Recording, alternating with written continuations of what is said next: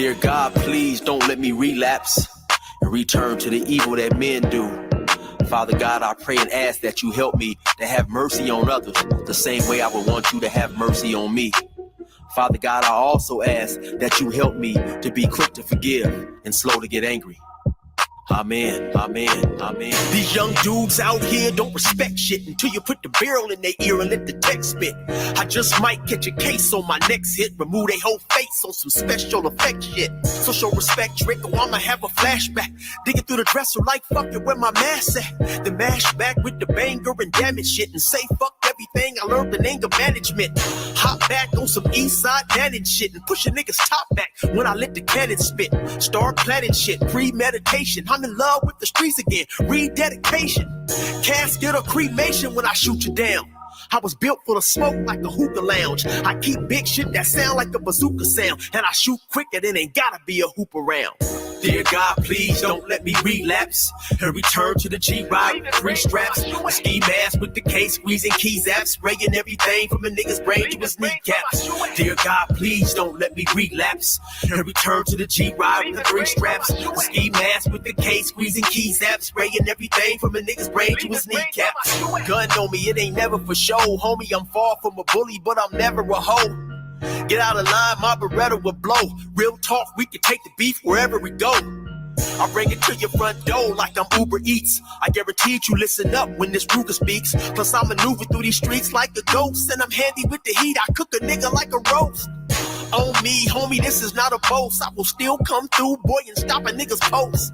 Play him close, man, air will ease it. Quickly off the waistband, man, and air will squeeze it. Leave you niggas laid out dead or paraplegic. Niggas playing in these streets while I'm very strategic. I come to your house dressed like the gas man. Shoot you 9 times, leave you stretched by the trash can.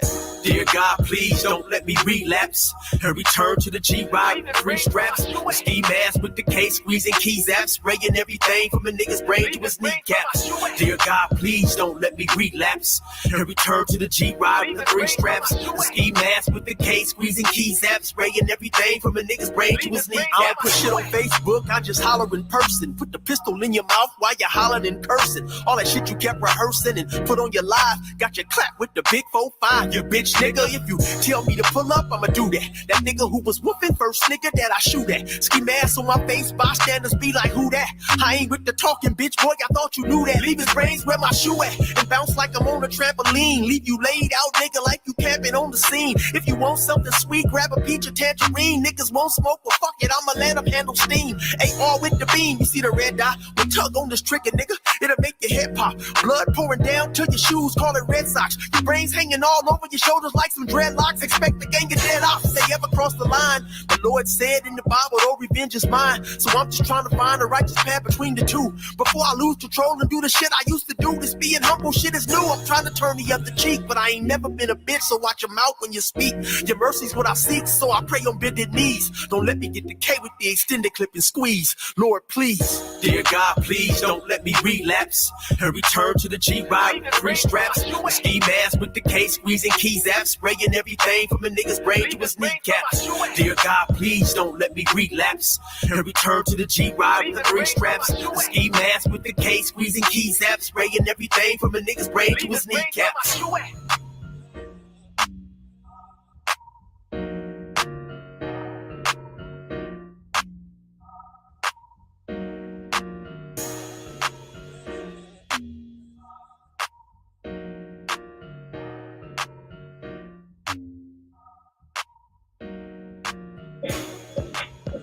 All right, y'all. All right. That's Brother Eric, Brother 16 to Light. I always tell y'all to go over there and check him out, man. He is a funny dude, man. Funny dude, man. Good guy, man. Good-hearted dude, man. But a very, very funny cat, man. And one day I told him, I said, man, hey, man, the song Relapse, man. I like the song, but what are you actually talking about? He said, hey, man, Relapse, I know, it's probably a little harder for your audience. He said, but Relapse is me talking to other convicts and other people out here who have done things and they trying to not go back to it. But the pressure is great. The pressure is great from the outside. So he said, I want to make a song about that reflected but that I don't want to relapse. I don't want to go back to that, but it's just hard. So when you see me having difficulties out here, understand that it's not because I'm stupid. It's because I don't want to go back to the lifestyle that I could easily go back to just like that. And so I could reflect with that because being in the nation, the Honorable Elijah Muhammad said that we could turn hypocrite overnight. Overnight, he said. He didn't say you guys could turn hypocrite.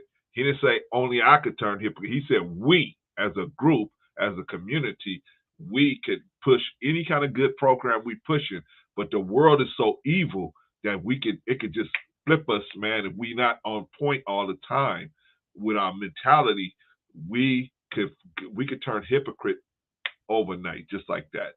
I don't care who you are. You can turn hypocrite over. So that's why we always so his philosophy was stay on post, stay on your post at all time, walk your post in a perfect manner, keeping always on the alert. You know what I'm saying? You're always watching and making sure that you're watching yourself, you're watching the people around you. Make sure that you making sure you keep evil at a distance as much as you can, because we already got enough evil in ourselves. We gotta keep a lid on. Now other people bring evil to us, man. Next thing you know, they make it look good. Next thing you know, we're gonna fall off. So don't try not to fall off, man. Try not to fall off. Brother Simmer in the building. But he said, Brother C with the hammer pants. Yeah, brother, not back in the day, but I used to be really into the arts, man. And so I still am a little bit, but I'm not as active as I used to be before I got a couple of health challenges. So but I'm still nice, Brother Sim. Saying if you come with it, you gotta have to bring a lunch. I'm still a little nice. I can't. Before I was nice enough to deal with about 8 or 9 people at the same time. Now it's probably down to about maybe 2, 3 tops, and then I'm out of breath. I'm still nice, but the first 2, that's it, man. They're gonna snap, snap. The third one, he might give me a little challenge. Shout out to Brother Sim. Knowledge and relationships, Brother M3. Good to see you in the building, brother. Glad to have you, sir. If you haven't already subscribed to Knowledge and Relationships, go on over there. Subscribe to Knowledge and Relationships, man. They trying to do some good work over there, man. Oh, man, they trying to do some good work over there. My brother, New Gross. Oh, so what's happening with you, man? What's going on with you? Glad to have you in the building, brother. I got to get you a wrench, man. I got to get you a wrench. I don't know if I have you a wrench already, but I got to get you a wrench, man. And Knowledge and Relation M3, you guys want a wrench? I'll give you guys a wrench too, man. Just let me know. All right, man. So here we are today, man. It's Sunday. Y'all know me. It's Sunday. It's the regular show. I let Rico know that the show is on. So Rico said maybe I'll tap in. He said he had some things he had to do. He said maybe I'll tap in. Maybe I'm not. Sunday, the weekend for married guys. You guys understand me. I've already let my wife know what my goal is. My goal is to be able to set up a situation where we can try to start making some solutions for the situation, plus point out some other things, right? So she knows that I'm going to have to sacrifice some Saturdays and Sundays to do this situation, especially the Sundays.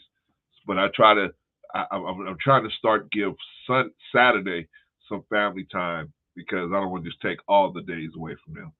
But, when you're trying to set something up, it takes a lot of time and effort, man. But fortunately, my wife knows me, man. She knows once I put my mind to something, and I feel like it's a good work, she knows I'm probably gonna stick with it. So her only thing is to fall in line, man. You know what I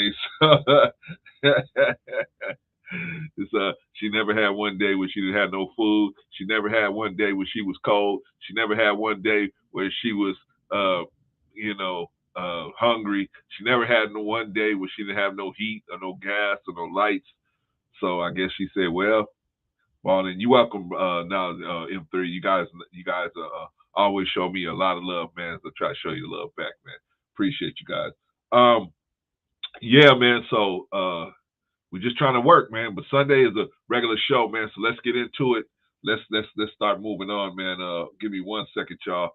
Let me let me wrap up because sometimes I can see what's going on and sometimes I can't see what's going on. So let me fix it so I can see what's going on. And let me fix it so I can see. How's your Sunday going? How's your Sunday going?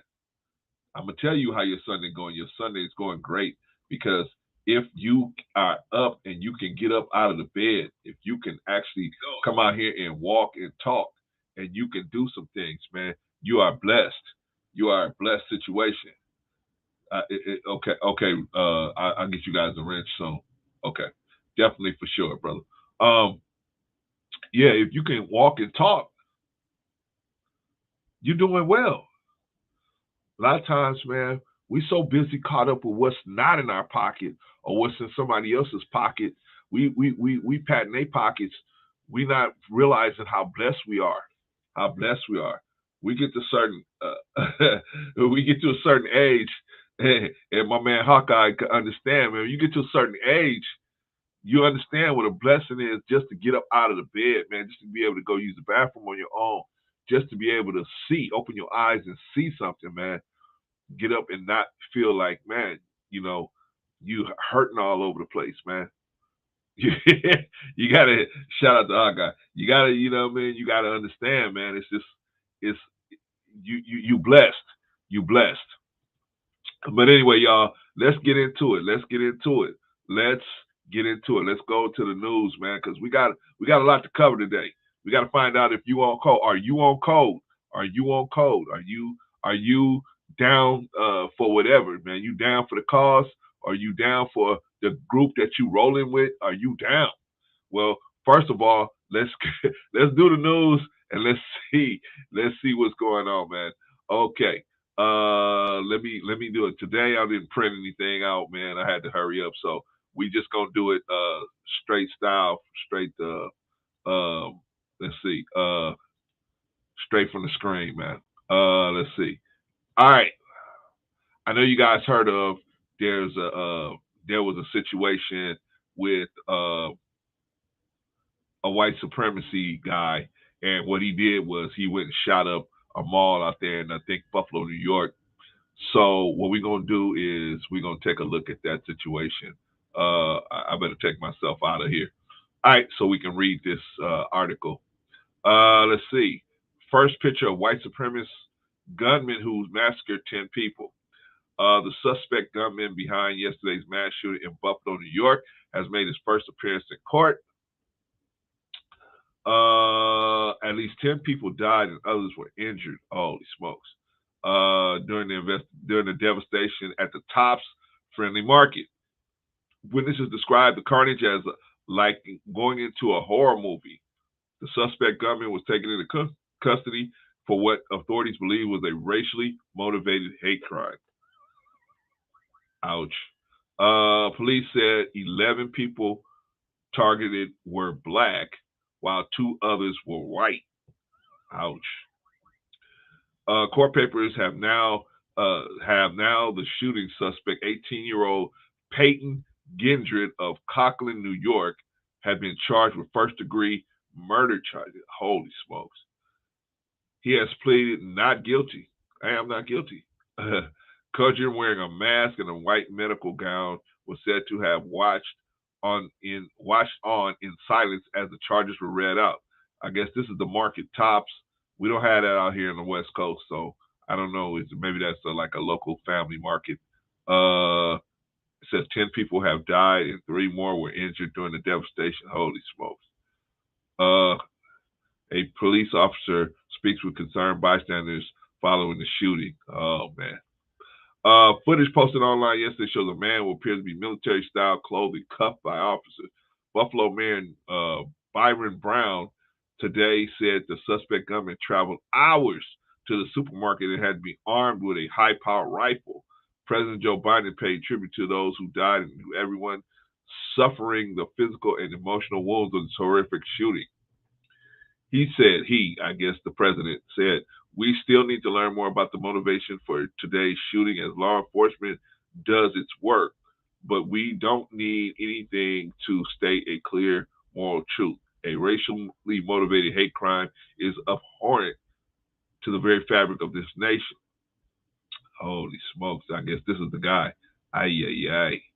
18-year-old pleaded not guilty to the charge of first-degree murder. Yikes! And they said they got a lot of videotape on it too. Holy smokes! I don't know how he's gonna get up out of that. Get that what do you call that? Not guilty situation off. I don't know how you're gonna get that off, but with all that videotape. Any act of domestic terrorist, including act perpetrated in the name of repugnant white nationalist ideology, is antithetical to everything we stand for in America. Hate must have no safe harbor. We must do everything in our power to end hate-fueled domestic terrorism. New York Governor Kathy Hochul added, "It's my sincere hope that this individual, this white supremacist who just perpetrated a hate crime on an innocent community, will spend the rest of his days behind bars and help him in the next world as well." Yeah, let's see. Oh, man, dude. Holy smokes, man. He had a military helmet, tactical gear out there. Holy smokes. Among yesterday's fatality was Ruth Whitfield, the 86-year-old mother of retired Buffalo Fire Commission Garnell Whitfield. He told Buffalo News, "My mother was a mother to the motherless. She was a blessing to us, to all of us." A Tops-friendly market security guard was reportedly also killed. Holy smoke. The guard, a retired Buffalo police officer, fired multiple shots at the gunman, but they were deflected by a bulletproof vest. Somebody tell me how an 18-year-old kid gets a bulletproof vest, a Kevlar vest. I don't think he does it on his own. A source said investigators are looking into whether Gendron had posted a manifesto online prior to the attack, but police have declined to comment on the subject. Holy smokes. Now check this out. Check this out. Shout out to Brother Chris. Good to see you in the building. Brother Newgrove said, "Look how young these white supremacists are, but they want us to believe the new generation doesn't see race." Yeah, man. Unfortunately, some of these cats are still hanging on, man. And they got shout out to April Carter. Some of these cats are they're still with the old business, man. They're still with the old business, and so the older guys have families now. They have too much to lose. They pumping all this stuff into the younger guys, man, and that's a shame, man. Just like same thing with the gang banging. The older guys have families now. They don't want to get involved. They don't want to get their hands wet. So what they do is shout out to Brother Daryl. So what they do is they push it on the younger dudes. They let the younger dudes get their hands wet and go to jail, and then they just find another younger dude to do it. That's what the white supremacists. All of these guys are using the same programs, man. They just go find somebody younger and let them catch the charges and let them catch the life in prison or whatever. Meanwhile, they can stay out here as long as they stay far apart from the drama. Brother Chris said, "I heard he was online plotting the whole thing." Yeah, I don't know, bro. I don't know. But the thing about it is that, see, at first, this kind of behavior was profitable, man. You can make money doing this, right? You can still, but now it's not profitable, and that's where they're having a lot of issues. Where before it was profitable, and a lot of people were behind it. A lot more were behind it and were able to push it. But now, man, the world economy is not going to allow racism in this form to continue and make money. It can't make money anymore. Now it's just about personal agendas now. And if the personal agenda is not about making money, unfortunately for them, the popular even the government here, which has long time supported this kind of behavior, it can't support it anymore, man, because there's no profitability into it. I guess that's a good thing for us, right? That's a good thing for us because just the way the world economy is working now, man. Racism is very expensive situation, man. It's very expensive to continue that life, that behavior. White supremacy is very expensive. Well, there used to be a lot more white people that were into that, right? But you find that a lot less of them are with that, with that, in a civilized society. A lot of them are not with that.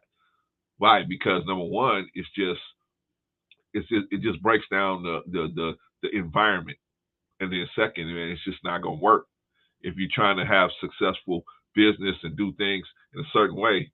It's just not gonna help. It's just not gonna help.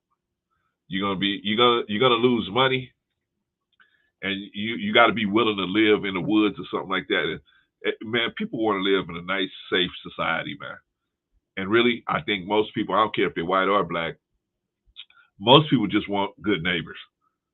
I mean, in my opinion, that's what most people want. They don't really care what color you are. I mean, some people do.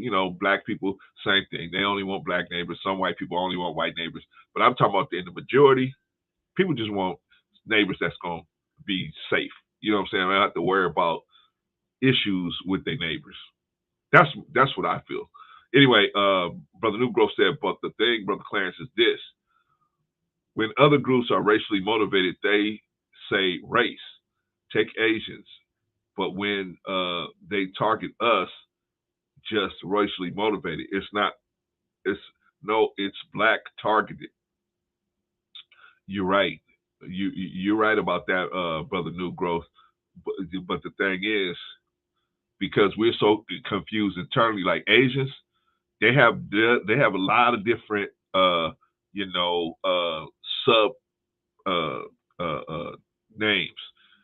Samoans, Pacific Islanders, this or that or whatever, Thailand, and they have a lot of different undernames. But when it comes to them laws, they agree on the word Asians. They all agree on that word, just like in jail. In jail, they're all Asians, whether they Samoan, whether they from Taiwan, whether they from China, they're all Asians. They're all Asians, right? Okay, well, they do the same thing out here when it's time to make laws. Now, black people, we're different, right? We got all this confusion. Are you FBA? Are you ADOS? Are you this? Are you that? Are you from, the Caribbean? Are you from Are you from, from the motherland? Are you from here? We got all these different things that keep us confused. So we're so confused. We won't agree on just being black. We won't agree on that. So, because you have a lot of people say, I'm not black. I'm not black. So so as long as this confusion can keep going on, then they can do stuff like that, man, where they can say, hey, you guys want civil rights? Okay, we're going to keep on pumping these civil rights to you. When in actuality, Brother Malcolm got killed because he was trying to take them. He was saying, bump civil rights. We don't need civil rights. We need human rights.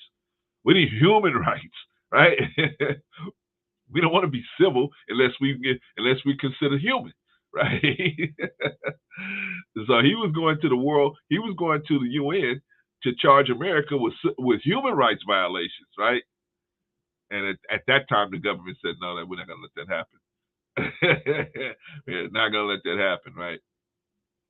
But that's another issue, New Growth, is that we can't agree internally on what it is we need to call each other. When we go to get laws drawn up, we got this group fighting with that group. I mean, I'm talking about internally. We got this group fighting with the ADOS brothers and sisters, fighting with the non-ADOS brothers and sisters, and the FBA brothers and sisters fighting with the non-FBA brothers and sisters. And we got all this contention going on. They could just get this kind of stuff racially motivated passes. They can get that right passes because they got people in MSNBC that will say stuff like racially. They with the program. They're with the program, so they don't want to commit to saying black. Evidently, that's a bad word in the in the news cycle, right? Except when a crime is committed, Brother New Grove, when a crime is committed, they'll say a black dude did it in a minute, right? There's a black individual did that, right? They will say that in a minute, right? When's the only time you don't hear race involved? They say a man did this, a man did that, right? It's when it's a white person. When it's a white person, they will not acknowledge the race. That's the only time they won't acknowledge the race. Any other time, they pretty much acknowledge the race. Shout out to Brother New Growth, man. Let's see. Yeah, we got to fix that, brother. We got to fix that. That's why, you know, I don't mind all of the ADOS and the FBA talk and all that, but I think that should all be internal. You know what I'm saying? Once we go out to do things as a community, man, we should be, we should have one moniker so we can get things done. Like you said, the Asians, man, they don't say, well, we're Samoans, they're from Thailand, and they're from Vietnam, and no. They do that internally. But when it's time to go out and get some laws passed, we're Asians. I don't care if you're from Japan, China, and Japanese and Chinese people have a long-standing feud, right? Like the Hatfields and McCoys. But let them go out there to get them laws. We're all Asian. We're all Asian, right?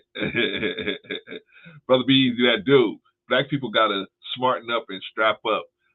Strapping up ain't gonna do it, brother. What you gotta do is smarten up and business up. We gotta get no more than that nice guy we at war. No. Smarten up and business up. That's what you gotta do. Because, brother, be easy. If you're getting your ammo from your enemy, then how are you going to beat your enemy? Right? I mean, if you're getting your weapons from them and you're getting your ammunition from them, what happens when you run out of weapons and ammunition? Right? So I think, yeah, you should definitely protect yourself as far as your personal space and your personal thing. You know what I'm saying? But I would think that what we need to do as a group is to work together with each other first, and then we can work together. See, I think white people will respect us more if they see us unified together. That's why they respect the Asians and the Latinos, right? Right? The Latinos the same thing. They don't say, "Hey, I'm from Venezuela. I'm from El Salvador. I'm from Mexico. I'm from this." You know what? When they get up there, we're Latinos. Right? When they get to Capitol Hill, they're Latinos. They might have this internal struggling inside, but when they get to Capitol Hill, black people are the only people who say, well, I'm not a slave, I'm a slave, and I was born here, and I was born over in the Caribbean, I was born here, and I was born there. And we're the only ones that do all of that mess, right? And we're the only ones that fight for civil rights. Asians fight for Asian rights. I'm just repeat. See, this ain't me. I didn't make this up. This is Dr. Claude Anderson. Go ahead. You guys go listen to Dr. Claude Anderson. Asians fight for Asian rights. Women fight for women's rights. Gays fight for gays' rights. Handicapped fight for handicapped rights. Black people fight for civil rights. We're the only one that fight for civil rights. Everybody else fight for their own rights except for us. It is really crazy, man. Let me see. Brother B Easy said, so we're going to be the only ones without weapons? Eventually, if that's how we think we're going to change something, yes. No, you need weapons. Weapons are just to protect your person. But as far as like really changing the scope of America to see things in a different way as far as black people are concerned, no. Because you're getting your weapons. You're getting your weapons from the people that you actually have the issue with, right? How's that gonna work? How's that gonna work? All right, brother B say, by smarting, I do mean businesses, but these groups protect their assets with firepower. Yeah, I mean, you can protect your assets up to a degree with your firepower. What happens when you run out of firepower? Mr. Enemy, I know I've been shooting at you the whole time, but I need some more ammunition. Can you give me some more ammunition, please? How's that conversation gonna go? Now, if you can do like Fidel Castro and go around the people that you got an issue with, and you can say, "Hey, Mr. Russia, you know what I'm saying? Can you go ahead?" But will they really help you? It's the thing. You got billions of dollars to drop on them for weapons. They ain't gonna make no. They're not gonna work with you with a couple $1,000.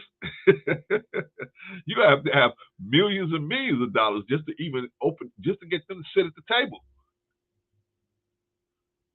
Black people can't even agree on who's FBA and who ain't. We got to get that down first, man. Brother, you say it's your legal right to own and possess the weapon. Yeah, man, you should. I'm not saying you should protect your personal property. Yeah. I'm not saying that. What I'm saying is you and me having a weapon, brother, is not going to it's not going to create a situation where we're going to change the scope of anything nationwide. That's not going to happen just with a bunch of weapons. That's not going to happen. That's all I'm saying. Brother Be Easy said, no one is saying shoot up a grocery store and be. No one is saying shoot up a grocery store. Be prepared to defend yourself. Your mind is the biggest way. There you go, Brother B Easy. That's what I'm saying. And I think we all agree on that. I just think that we sometimes we'll hear a story, and because we've been through so much pain, man, we'll get so triggered by it. We'll think, hey, man, we got to go run out and get a bunch of guns, and then we can just change everything. That is not gonna happen, man. That's not gonna happen. And the reason why it's not gonna happen because we need to internally agree. We need to internally agree on what an agenda and what we're trying to do, right?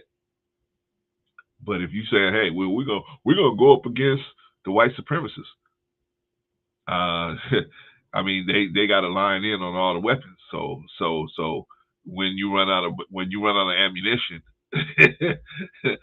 you got to go. You got to know, hey, Mr. White Supremacy.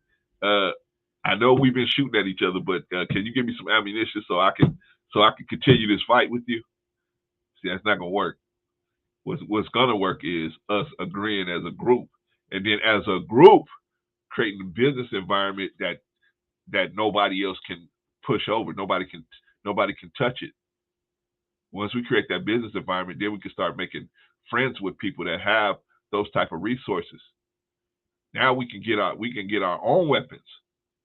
We can get our own weapons. See, they will respect that. People will respect that. We can get our own resources. People will respect it. We won't have to go to the federal government to get everything. Once we're in that situation, I think we've got to respect the people, and then people will be more likely to sit down at the table and talk to us. The government will be more, those people in government will be more likely to be able to say, okay, these people, I probably need them on my team. It's not that they need me on their team. I need them on my team. And then we're going to get more done, in my opinion. In my opinion. Brother Nugo says, but all these groups piggyback what we fought for. That's what I'm saying. But what do they have, Brother New Growth, that we don't have? They've agreed on when they get to Capitol Hill, they might have all these different, camps, but when they get to Capitol Hill, it's one camp. It's one camp. They left all the haters at home, and it's one camp. Black folks, we can't even agree on, I mean, we have such difficulty agreeing with each other. So that opens the door for us to always be in a situation where we're getting we get hardly anything for our efforts, all the marching and everything, and all the hard work that people do. We get very little for it because we can't even agree on a lot of different things as a group. I'm telling you, Latinos, they might be, I'm from Venezuela, you from Mexico, you from Nicaragua, you from here, you from there, you from Brazil. Everybody's from all these different countries. But when they get to Capitol Hill, we're Latinos. Same thing with the Asians. I'm from Cambodia. I'm from Vietnam. I'm from China. I'm from Japan. I'm from Samoa. I'm from here. Well, when they get to the Capitol Hill, we're Asians. We want Asian rights. Same thing with the Native American. I'm the Cheyenne tribe. I'm from the Sioux. I'm from this. I'm from that. But when they get to Capitol Hill, we Native Americans. Black people only get there, well, we African Americans. No, I'm not African American. I'm black. No, I'm not black. I'm FBA. Oh no, I'm not FBA. I'm ADOS. I'm not ADOS. I'm non-ADOS. I'm non-FBA.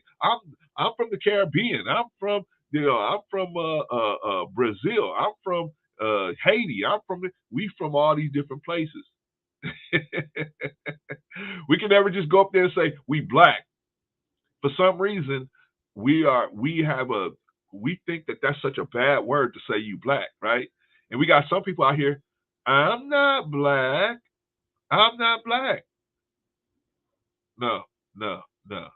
We have some special issues based upon our upbringing in America. We have some special issues, and so to act like we don't have those special needs, to be put in the normal situation, we have special needs as a people. We do. We have special needs, and so, but people don't want to say that. They will just, hey, just pull yourself up by your bootstraps, right? Just pull yourself up by your bootstraps. But we special people. That's why we got special needs.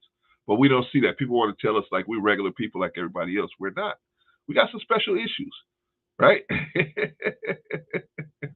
Brother Clarence, here you go again. Here you go again, man. You just talking and talking and talking, man. You don't have no, Brother Clarence, what is wrong with you? I know, brothers and sisters. I know, man. I'm just talking.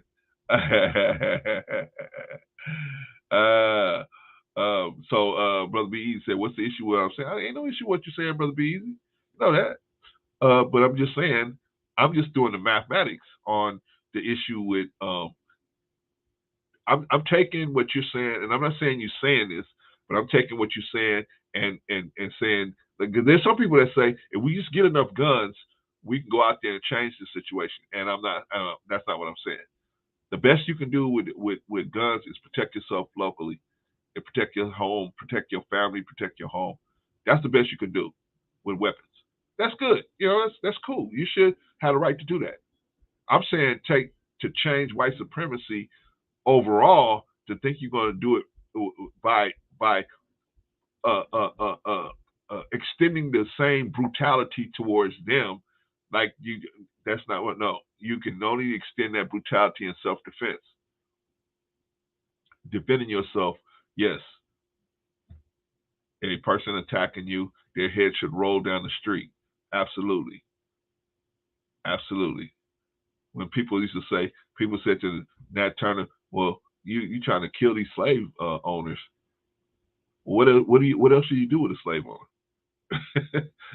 That head's got to roll, right? You let him live, he's gonna go enslave somebody else. That head's got to roll, right? As they did in Brazil, as they did in Haiti, right? As they did in the Congo. That head's got to roll." But in America, we got some other different issues. So we have to look at things in a totality. That's all I'm saying, Brother B Easy. I'm not saying you're wrong about anything you're saying, brother. We can't change the system of race. We can't change racism. It will always prevail. No, no, no, no, no, no, no, no, no, no, no. You got a bigger issue than racism in today's situation, brother. You got classism.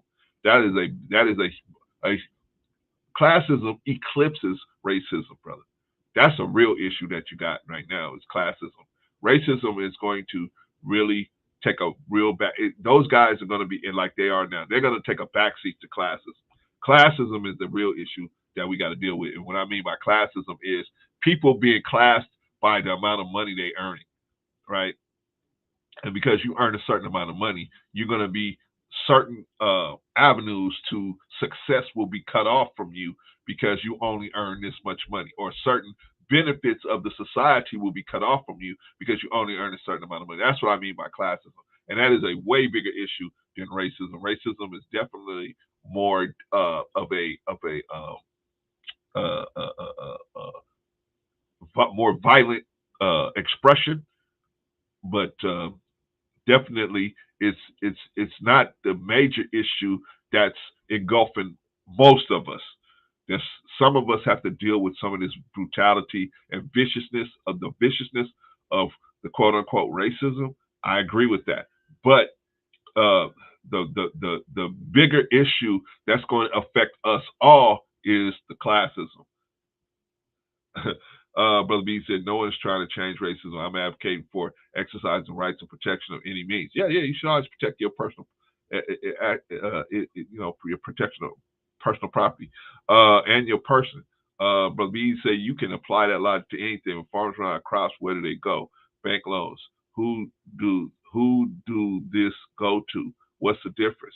Brother, I'm just saying, if you're going to start a war with somebody, you better be able to, you better have the, that's what happened in Germany. They started all these wars with all these different people. And then when they was cut off from all of the resources to make the tanks and to make the fuel and to make the oil and everything, they were stuck like Chuck. They were stuck like Chuck. It became an academic situation at that point, right? They knew in 1942 they didn't have enough resources to actually win all these conflicts, but they kept pressing on anyway, right? They knew they didn't have what they need. I'm saying, when we do something like that, we may get a lot of people killed for no reason. That's all I'm saying, brother. Brother EB said, how are we going to protect those resources with the Bible? No. I'm not saying we protecting anything, well, brother. The only way we protect anything is to have the strength to be able to get our own. And you cannot do that without a business community. Not in a capitalized society. You're not going to be able to do that without establishing a major business community. You know, white folks have major business. They have a major business community, man. They don't need to go to black people for nothing but entertainment. They don't have to go to you for no resources. They don't have to go to you for nothing. So they can pretty much turn everything off on you if they really want to, right? As you can see, they demonstrated a lot of times where they do rolling blackouts. They can just turn your electricity off if they want to. They can turn your water off. They can turn your gas off. They can do whatever they want to do, right? Why? Because they have a business community, man, that supports them. And I'm saying the same thing about us. We got to get a business community, therefore, and then we got a strong business community so that we can support ourselves.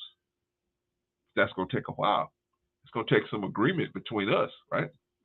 But Lugo said, I feel you, but when we think of Asian, we think of Chinese, Japanese, Cambodia, but when they on Capitol Hill, we know the face is Chinese.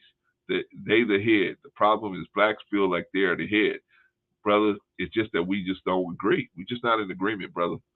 And other people are able to exploit that gaps in our the places where our arms are not locked. They're able to exploit that and send sleeper agents in. Who's a sleeper agent? They send wrecking balls into the community, right? Crazy ass dudes that go in and create single mothers and talk about how bad the community is and tell everybody how to date and how black women ain't nothing but bitches and hoes and just they hoes, right? To spread that philosophy throughout the black community to the younger guys, right? Brother B, he said, guns won't change the situation. I'm talking about protecting foremost. The best protection to have is a weapon, not have to use a weapon. The best protection is to have a weapon and not have to use it. Yes, I agree with you.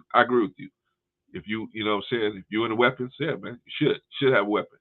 Brother B said, tribalism encompasses race, gender, class, etc. Yes, brother, but the classism is based on a currency. You have to have some type of currency. That tribalism is based on resources, but you have to have some type of currency for the classism.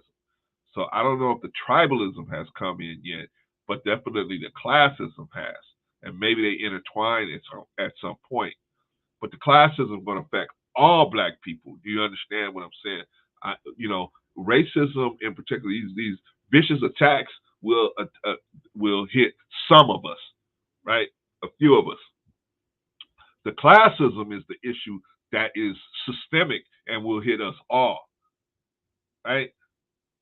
The government is not going to help you if you make over a certain amount of money. But if you make under a certain amount of money, we're going to say you in poverty. You're impoverished. You live under this poverty line. Okay, well, can you help me? No, because you make too much money. But I thought you said I was in poverty. You are. Well, can't you help me? No. Why? Because you make too much money. See, it's around and around and around. So it's classism. The classism. You in this class, but we're not gonna help you because we are focused on telling people we helping the people under you. But we're not really helping the people under you. We're not doing nothing for them. They're just a football that we're kicking around. I know, man. It's crazy.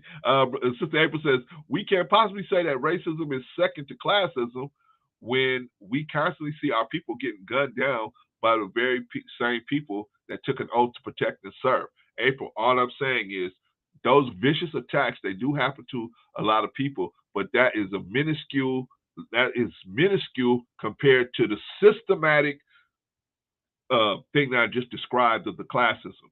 The classism is systematic, describe all of us, right? I'm poor. Yep. According to the government, I'm poor. Okay, I'm poor, government. You're supposed to help the poor. No. You make too much money. I can't help you because you make too much money. What do you mean? I thought you said I was poor. You are poor. You are poor, but we can't help you. We can't help you because we too busy trying. We telling people we helping the people under you. There's people under me. Yeah, there's people under you. They don't make no money. What are you doing for them? Nothing. But we telling people we doing stuff for them. Oh, it's a game, man. It's a game of foosball. Brother B said we already at war. We just need to wisen up. Yeah, but it is a fiscal war. It's not a physical war. It's a fiscal war. You need to learn how to protect yourself at all times. Absolutely. Every time you go anywhere, you should be looking for the exits. You need to figure out what's going on, right? Anywhere you go, and if you see people with a strange vibration, you need to be able to pick up strange vibrations, right? When you see people, so somebody comes into the store with a strange vibration, you need to pick that up immediately and decide what you're gonna do. Am I gonna hide or I'm gonna go run right past this person out of the store? You run out of the store and nothing happens, right? People that stayed in the store come out and they say, "Why'd you run out of the store?" I didn't feel good about that person that just walked in. But you look stupid. That's okay. I'd rather look stupid at home and run out the store than to stay in there and something popped off, right? Brother K Business Podcast, shout out to Brother K Business Podcast.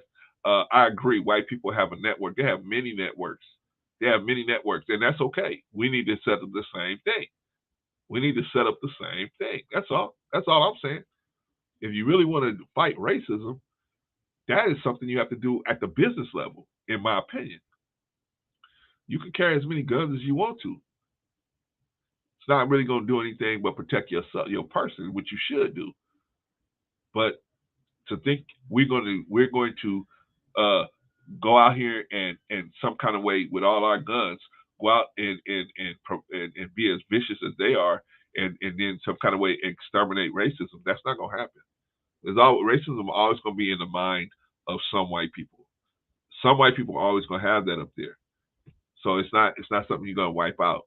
Now the question is, do the white people that have that in their mind, are they in control of the government? And that is the issue.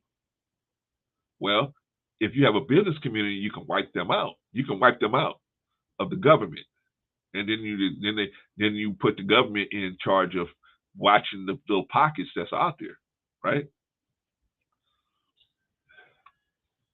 At least that's the way I see it. Brother B said, when did we have a business community? What did they do? Burn it down? How do we prevent that from happening? What form of protection do we use? Absolutely. What we use is an agreement. We agree that we're not going to let that happen, and we agree that we definitely you're going to have weapons. You definitely have to protect your personal property, your property, your business property. Yeah, absolutely. But but that's not going to happen if we're so convoluted that we can't even agree on what to call ourselves. How are we going to agree that we need to protect this, and how are we going to protect it, right? How are we going to agree on that? How are we going to get anywhere? I mean, we've had access to all kind of weapons. Look at us. We're still getting gunned down. We still have these issues. And we have these issues because we don't have our arms locked. In my opinion. K Business Podcast says all black people in America, Africa, and the islands must come together and build business networks. There you go, brother. K Business Podcast. That's all I'm saying. You're going to have much more influence in the government when you have a business network. That's all I'm saying. A black American engineering business can help developing African country as well as IT companies. Whatever. I don't care. Whatever you got, whatever you're talking about. Right? Class warfare has been going on since the inception of this country. Absolutely. Absolutely. But this is my point, brother. Be easy. Racism was profitable at one point. It was you could do that. You could behave that way and think that way and operate that way, and you could still make a profit. It's no longer profitable because of the world economy. It's no longer profitable to do that. Now, what's more profitable is classism. Classism is profitable. Putting people in different classes and then allowing them access to certain things because of the amount of money they have, and then igniting different desires in that group of those groups of classes. That is how you do it, right? You got a certain class, and you say, because you in this class, you need to drive this kind of car. This kind of car means that you're a better person than these other people. So it's class driven. You ain't in that class, right? You can't afford to have a car like that. So now you in this class. You in the middle class. So in the middle class, here's a sedan for you. It's a good class. It's a good car. It's 4 cylinders. It's good on gas. See, we do everything by class. You in the lower class, right? We'll get you one of these Nissan Sentras, right? 4-cylinder, maybe even a manual transmission, right? You got to roll the windows down with your hand, right? Well, I'm saying everything is driven by class. Everything's driven by class, so that's what I'm saying. We don't care what your color is. If you ain't making a certain amount of money, this is the kind of car you need to drive. If you ain't making a certain amount of money, this kind of refrigerator you need to have. If you ain't making a certain amount of money, this is the neighborhood you need to live in. Everything's done by class, right? I mean, to us as a group, that's what affects us the most as a group. And how we can get out of that is creating a business community amongst ourselves, and we can decide whether we want to participate in that or not. That's the issue, in my opinion. Brother Clarence, I see that that's your philosophy that racism isn't profitable, but respectfully, I disagree. Look at Asians in Africa. Look at whites in Haiti, whites in India. Racism just changed. I'm saying in America, brother. I don't think you and we can't affect the situation over there until we affect the situation here. You know, so for us to look out and say, hey, we need to go and fix that situation. You're not going to make the whites the whites in the whites in India, the Asians in Africa, and the whites in the Caribbean. You're not going to make them feel bad. You know what I'm saying? We turning it into a moral issue. It's not gonna fix it, brother. It's not. We gotta get it together here, and then once we get it together here, that's why Minister Farrakhan, Elijah Muhammad said, we are a special people here because we can affect all of these different places if we get it together here. Once we build a business community that's that is not dependent on the American government or white folks in particular, where we're running after their money all the time, because that's what usually happens. We will build up something, and then we want to, exclusively go after their money instead of just saying, hey, if they come to us and they want to do business with, cool. But our focus is in the black community. We don't have people like that. Why? Because it's difficult to make money in the black community if you think that way. Unfortunately,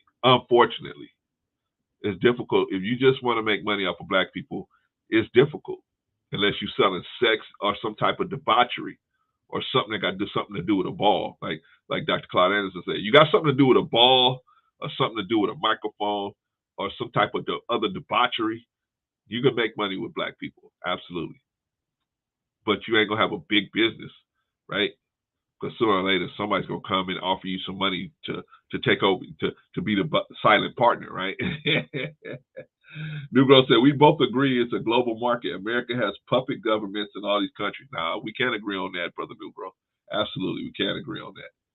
That's why I'm saying what I'm saying, brother. I'm saying class in America is driven by exploitation out of the country. It is, brother, but they're only able to do it because of our dysfunction internally. You see what I'm saying? If we get rid of the internal dysfunction, we're going to have a better issue. We'll be stronger and able to deal with these issues. But because we are so busy trying to show that I'm a different black person than you, and you a different black person than me, and we got all these different issues, therefore it's difficult for us to come together, because then it gets to a point where now we talk so much bad about each other, we don't want to get with each other, right? We got people like Candace Owens and Jesse Lee Peterson that say, if you talk about doing good for black people, it's something wrong there, right? It's something wrong there. People like Officer Tatum and all these other people, it's something wrong. They don't realize that we have special needs as a people. We have special needs. We have some issues that we need to be dealt with in a special way. And a lot of people like Anton Daniel, they feel like, hey, it's all the same. We're all starting from the same platform. We're not all starting from the same platform. But we got to realize nobody's coming to help us. We can make it a moral issue all we want. Morality is not going. These people are not going to turn and say, "Yeah, you're right, Negro. Look at how the Asians are coming up, and they just taking over Africa, right? They buying all of Africa up, right? First it was the Caucasians, they buying the Caucasians out over there, right? Pretty much how they did the black community over here, right? They buying everybody out. But see, they smart. They understand. Once they control all of the businesses, you done. You at their mercy. Just like us in the black community. You can't even go into an Asian place and get a job, right? They will never even hire you, typically. But they own most of the, I would say about 85% of the businesses in most black communities are owned by Asians, right? They would never hire you, never. They'd rather jump right over you and hire the Latino brothers and sisters, right? I'm just saying, brother. Brother Negro says, I'm saying class in America is driven by exploitation of the country. Anton is hilarious, right? But he says those are his talking points, man. You know what I'm saying? Like, everybody's the same. We're not the same. We're a whole different, we're a special kind of people. But we need to see that. We need to see that. Not that we're better as, but what we have we're in a unique situation. And we have some unique needs that need to be addressed so that we can be on a level playing field with everybody. And we need to accept that and do something about that, but we're not doing that, unfortunately, right? Unfortunately, we are accepting this some of us are accepting this whole everybody's on the same page type of situation, and we're not. We're not. and it's obvious. I showed you guys, and I'm gonna get into it later. I showed you guys a couple weeks ago the government, where they did the research, and they shows by fourth grade, black boys are last place in every category, every scholastic category, and especially the ones that matter in STEM, math, science, English. They are in last place statistically. Black boys. That, I mean, you got you. We have some unique We got a unique situation. Black boys have a unique situation, most of them. But we're not addressing that, right? We're just saying, hey, you don't learn the way the other kids learn. There's something wrong with you. Yeah, there's something wrong with them. They have different needs. They have special needs, and those have to be addressed. But it's too much trouble to address the needs of black boys, right? But we address the Latin needs, right? Oh, we need somebody else that speaks another language in here. Oh, okay, well, let's hire them up. Let's hire a bunch of people that speak another language. See, they address the Latin people's needs. Why? Because they're together. When they go to Capitol Hill, I don't care. I'm from Venezuela. You from here? It don't matter. Right? It don't matter. Shout out to Sister Reza. Good to see you in the building. It don't matter. They're all on the same page. They're all on code, right? We're going to talk about being on code today, right? We're gonna talk about that. All right, y'all. Let's move along, man, because Brother Clancy, man, he took a long time. Okay, the hit parade. Oh man, it's a video here. Where's our video from here? Okay, here we go. Let's take a look and see what we got going on here. Let's see. Yeah, man, this is a pretty ugly situation. Pretty ugly situation, y'all. That's why I tell y'all gotta watch out for these people, man. Watch out for people, man. All right, let's see here. Are you guys seeing what I'm seeing? Okay, good. All right, so let's talk about it. Arbonne, this is the hit parade. Arbonne bar owner found guilty of sexual misconduct.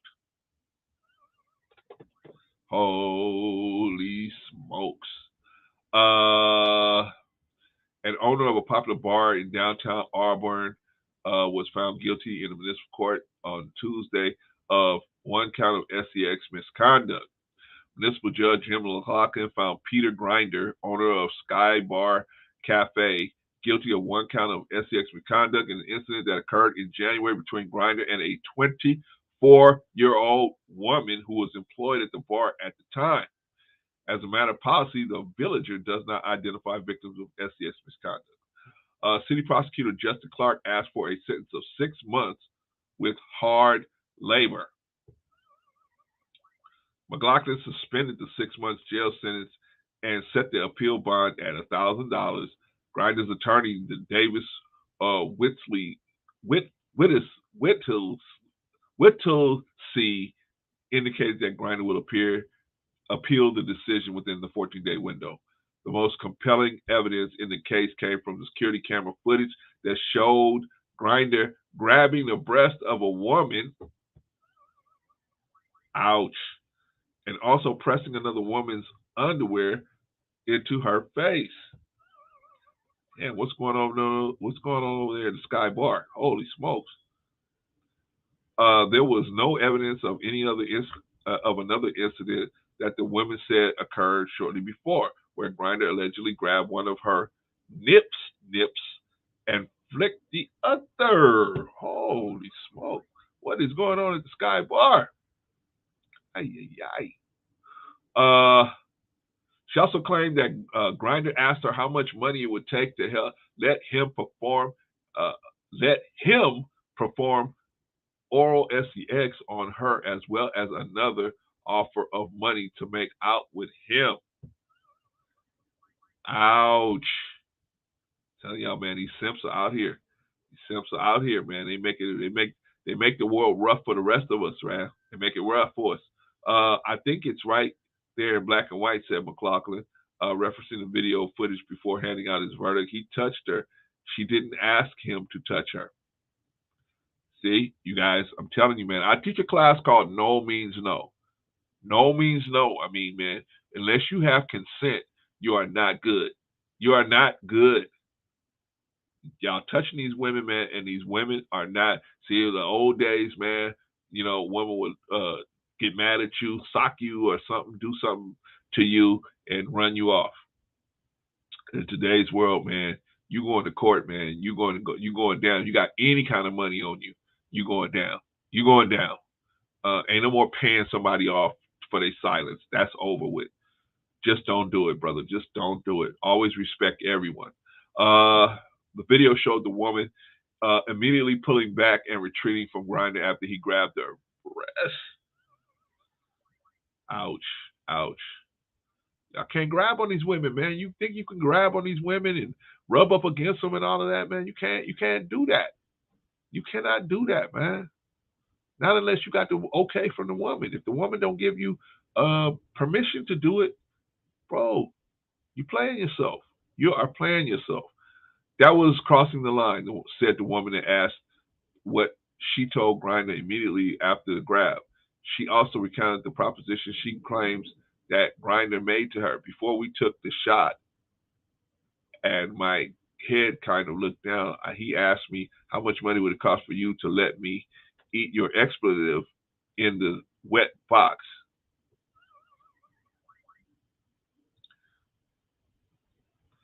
See, y'all get caught up with how these women are dressed, right? They dress a certain way, and you think because she dressed a certain way, that gives you an open right, that she open for business. Man, she may be open for business, but not to you. You ain't the one. If you were the one, a woman will let you know if she wants you to be the one that has the key to the city. If she don't tell you got the key to the city, keep it moving. Ain't no woman worth your reputation, man.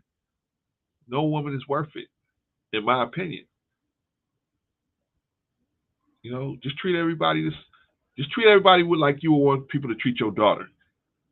Would you want some dude to treat your daughter like that? No. Then hey, just treat everybody the way you want you, or your granddaughter. I got a granddaughter. My granddaughter comes home and says some dude grabbing her breast. That's it, man. That dude better be on his way to Mexico, because I'm on my way to find him.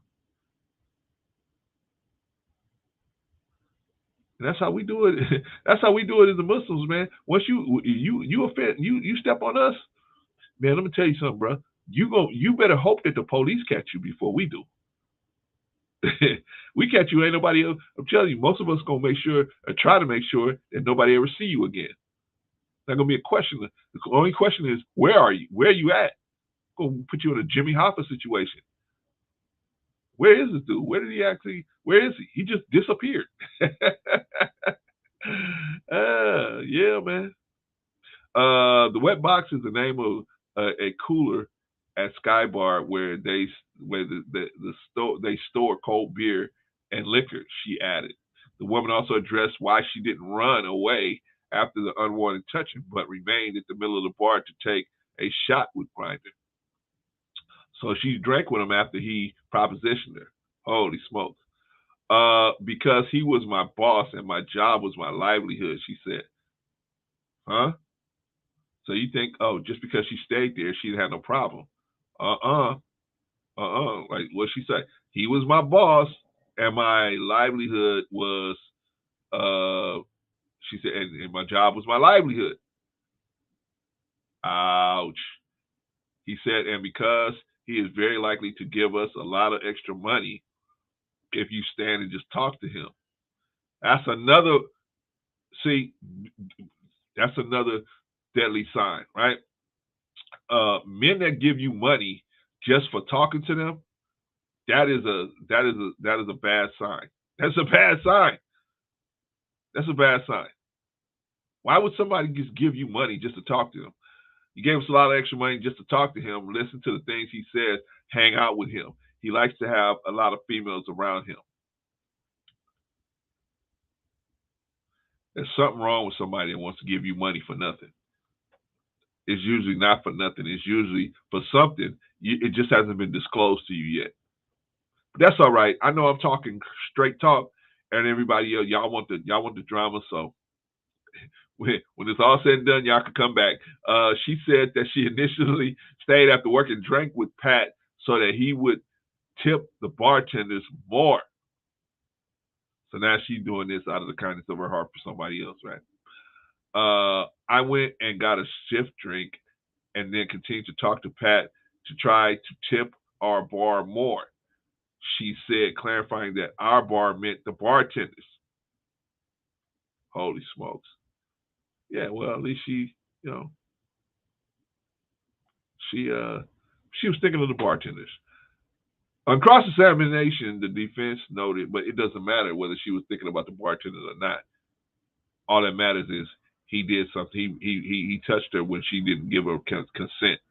Doesn't matter the kind of person she is or her official reasoning behind it. What difference does it make?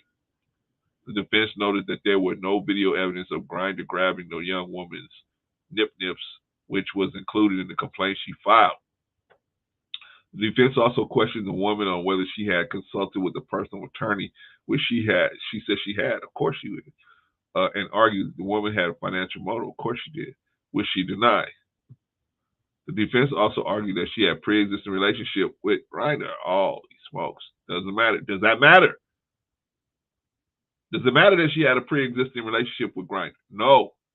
Only thing that matters is he did something without her consent. See, I know men think like that. Men think like, hey, we were in a relationship before, and so or we're in one now. And so because we're in a relationship, I can grab you whenever I want to. Gotta have consent, brothers. Gotta have consent. Because a woman may say, hey, I didn't give you consent to do that, especially if you in a casual relationship. They may not take kindly to that, right? Trying to get us to start our thinking differently. Thinking like we think like women, hey, okay, well, if I had a pre-existing relationship with her, she should be okay with it. Nah. Only thing that matters is that you did not have consent. That's how they get you in the court. That's not fair. It doesn't matter if that's fair. Who's talking about fair? We're talking about what is. Right? It's not fair that the average woman, even if she's 6'2", in the playing basketball, most of them can't dunk. Right? Body's just not set up to dunk like that. Every once in a while, there'll be a woman that's tall enough to be able to dunk and could jump, but that's very rare. Most of them can't dunk. Right? Is that fair? No. When they're having babies, they're going through an enormous amount of pain. Is that fair? But it is what it is. Reading multiple texts in which she said she loved him. Does that matter? Does it matter that she made texts saying she loved him? Does it matter that they had a pre-existing relationship? No. The only thing that matters in when you create sexual contact with a woman is did you have consent to do so? But we're married. Do you have consent? But we're in a relationship. Did you have consent? But we work together. Did you have consent? But we made sexual jokes to each other. Did you have consent? Come on, fellas. Stop going to jail for this stupid stuff. I'm trying to tell you how to stay out of jail. The only time you can move on a woman is if you have consent. Period. The end. Well, her consent was implied, not no more. The implication of consent around the sexual contact with a woman is no longer there anymore. The Me Too movement has thrown that out the window. I'm probably the only dude that has I can sexually do things to my wife, and she's probably not gonna say anything. Not probably, she won't. Why? Because the type of relationship we have. But I've been married 32 years. Not too much I'm gonna do that this woman's gonna say no to. Anyway, I typically say that to a lot of my friends, she said. She typically says she loves people to a lot of her friends. Well, he must have been a friend of hers. Not a very good one, right? No court date has yet been set to hear the expected parole. I'm telling you guys, man. You guys keep crashing the car, saying, "Oh, I think I got it." No, you don't got it. You don't got it. You don't got it. You just don't got it. Brother Truth in the building. Ho ho, what's up? Brother Negro said, no, she innocent until proven guilty. I know our society is trying to change that. Yeah, she is innocent until proven guilty, brother. You the one that's guilty until proven innocent, right? Matter of fact, and they ain't even trying to prove your innocence. They trying to get a deal. They trying to get you to get a deal, right? Shout out to Brother Truth. Truth is favorite. Truth said, Truth's never favorite. Truth says, let's talk to Better Black Life. What's going on, Brother C? Same thing is always going on, Brother Truth. Good to see you in the building, man. Gary, what up, chat? What's up, Tristan? How you doing, brother? Good to see you, man. Good to see you in the building. All right, so yeah, man. Y'all gotta be careful out here. Oh, I'm in a relationship. I swiped left with her. I went on a couple dates with her. I grabbed her, and you can't do that unless you got permission. Leave it. Don't do nothing. Much respect, Brother Truth. Appreciate you, brother. Don't do nothing unless you got. You don't have. I teach this class. Normally know, so I know consent is the only thing you got to make sure you got before you create sexual contact with anyone. If you don't, you're gonna end up getting burned, and then when you get burned, you're gonna say, "Damn, why did she do that? I thought we had it going on, right?" Just like, dude, he's sitting at the bar talking to these women, putting money up there, paying for their time, but just talking to them and talking way crazy to them, thinking that he's all good. One chick talks to the right lawyer and says, "Hey, let's, he got enough equity in there. We can get him. He got enough equity on that bar. We can get some of that money." That's what I'm saying. When you're dealing with people that are at a certain level, they may put up with you until they can figure out how to turn you into a mark. And then really it's you turning yourself into a mark. You know what I mean? There's no reason why you should have to pay somebody to sit and listen, talk to you. There's no way. I mean, you have to think about it like this. If I'm that messed up of a person where I have to pay somebody to sit down and listen to me, something is going on with me. Hey.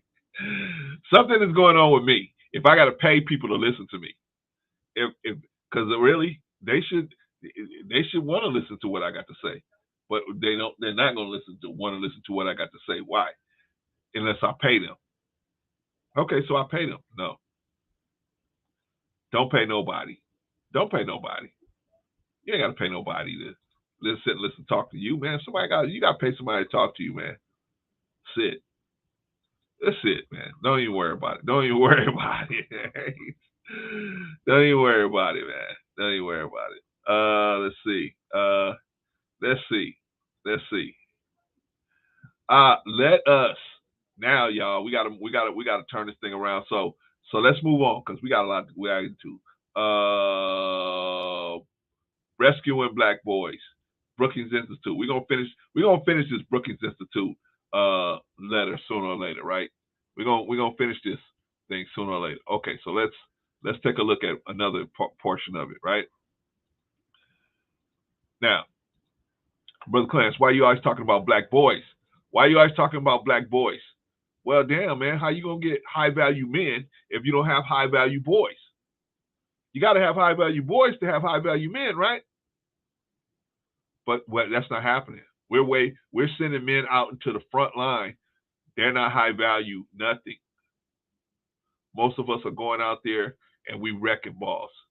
I'm gonna get into wrecking balls today. Well, all we do is promote white supremacy talking points Man, niggas ain't no good, man. Niggas ain't gonna do nothing. Niggas ain't gonna do this. Niggas ain't gonna do that, right? See, boss, I think just like you, boss. I think like you. I even got a page where I talk about the communita, the communita, the communita, right? Even got a page where I'm talking about that, boss.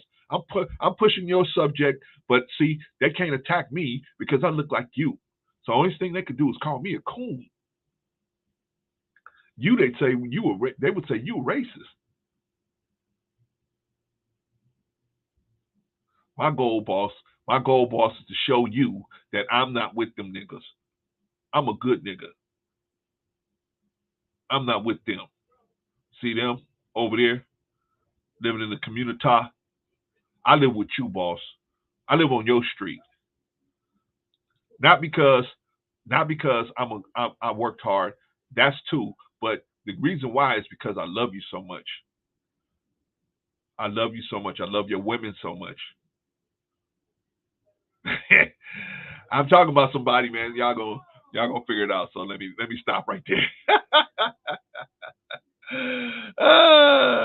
You feel me, New Growth? You feel me, man? You feel me, man? I'm talking about somebody, man. Y'all gonna figure it out. So I better leave the brother alone, man, because I really don't have no problem with him.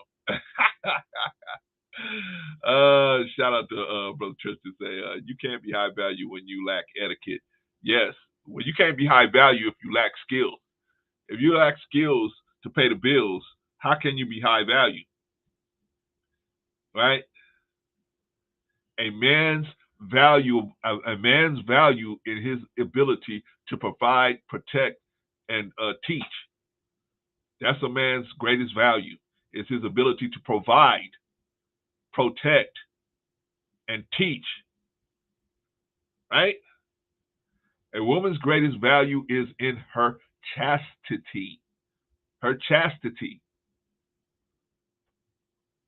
But the feminist agenda says that chastity should be unimportant in relationships. Should be unimportant. But that's what men value is the female's chastity. That's what has the greatest value for most men. Miles on the vagina, right? Oh, but you can't say that. I can't say that. Why? Because what you're doing is taking the crown from the sisterhood by saying that. No, I'm telling you how to compete in this marketplace. This is a market, but this is a sexual marketplace that you're trying to compete for husbands. You want the best husband, then you have to have something that the best husbands will be looking for. And what the best husbands will be looking for is low miles on the vagina. Oh, it shouldn't matter. Maybe it shouldn't, but it does. Why? Because of monogamy. Monogamy makes the man want to get the most for his money. If I got to choose one woman, then I want to get the most for my money. And one of the things that I want the most is low mileage on the vagina. See, women think it's only beauty. Beauty is, I have beauty. So beauty will push me above these other people. It will push you in the one night stand. But most women don't realize. Most of the time, men are looking for beauty in the one night stand lane or in the friends with benefits lane. When it comes to being a wife, chastity becomes very important. See, Brother Clarence, you should just shut up, Brother Clarence. Why don't you get into the beef sector like everybody else? You always talking all this stuff. See, you need to get into the beef sector. I'm just trying to talk, brother. I'm just trying, brothers and sisters, I'm just trying to tell y'all something, man, that hopefully it can help you. Hopefully help you out in your life. And then you may not agree with me, but take your own version of what I'm saying and go out there and make it work for yourself, right? Brother Negro said, let them house brothers soft shoe. Yeah, they will. They will. I'm telling you the truth, brother. I'm telling you the mathematical truth.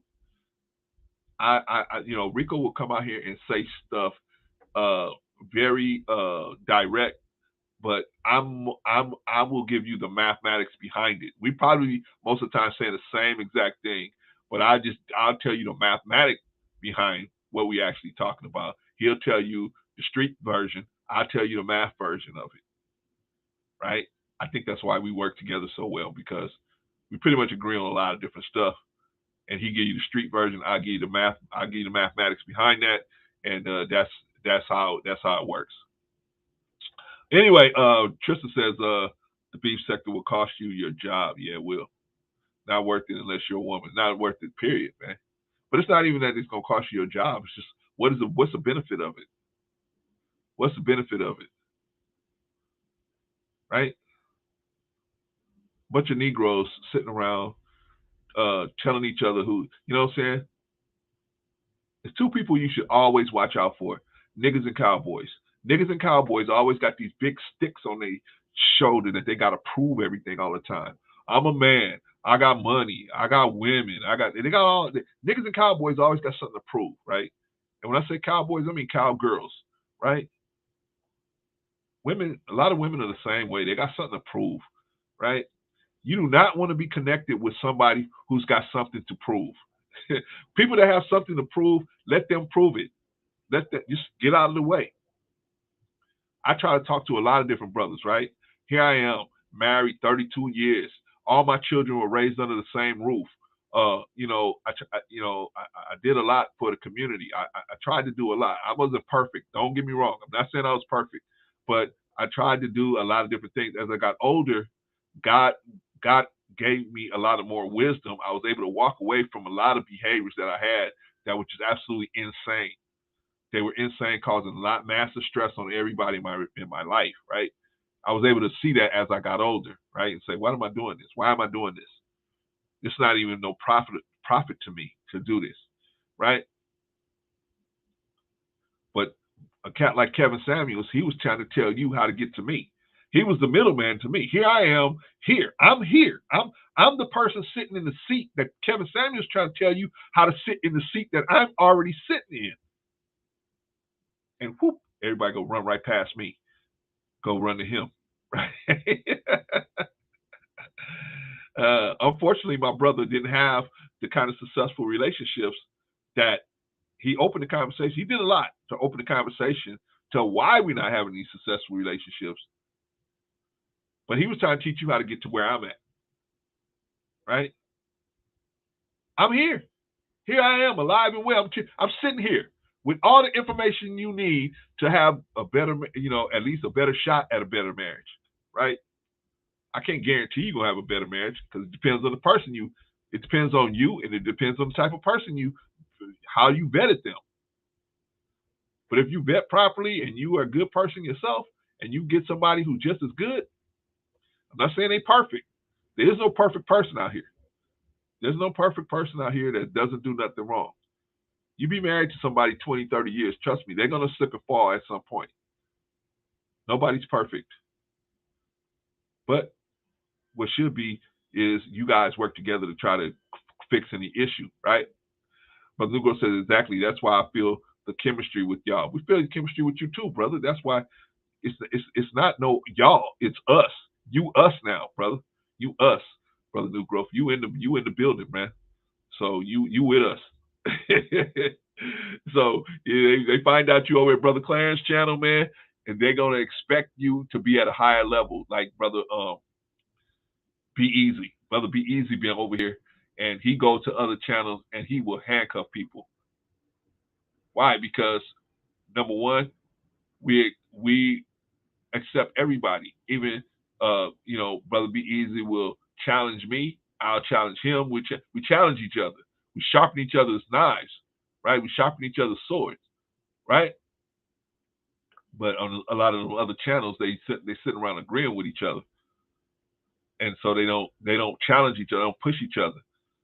When people from over here watch, you'll see New Growth. You go over to other channels, man, you're gonna be like, damn, these people, you just gonna handcuff them. Why? Not because we so smart. It's just because we challenge each other, which to strengthen our arguments. So when we go other places, our arguments are strong. It ain't just a bunch of emotion. A lot of times people come and they emotional. That's why they don't come here. They don't come. You see these people, man, with all these different. They got all these different people. All these. I be watching some of their streams sometimes, just for a minute or two, just to see the logic, follow the logic. Sometimes they. There's no way they could handle it over here. No way. No way. They get chopped up like sushi. It wouldn't handle. They wouldn't be able to handle it. And I'm not saying they're bad people. I'm just saying the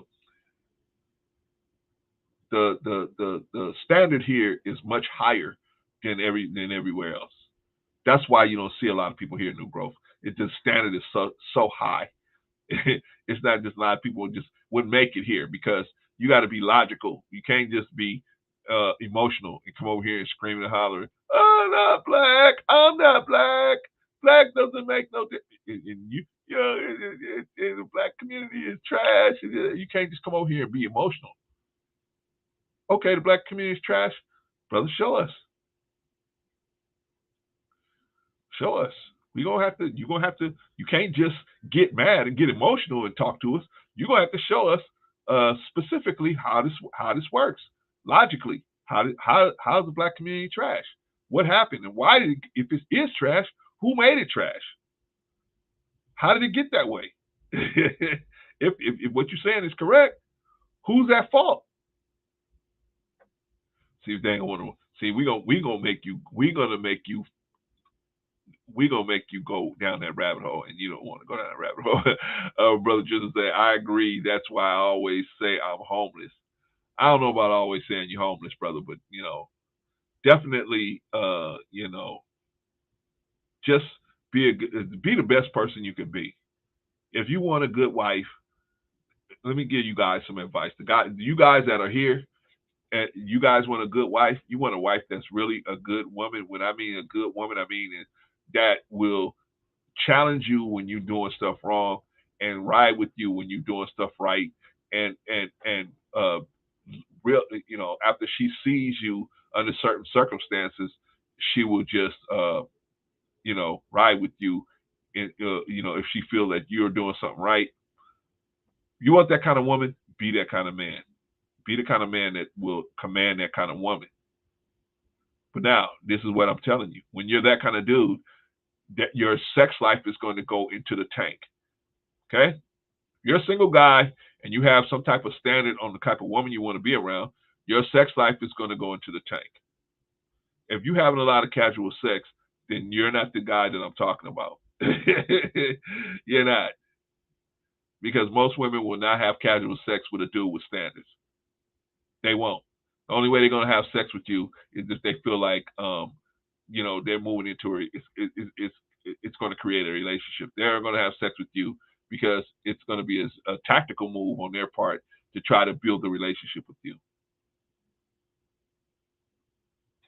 Brother Clarence, what are you talking about? What are you talking about? Yeah, I know. Tristan said, I'm bigger than anybody. I'm not bigger than anybody. I'm not smarter than anybody. I'm just a gentleman. Work hard and acquire skills. That's it. Yeah, man. But the thing is, you got to treat people right, Tristan. You got to treat people right. See, you got to treat people as right as you can. If you go around attacking people, then people are going to attack you. I tell content creators, and I talk about content creators where I say to them, sometimes I have said it, but I back off now. I don't say it as much unless somebody comes to me. But I've told content creators before, hey, you being a sniper out here, yeah, you're gonna build your channel quick being a sniper. But eventually you're gonna be like the lead attorney. You sniping people, eventually you're gonna get a big enough channel, the sniper's gonna come after you. The person that you are is gonna come looking for you.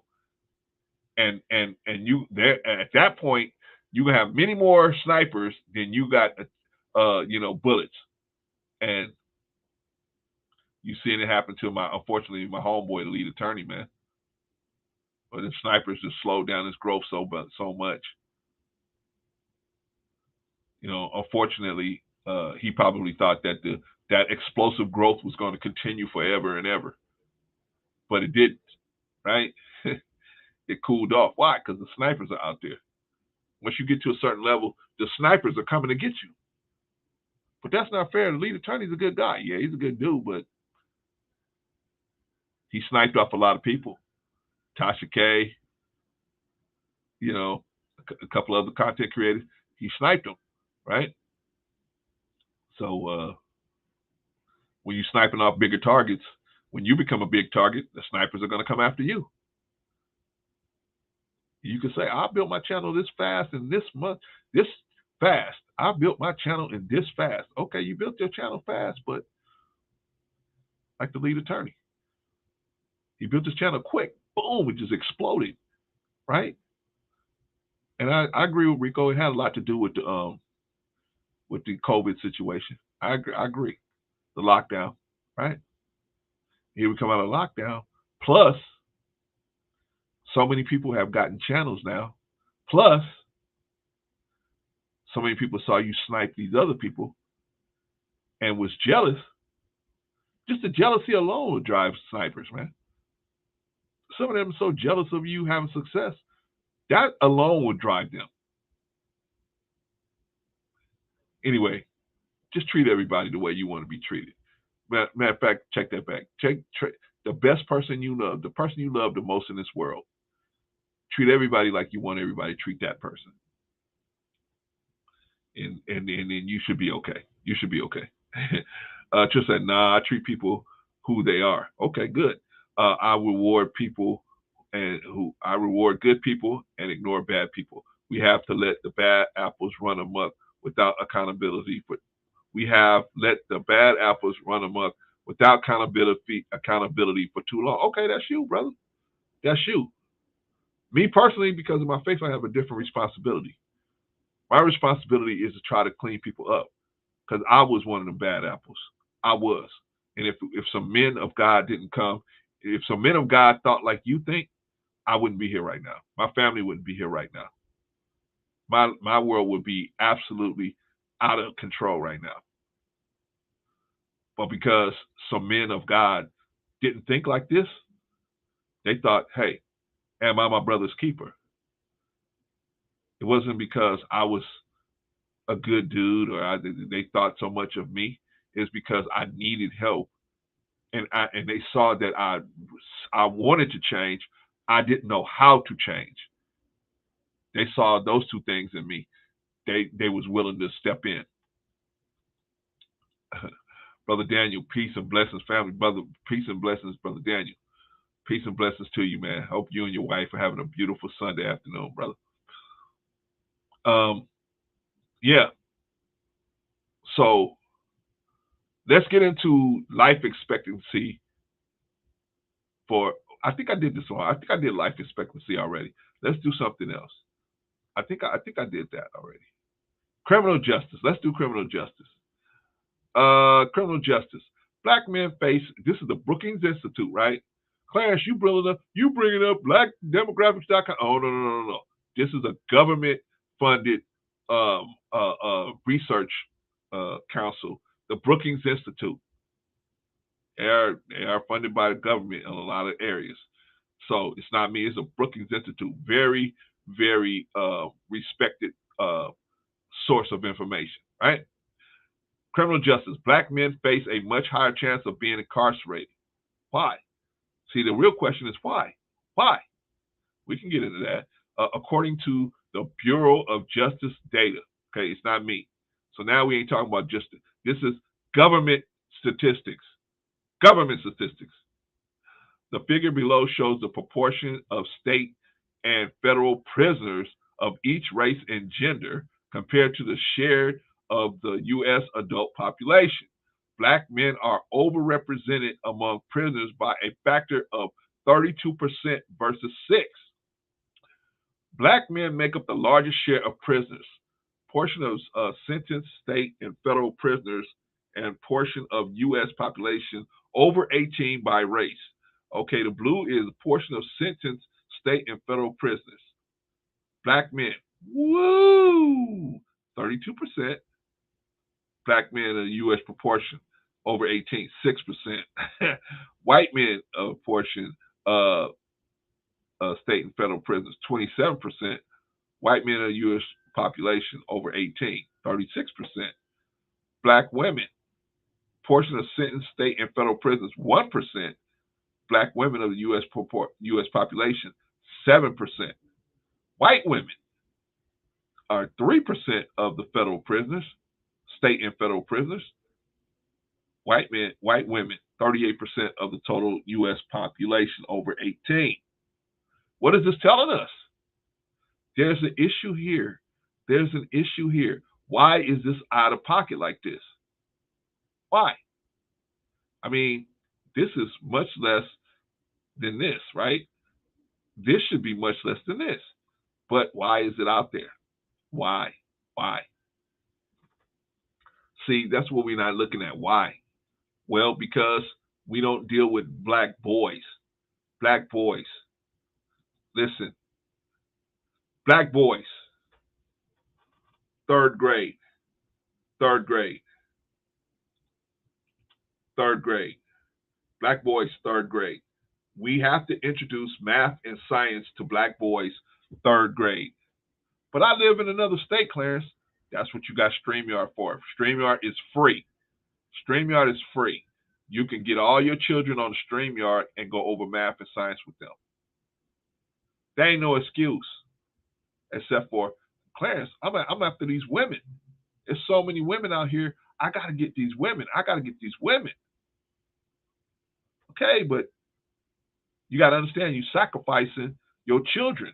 You're sacrificing your children for your social and sex life.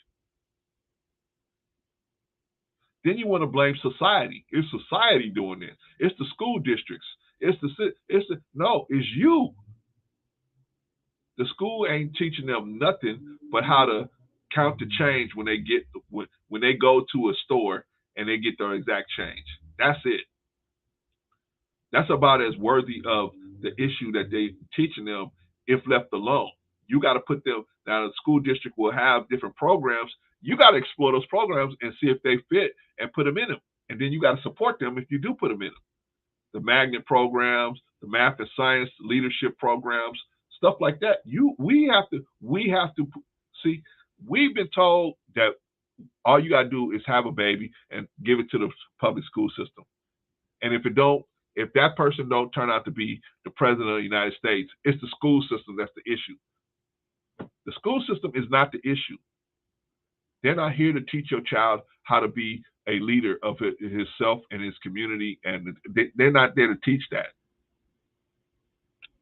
They're trying to teach your child how to be a robot, to be like the Matrix, stuck in a pod to go and pay taxes so they can borrow lots of money from China, Russia, and other places that they borrowed all this money from. So they can look around, they can say, hey, this person has also, when you have that birth certificate is them saying they can mathematically calculate how much taxes you probably going to be paying. And they could say, hey, we got this person going to be paying taxes, so we got this much income coming for the next 30 years because this person's probably going to be paying this X amount of dollars of taxes. Therefore, we can borrow this much money. But that's the real issue. That's the real issue. But rescuing black boys. You want high value men? You guys want high value men? Got to have high value boys. I showed you, and I'm going to dig it back up, and I'm probably going to show that every week too, where I had the government statistics on test scores for by race of every age group not every age group, excuse me. Well, I did have every age group, but basically 4th grade and 8th grade by race and gender. Guess who's doing the worst by grade 4 and especially by grade 8? Who is at the last? Who's at the end of the line every time? Black boys.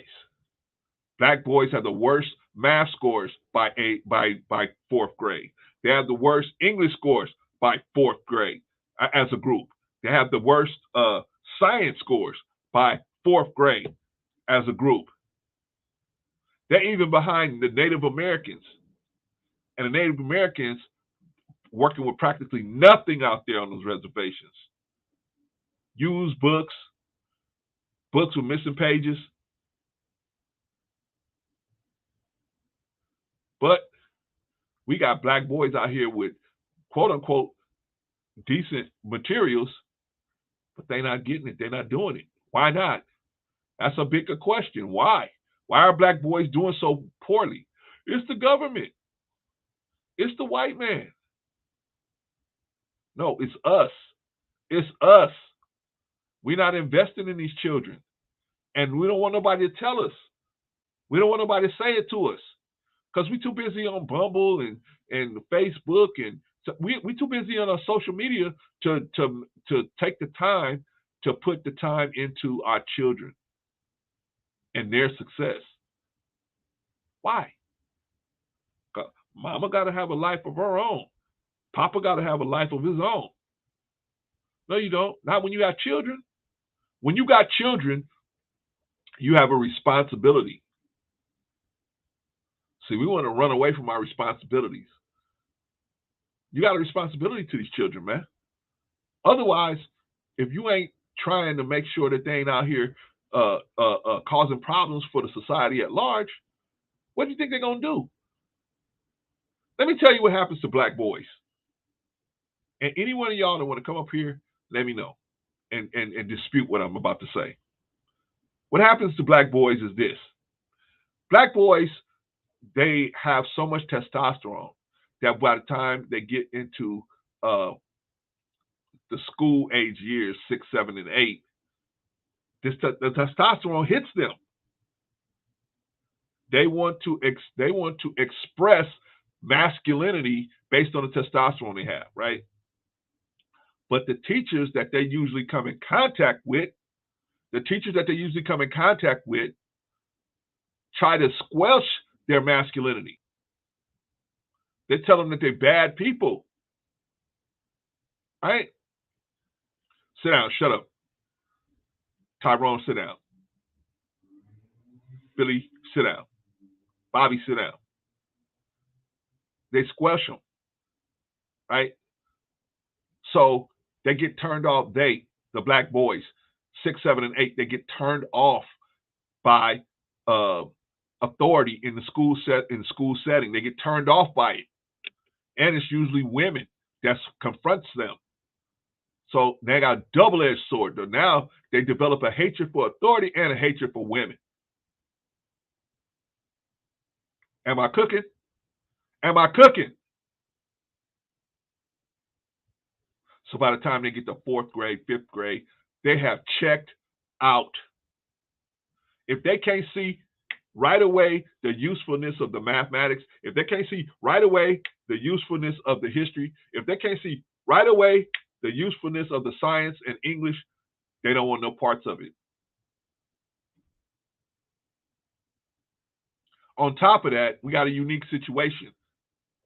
Streets pulling them. The streets look so inviting. Why? Because there is no authority there. There's no authority. There's no central authority. You ever checked out the Crips and the Bloods? Typically, there's no central authority. There's no central guidelines for how things are supposed to run. One set will run a whole nother way than another set. No central authority. They have to be beholden to a central authority. That looks very good to them. Shout out Sister Annie. She said, Brother Clarence, cooking on Sunday at the family reunion. That's right. That's right. Everybody's welcome here. Everybody. I don't care what color you are. You're welcome here. Because I'm just going to try and give you some information. Right? Shout out to everybody here. But shout out to Sister Annie. Thank you. Shout out to Brother George Guy. Appreciate you.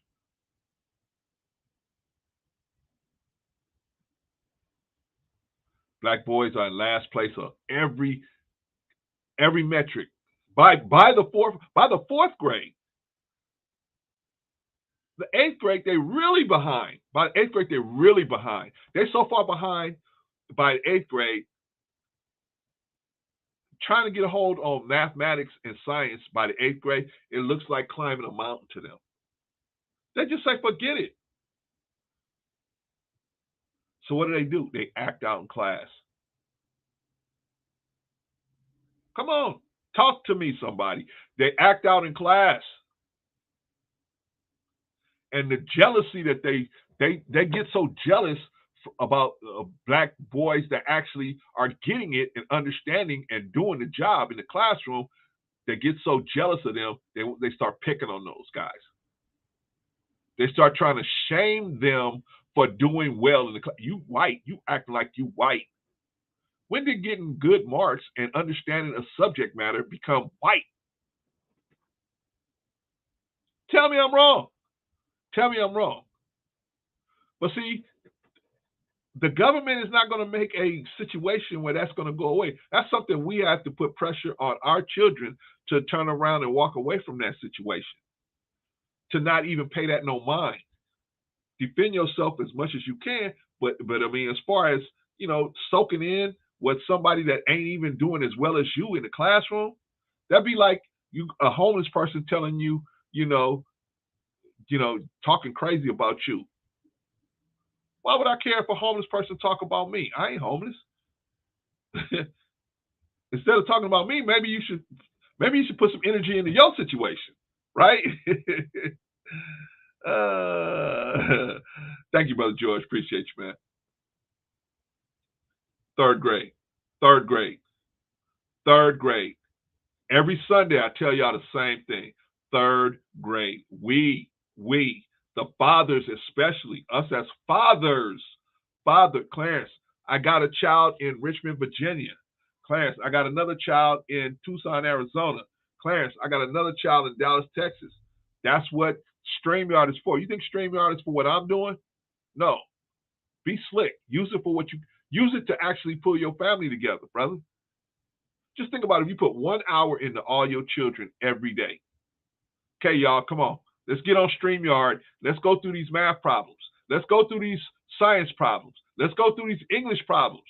Let's have a conversation about this situation. Right? If you put 1 hour a day in your children's for math and science, that'd be 365 hours a year extra that's going into their education. Think about that for just a minute. That's 365 hours extra going into our children's education, especially the boys, in particular the boys. Do you think we'd have some high-value men out here? Do you think we'd have some men that could recognize the value of mathematics, science, and English? And then they're getting taught by you. They're getting taught by you that you can also teach them other stuff like how to behave. Like Trista said, etiquette, morality. Where do most black boys get their morality from? The street, right? And what's the golden rule in the street? Let me do it to you before you do it to me, right? That's the golden rule in the street. I'm gonna get you before you get me. Oh, it shouldn't be the golden rule, but it is the golden rule in the street. The real golden rule. They asked the Honorable Elijah Muhammad. They said, what, sir, dear apostle, what is the best religion out there that a man could follow? Did he say Christianity? No. Did he say Islam? No. Did he say Judaism?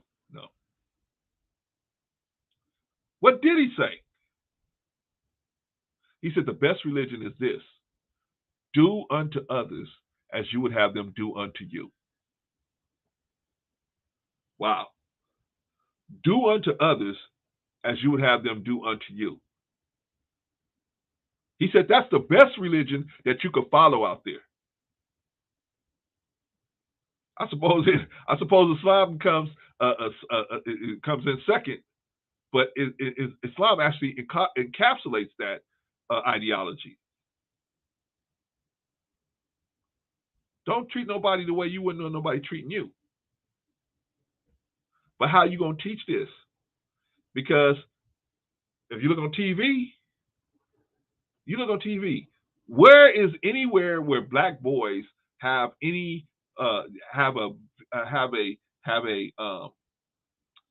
a good role model out there? Ghost? Canaan? That's your best role model? That's your strongest role model? A drug dealer and murderer? Something's wrong with us. Something's wrong with us, brothers and sisters. Something's wrong with us. We got to get ourselves back on track and get in the nation building. We cannot wait for the government to do this. The government is not going to reach back for black boys. They are not. Black boys, I like you think they are citizens, but they are actually a commodity. Black boys are a commodity that are being siphoned off to the prison industrial complex. If they were to change anything, that would change that number. That means that they would change the profitability in it. That means they would change the investment in it. None of those people at any of those points wants any of this to change. Therefore, you're not going to go to the government to change it. Meanwhile, black women have their own concerns that they're fighting with they're siding up with the LGBT, the alphabet community, so that they can get their concerns taken care of. Well, who's taking care of black boys?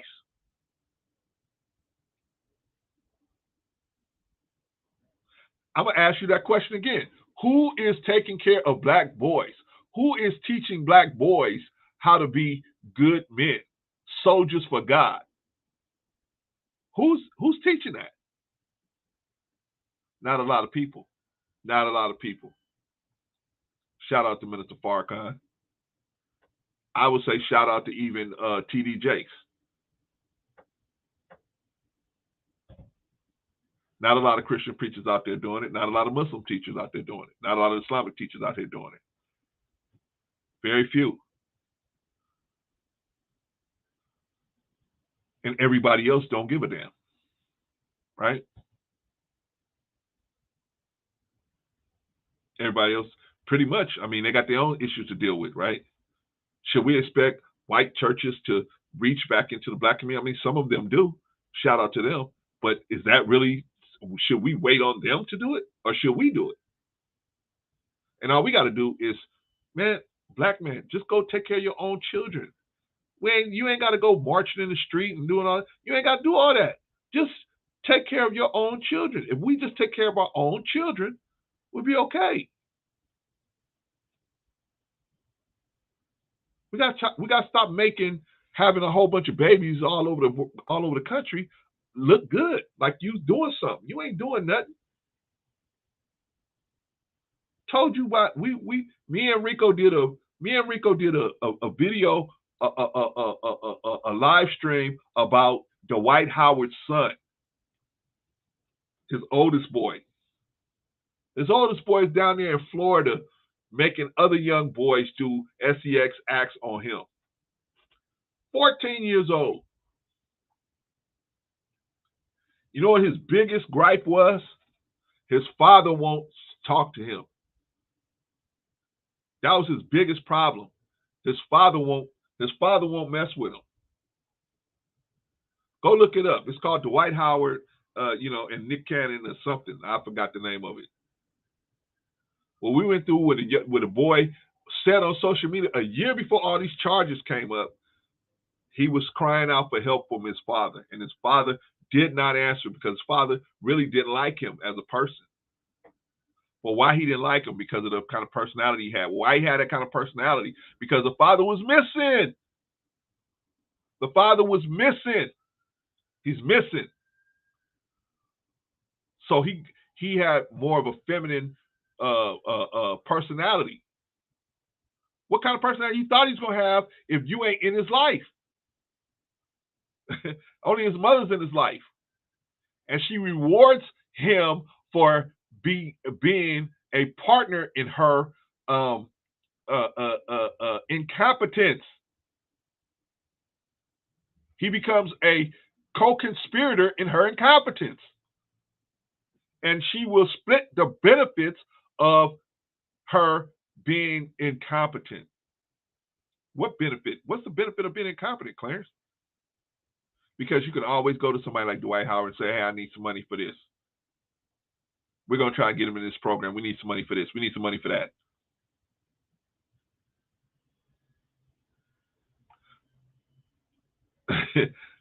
There's only two places you can be incompetent like that, and it'll work for you. Working for the city of Los Angeles and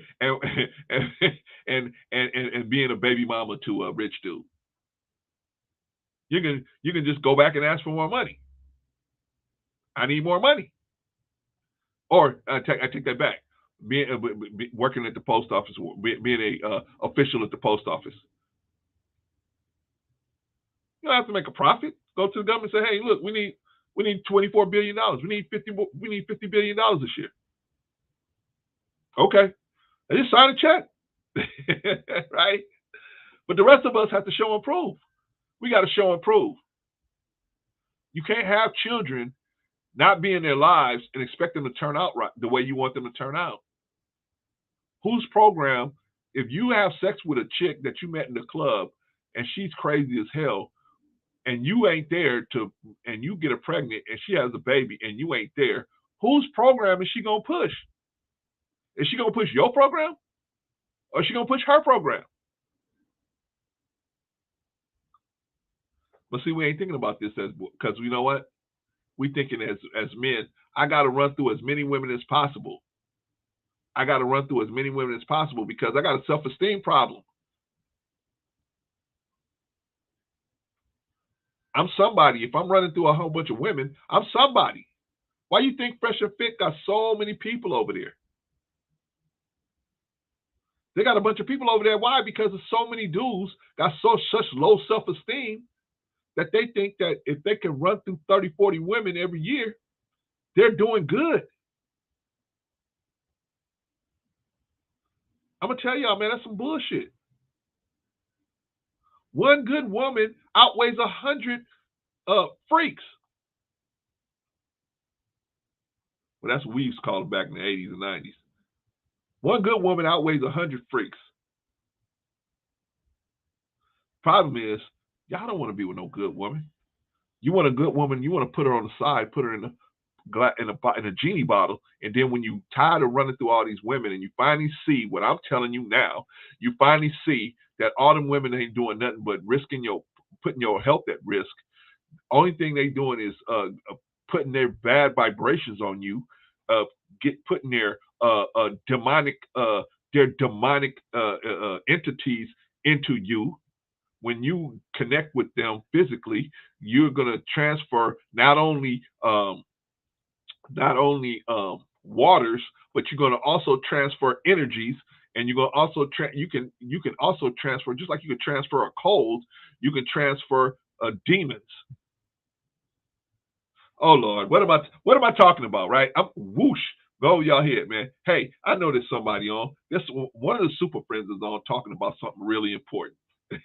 You guys should go over there and check out what the super friends are talking about, because Brother Clarence is crazy. Brother Clarence is crazy, but nobody can ever come over here and prove me wrong. They might disagree with me, and I love when you guys disagree with me. I love it because it just shows me, okay, let's explore it. Let's see how I'm wrong. But if any of these guys prove me wrong, never. Never. Any of these guys come over here and they watch it from the back. They watch it in the bushes. Do they ever come over here and prove me wrong? Hey, Brother Clarence, you talking crazy. No, I'm not. Anyway, let's move on because we got a lot to get to. And I'm already 2 hours in. I should have been done with this in an hour. 3rd grade. Black boys. Black man, go get your children. Black man, go get your children. Well, my children in foster care. I don't care. Go get him. Go get her. My children, I only got specialized. Go get it modified so you can teach. Go get it modified. See, what's really important? I ain't got no money to do that, Clarence, But you got money to go out on these dates with all these different women trying to plow them, right? Pay for them. You can go across you can go to different countries and plow through all these different women, right? Your own children right here. And instead of putting the time and money into them, you're putting it into women in a different country or women in this country. Our priorities are messed up. Our priorities messed up. Third grade. Third grade. Science, mathematics, English. I'm going to bring that back up. I showed you guys where the government was taking tests, and they showed that black boys are, by the fourth grade, they are at the bottom of the heap in every category. Math, science, English. They're at the bottom. Who's going to get them out of the bottom? The government? The government is not going to do it. The government is making tons of money off of putting black people black men in particular in prison. Too many people making money off that. So that is not going to happen. We got to do it. All right, I'm going to leave y'all alone on that. I'm going to leave y'all alone on that because I got to move. We got so many different other topics we got to talk about. Let me hit y'all. Let me get y'all with something else here. We got to watch a video, y'all. We got to watch a video. Let's see. Black History Minute. Do y'all know who Brigadier General Linda Singh is? Of course, y'all don't know who that is. I didn't either. Had to find out on my own who she was. But she is somebody who we're going to take a look at Black History Minute. We're going to let her share her story with us. We're going to let her share her story with us.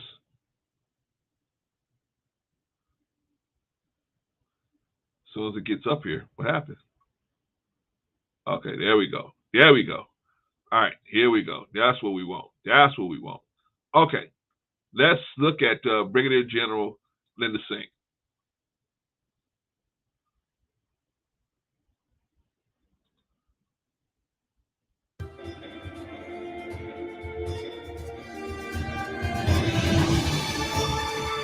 What influenced my decision to join the National Guard was the fact that I really didn't have a stable home background at that point in time. I really didn't have a place to stay. I was working, I was kind of staying from here to there, and I happened to be working at a little pretzel stand in the Francis Scott Key Mall. And when I was talking to the recruiter, they guaranteed me that I'd be able to get paid for getting some training and that I would be getting some benefits, and that influenced my decision greatly. When I think about what was a good choice for a Black woman at that time, I'm not really sure that it ran through my mind that I'm a Black woman and should I join the military? I think what was driving my decision at that time was money, food, shelter. But just one of the experiences that I had at my AIT was I ran into an NCO. At that time, you used to have to show up for pay, and I had to report for pay, and it was, I want to say, maybe my first paycheck during AIT, and that NCO looked at me and said, "I don't want women in my army, and therefore you will not be here long." That kind of threw me for a loop. I mean, I really didn't know what to say other than being scared in my shoes. I mean, I was an E2 and I was really, really, scared at that point. And so I actually ended up having a conversation the very next day with a commandant sergeant major.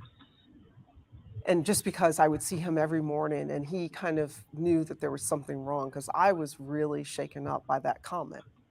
And believe it or not, it was that sergeant major that really made a difference for me at that point, telling me that I had every right to be wearing the uniform as that guy. And believe it or not, that guy was removed out of our area. I think for me, I felt like, the Army, that environment, right, being in the Army National Guard was going to do well for me. I actually went away for what we now call the RSP weekend. But that RSP weekend, it wasn't like going to the buildings and things that you see today. We were out and, we got shelter halves and we spent, one weekend out in like a parking lot in like Hagerstown, Maryland. And that was like my experience. And I thought that was so cool. And I went for it. Some of my initial military experiences and obstacles that I think about, and I think what's helped shaped me. I think I ended up having AWOL problems. So as when I was enlisted, I ended up having AWOL problems because at some point, I was a single parent, and it was a choice between, who was going to watch my daughter, and me going to drill, and then sometimes I didn't have a ride to drill. Those were very challenging years because I think people seen me as in, well, she's not a dependable soldier, but those who really knew me knew that I was having a lot of challenges and issues. And so it was very, very challenging during that time. So I had to get through that and to really rebuild my reputation as kind of an enlisted member of the organization, so that they would have some faith in me to be able to continue to promote me so that I could move ahead. So that took a while for me to be able to rebuild that. The first sergeant that I was working under at the time was extremely supportive. I mean, he allowed me to be able to sit down, and I kind of seen him as almost like a father figure. And he was just so wonderful. His name was First Sergeant Graham. I will never, ever forget him because he kind of had that one-on-one talk with me that really made the difference and said, look, I know things are challenging, but you just need to keep pushing. You need to keep trying. He's like, you're a good soldier, but you just need to get yourself together. And if you need a ride, you ask someone. Having that personal touch, just being able to talk to the soldier can make the world of difference. Things have changed significantly. If I just look at the organization overall, we're starting to see more diverse leaders at the top, which I think is extremely important. And that's if you look across all services. That's if you even look across civilian organizations and at the numbers of CEOs that we're seeing. And I mean, we're in a time where we have our first African American president. So I have seen things change significantly, but I have also been very blessed in that I did not have any racial issues kind of coming through all of my career. I would have to say that it's been more about me being a female versus being a male, but I think that that's also changing. I started out with the Guard. I left and went into the reserves and then came back to the Guard. And so you always come home. So I feel like the Guard is my home. But when I think about the units, the composition of the organization has changed significantly. And that would be the big thing. And I think as we look at it over time, there's still some rock steady organizations that we have in terms of capabilities. But there's been a huge shift in the capabilities that we have from when I originally started and the types of equipment that we had then versus what we have now. The proudest moment in my military career, God, there's so many. I'd have to say definitely being the Army commander. That to me is my proudest moment. And because one, I love staff, I love working on the staff, but being able at this level to get back to being an Army, a commander. So, being the Army commander for the National Guard, it's truly, I think, very refreshing, and it's allowing me for another time to be able to put my fingerprint on an organization that truly I've kind of grown up in. If I really think about it, I've kind of grown up in the Maryland Army National Guard, and it's allowing me to be able to put my fingerprint on something and hopefully to leave a legacy and to give people some type of hope, as in, you know what? Yes, we're going through some tough times, but we're going to get through this and we're going to come out even stronger. So we will come out on the other side even stronger. And so if I had Private Singh or Private Snuffy sitting by me today, and the advice that I would give them is that first off, I would just really start talking to them about my story because I too was a private at one point entering the military. And, I can talk with them about how I made certain choices that gave me many more choices to choose from. And I think some of those and things that I've learned over the way is to take, each assignment as if it is going to be the most important thing that you ever do. Learn from it, continue to move forward. Make sure that you are in a continuous learning mode. Because if you're not in a continuous learning mode, then not only are you going to be stagnant, but the organization will go stagnant. And so that would probably be my biggest piece of advice to Private Snuffy, is that you have to take every single chance to learn, to push forward, and to keep going, because they too can end up where I am.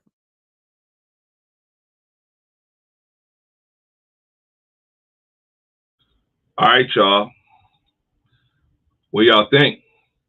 What y'all think? Are we doing it? Are we doing it? We try to give y'all, man. We try to give y'all everything, man. On Sunday, we try to make it a big educational thing, man. You know what I'm saying? During the week, we will get a little silly and petty, but on Sunday morning, y'all know we coming with the heat. We come with the heat on Sunday morning.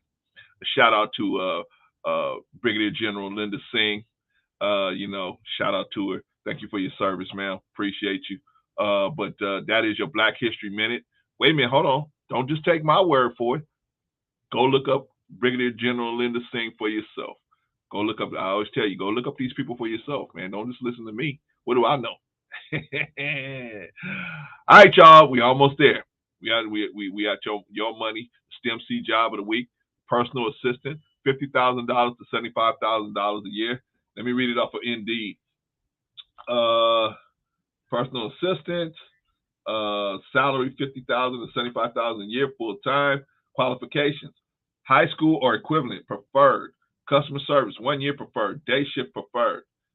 Benefits: 401k, health insurance. Full-time job, expanding family-owned and operated business and role services in West Los Angeles, Westchester, LAX area, looking for potential candidates to join our growing company. Our company is looking for candidates who assist our clients with great customer services. Requirement: must be available to work weekends, must be available to work 10-hour shifts. Problem solver, background check, must pass a drug screening. Skills: minimum age of 18. Qualifications: achieving attitude and enhanced work ethic. Willingness to learn. We train all qualified employees who want to learn. Reliable and dependable team player. Let's see. Scheduled day shift, Monday through Friday, overtime, weekends availability. Ability to commute and relocate from Los Angeles. High school equivalent preferred. Experience, customer service. Yeah. Okay. So my question is, okay, so this is a personal assistant. You can make $50,000 to $75,000 a year just doing that. But what if you could do this for 10 companies? What if you could do this for 10 companies? What if you started your own personal assistant business or concierge business, and you could do this for 10 companies? You could make $500,000 to $750,000 a year. So we got to think outside. We got to think outside the bubble. We got to think outside the box. You start your own business and you go to the. What if you started your own personal assistant business and you step to these people and you say to them, "Hey, guess what? I can do what you're asking me to do, and I can do everything you're asking me to do, but I can do it from home. I don't need to be in your office to do it." Then you hire somebody to do all this work and split the money with them. Huh? And then you hire somebody, and then you go get the next client, and you hire somebody to do that client. And you get the next client, you hire somebody to do that client. I'm telling you, man, we got to think. We got to think about the business end of it, because the people don't care whether you're working from home or not. See, that's pre-COVID. Now people just want to be profitable. They don't care how profitability looks, what it looks like. You see all these companies. What is that company? The real estate company? Not Redfin, but the other one. Anyway, that real estate company had just told, look, hey, everybody, all you guys can work from home. All you guys can work from home. And they're getting more out of that than having people. They're getting more out of that. I will, truth. I will. I gotta discuss the main topic, and then I'm gonna drop the link. So give me some time, truth. Yeah, you can build your own business, and you can scale it to where you want to scale it. I admit, working for somebody else, that is not necessarily a bad thing, but only if it's not a bad thing if your goal is to learn something, learn how to do something, learn how to build a business on your own. Once you figure out all the ins and outs of the business, you should say to yourself, thank you for this opportunity. I'm going to leave. And then you should become one of their competitors. Most of these people are going to make you sign something and say you can't compete with them. But really, how much is that piece of paper worth, right? Unless you're dealing in millions and millions of dollars, it's probably not going to be worth a lot of money. And there's always markets where people need assistance, right? All you got to do is go on Indeed, like I just did, go on Monster, and look for people that need looking for personal assistance. Then present your situation to them. Some will bite, some won't. There's always a yes around the corner. There's always a yes out there. There's always a yes out there. When it comes to business and women, there's always a yes out there. But I only talk to hot girls. There's always a yes out there. See, the only reason why people talk to girls that don't have such a high beauty appearance is because they don't want to hear the word no. But if you can be okay with hearing no most of the time, you can get any kind of woman you want. You can get any kind of woman you want. You can get any kind of job opportunity you want. You can get any kind of business opportunity you want. You got to not take the no's personally, but most of us, especially men, we take no personally. Oh, they told me no. Something wrong with me. There might be something wrong with you. You need to go do an inspection. Do an inspection, make sure you are right, and then go back out there again. They told me no. Okay. Maybe your shoes wasn't right. Maybe your clothes wasn't right. Maybe your breath stink. Maybe you don't look good. Well, I don't know. Maybe your haircut is off. Go fix whatever the problem is. Go fix it. Maybe you stink. Maybe you need some better cologne. I don't know. Put all the ducks in the right order. So even if you got everything in order, they're going to tell you no. But there's always a yes out there. There's always a yes out there. It's just how far are you willing to go to find it? How far are you willing to dig to get to that piece of gold? All right, I told you guys how you could turn this into an opportunity for yourselves, right? I showed you right there and quick how I multiplied your income by 10, just right there.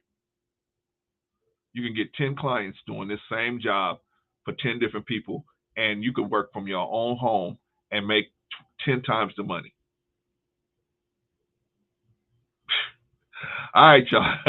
I don't know. I guess I don't know what I'm talking about, man. I'm talking about, man. I know. Maybe one of the super friends are on. The super friends are on. Maybe you can go out there and see what one of the super friends.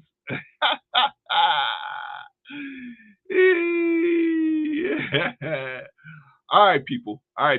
I know I got some black people and some white people. Shout out to my white people. Shout out to my black people. Are you on code? What is on code? Are you on code? What does that mean? Are you on code? What does that mean by that? I mean, are you on code? I mean, what is on code? That means, do you ride with the people that's riding no matter what? You ride with the people you ride with no matter what. But Clarence, we need an example of what you're talking about. Okay, I know you do. I'm about to give you an example, and then I'm gonna open it up. And y'all could tell me, because I you know what? I try to do what I try to do. I try to be quiet. I try to let people that are smarter than me talk, right? That's what I try to do. I'm not successful all the time, but I try to do it. Okay, let me get you out the whole screen. Let's see here. So we talking about on code. Are you down for whatever, whenever? Okay. Captured inmate Casey White distraught over prison guard lover's death, mom says. The convicted felon whose time on the run ended with his prison guard girlfriend deleting herself in the head Monday night was distraught by her death, his mother said. Casey White, 38, escaped from jail with former assistant director of corrections. Okay, let's stop right there. She was the assistant director of corrections. Let's say, let's for kicks, let's throw her salary up at about maybe 85 to 100 grand a year. No overtime. let's throw overtime in there. She's probably making $130,000 a year. Why did she throw that away? Why did she throw that type of money away? For this dude right here, you looking at? For him, is that really why she threw that money away? What did he do that was so great that she threw that kind of money away? Huh? Somebody got to tell me, because I don't know. I mean, I don't believe there's no sex that good. It must have been something else that she was interested in that made her throw that all away. We don't know yet. Let's keep reading. Let's keep reading, y'all.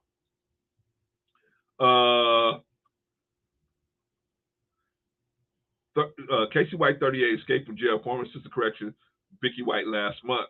The two spent 11 days together on the 11 days. 11 days on the run to take one to the dome. For what? For what? Maybe we'll see. Maybe we'll see. Maybe we'll see. But was she a ride or die? Looked like she was a ride or die. I never did like that term. I never did like that term, because you should be smart enough to realize when you signing a bad contract. This was like a 360 deal right here. This is a bad contract you signed. But because you fell in love with this man, you was willing to throw your career away and then ultimately throw your life away. And this happens a lot in the black community, but we're going to get into that. The two spent 11 days on the run together until police chase ended with Vicky fatally deleting herself. White's mother, Connie Moore, told the Daily Mail that her son was deeply in love with the prison guard with whom he had a secret phone relationship for at least 2 years and had even started referring to her as his wife. If he really cared about her, would he really have put her in that position? See, we gotta stop being silly, man, and start recognizing when people are playing us. People playing you. He played this chick for 11 days of freedom. And she took one to the dome. She put it in her own self. See, to me, this is why my issue about being on code. Should you be on code that much to where your own safety is not even an issue anymore? The person you on code for, or the group, or the cause you on code for means more than your own personal safety? I think it's very rare where that makes sense. It certainly didn't make sense in this situation. I spoke to him yesterday and he was crying and saying he couldn't believe she was gone. Moore said she believed Vicky was really, really good to him. She was good to him? How good was she to him? To bust him out of prison for 11 days. She had to be smart enough to realize that this wasn't going to last. Or was she? See? Some women, attention is enough.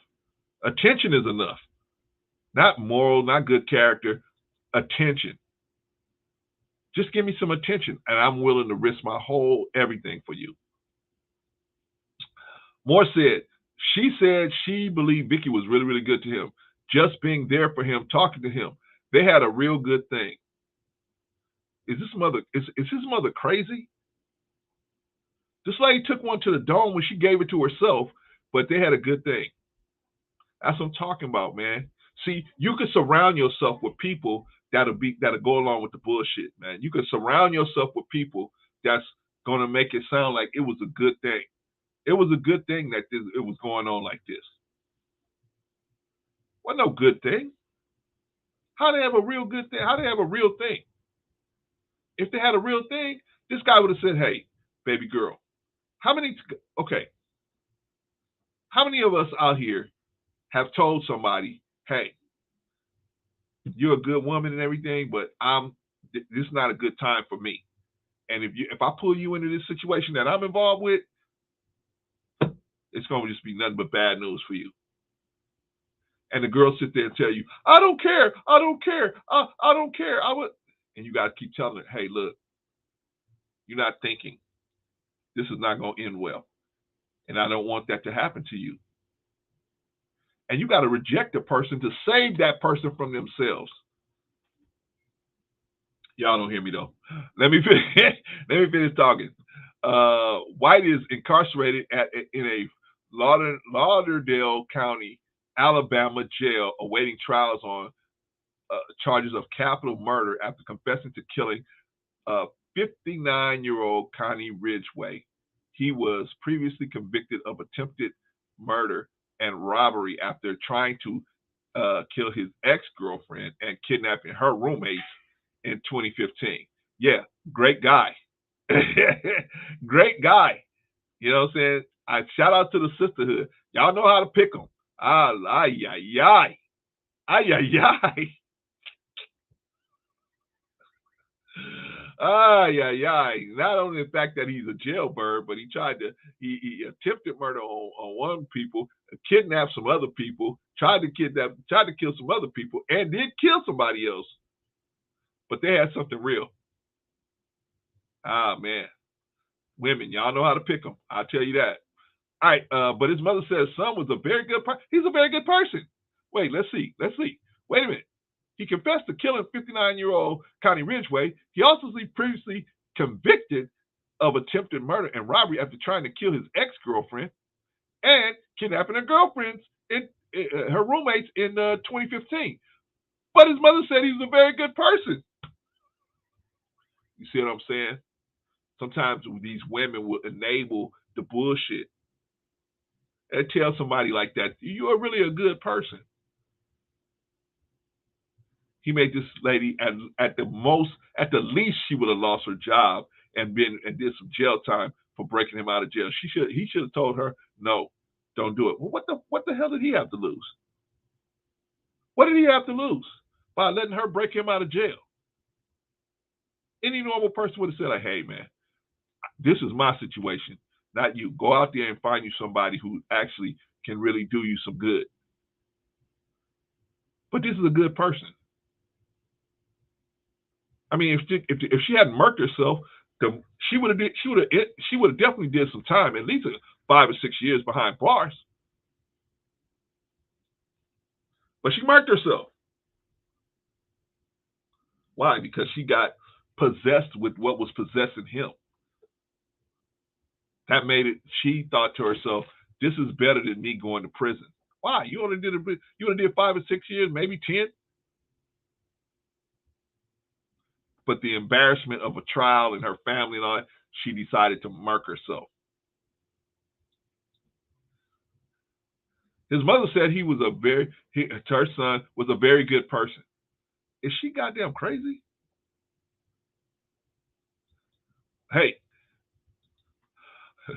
what does it do? Mama White, listen. Good people don't murk people. All right? Good people don't break out of jail. Right? He was simply misunderstood. Yeah. Good people are not, don't try to murk people just because they don't want to be in relationships with them. Holy smokes. Casey is not the monster that they posted him to be. Oh, no, that's not what his record says. Attempted murk, confessed to murking, kidnapping, grown adult kidnapping. She said, adding that his trouble stemmed largely from drugs and bad choices in women. Well, that's a real right there. All the women he's been with have had emotional problems, and Casey has a big heart and just wants to help people. She said, yeah, she want to help this lady get one, to crack one across her dome. He helped her. With that kind of help, like Rico said, with that kind of help, who needs friends with that kind of help? Investigators in Limestone County, Alabama, are currently re-examining the case of another of White's ex-girlfriend, whom authorities previously had ruled had murked herself in February of 2008. Now her family is wondering whether her death was really a suicide or whether White had something to do with it. See, what we talk about, picking people, vetting people, what we talk about all the time, vetting people. Vetting people. When you don't vet people properly, this kind of stuff happens. The woman, Christy Lynn Shelton McGee, had been dating White for about a year when she died of a gunshot to the chest at age 31. White women don't die from gunshot wounds to the chest at 31 years old.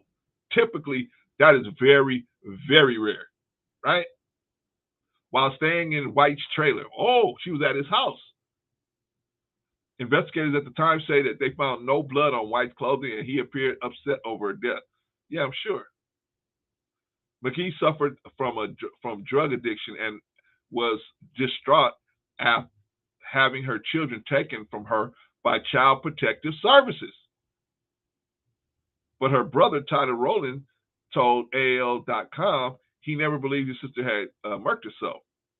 It was all too much. A woman murked herself with a sawed-off shotgun? Yeah, what kind of, I mean, if she's going to murk herself, what woman's going to use a sawed-off shotgun?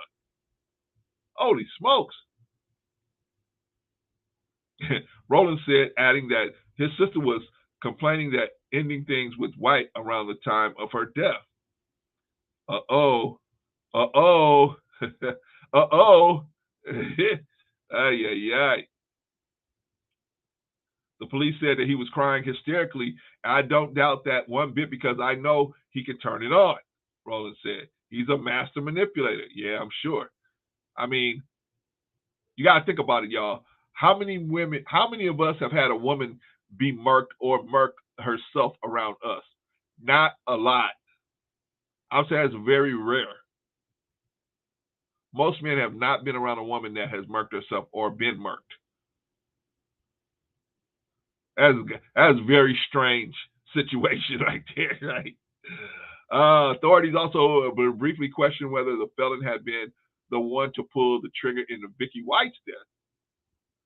The two were camped out in a cheap Indiana motel room. She traded a job making over $100,000 a year for a cheap Indiana motel room. I'm down. I'm down. I'm a ride or die for you. I'm a ride or die for you. I'm going to take one to the dome for you. I ain't taking one to the dome for nobody. Nobody. You better show me something really worth it. Even my wife would have to show me a real good reason for me to do something like that. I would never think of doing something like that. And me, as smart as I am, I would figure out a solution that didn't involve that. But my wife would never ask me to do nothing like that. My wife would never ask me to do nothing like that. So you got to be around people that wouldn't put you in that situation or enable your bullshit. When police found them Monday sitting off of a high-speed chase that ended with the criminal's Cadillac flipped over in a ditch, she gave up a job with good benefits, good money for a drug addict murderer. But a lot of black women doing the same thing, man. Hooking up with dudes that ain't no good because they got the gift of gab. The gift of gab ain't everything, man. The gift of gab is not everything. It's not. In a 911 recording of the incident, Vicky White can be heard saying, "Oh my God," and let's get out and run, before shrieking several times and falling silent. Officers who approach the car can be heard saying she's got a gun in her hand and she's got her finger on the trigger, before noting that she did not appear to be conscious. After the chase, Casey White was extradited back to Lauderdale County to face his existing murder charges, while Vicky, he wasn't even convicted yet, while Vicky White was taken to a hospital where she later died. The Vandenberg County, Indiana coroner's office ruled her death a suicide on Thursday. Vicky was a 25-year employee. of the Lauderdale County Corrections Department who had a spotless record until she facilitated White's escape on April 29th. Remember what I told you? I said the Honorable Elijah Muhammad said we could turn hypocrite overnight. Overnight. Girl had 25 years on the job and just like that threw it all down the toilet. Flushed it all down the toilet. Why? For a murdering, kidnapping murderer. A manipulating, a drug addict kidnapping murderer. Because he had the gift of gab. Who had a spotless record until she facilitated White's escape on April 29th. Co-workers were shocked to learn that she had carried on years-long relationship with the inmate and snuck him out under the guise of a fake mental health evaluation. Huh? Are you a ride or die? See, this chick was a ride or die. My question to y'all is ride or die, does that make any goddamn sense to be a ride or die? If you're going to be a ride or die, at least ride or die with your eyes open. That way you'll know when it's time to get off the bus, right? Okay, so you was having a relationship, a sexual relationship with this inmate. When he started talking about you breaking him out of the prison, now it's time to get off the goddamn bus. But see, in the black community, we do the same thing. We got women that'll help you break into a bank, and they do all kind of different stuff. For what? For what? They get played by the dude. This chick got played, and it cost her life. Being a ride or die cost her life. This dude is going to go to jail for murking the chick that he confessed to murking, and he's probably going to get parole in maybe 20 years. He'll be back out on the street. 20, 30 years. Maybe around 60-something years old, he'll be out on the street. The chick is gone forever. Hopefully they won't let him go out. I mean, if she's dead, they shouldn't let him go, right? I would just say I'm very sorry about it. And from all that I've heard from Casey and everyone, she was a very good person. No, man. Good people don't break murderers out of jail. I mean, that's just the reality of that. Good people don't do that. But hey, I'm just talking, y'all. I'm just talking. Shout out Nina Ashley. Good to see you. Good to have you in the building, sister. Good hammer makes some women do some crazy things. Yeah, man. But you know what, man? If that's what's going to be your only deciding factor, Sister Ashley, then that's going to be a major issue. That is going to be a major issue for you. And I believe that a lot of women get what they call digmatized, right? But but if you let that happen to you without other things involved, see, it's okay to be digmatized by a good dude. It's when you get digmatized by bad dudes, that's where the issue comes in. Shout out to Queen Anifa. Glad to have you in the building. Queen Anifa say, ain't that much love in the world, sir. Plan your own escape. There you go, Sister Anifa. There you go, Anifa. I would say the same thing. Father's a prison guard, and this girl was, she was on me like a Hoover vacuum. But then she started talking about, hey, let's play by escape. Oh no, you on your own, sis. How about it? It was I had a boss. When I used to work at McDonald's, I had a boss. He used to say whenever we got done closing and we left, he would close up the store and he would say, it's been real, it's been fun, but it hasn't been real fun. I would say the same thing to her. Hey, it's been real, it's been fun, but it ain't real fun. Now you talking crazy. You talking crazy, CJ. Remember in the movie A Soldier Story, where they put the dude in the guardhouse, they put the Geechee dude in the guardhouse, and he was saying, I'm having dreams, and I don't know what's going on. My mind is leaving me. David Allen Greer told him, you talking crazy, CJ. Yeah, you talking crazy, girl. Think I'm gonna break you out of this jail? I'm making $100,000 a year over, and if I work overtime, I can make 150. And I'm gonna bust you out. I'm gonna bust you out of here. Are you crazy? And then when you flip the car over, you think I'm gonna take one to the dome? Are you crazy? Are you crazy? Shout out to my sister OG Patrice. Greetings and salutations, Patrice. Good to see you in the building. Good to see you in the building. All right, y'all. I'm gonna drop the link because I ain't gonna go too much longer. And I'm gonna just get some of y'all ideas on, are you a ride or die? Is it good to be a ride or die? Is it good to be a ride or die? What benefits do you get out of being a ride or die? What's the benefit in it? Well, I'm gonna show this person that I'm with the program, you know what I mean? And when they see how far I'm willing to go for them, they'll be willing to go just as far for me.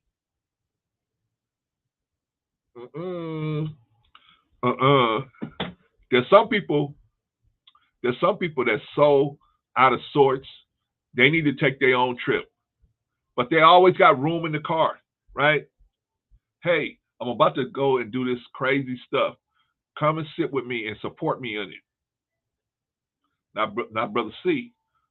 Brother C is not going to support you on your madness. I'll be here when you want to talk to somebody and try to get yourself together. I'll be here. But while you going through and you looking for somebody to pat you on the back while you doing some dumb shit, you're not going to have Brother C. Excuse me, y'all. Sorry, I know it's Sunday, so please forgive me. But while you doing some dumb stuff, Brother C is going to back right on out. I'm going to back right on out. Okay. Especially if I tell you up front, hey, man, what you about to do that's not good. You tell me I'm going to do it anyway? Oh, okay. Go do it. Go do it. How many women have sacrificed their job, their health, their children's health, their home, everything for some man, some sucker that came in and took advantage of them? And I won't even say take advantage of them. They told them up front how foolish they was, and they went along with it just because the dude was giving them some attention. Same thing for these simps out here. You got a good record at work. You going to the gym, you taking care of yourself. You get with this chick, and now this chick, she wants all your time. She wants all your everything, right? So now you ain't going to, she got you calling off of work. You was going to work. You was investing some of your off work time into creating a business for yourself, right? So you can eventually walk off this job and have your own business. She's taking time away from that. She's so jealous. She won't let you build your business. She won't let you go to work. Now you calling off of work. You showing up to work late because you having sex with her in the morning. You at work and she laying in your bed. You an idiot. Women, you the same. You just as dumb. You going to work every day. You starting to show up to work late because this dude is dickmatizing you, right? You come home, you ain't got no food. Your house smells like weed. He got a whole cast of characters in your house, eating up all your food, right? Your house smells like weed. Next thing you know, they start bringing women over there while you at work. We got to do better, y'all. But we on code. We on code. We ride or die. We ride or die. We ride or die. I'm ride or die, no matter what. No. It's not the way to be, y'all. It's not the way to be. We got to, at some points, we got to be on code. Remember when I was talking to y'all earlier? I told y'all, Asians, when they go to Capitol Hill, yeah, they may be, I'm Chinese, I'm Japanese, I'm Korean, I'm Vietnamese, I'm Samoan, I'm all these different things, right? But when they go to Capitol Hill, we Asian, and we fighting for Asian rights. Latinos. Oh, I'm from Venezuela. I'm from Nicaragua. I'm from Mexico. I'm from Brazil. I'm from Haiti. I'm not Haiti. the DR. I'm from Costa Rica. When they go to Capitol Hill, we Latinos. And we fighting for Latin rights. We fighting for Latin rights. Women, they go to Capitol Hill. I'm a mother. I'm not a mother. I'm a 304. I'm not a 304. But when they go to Capitol Hill, we all want Roe versus Wade. We all want that to stick. We want the reset button in place, just in case we got to push it. Right?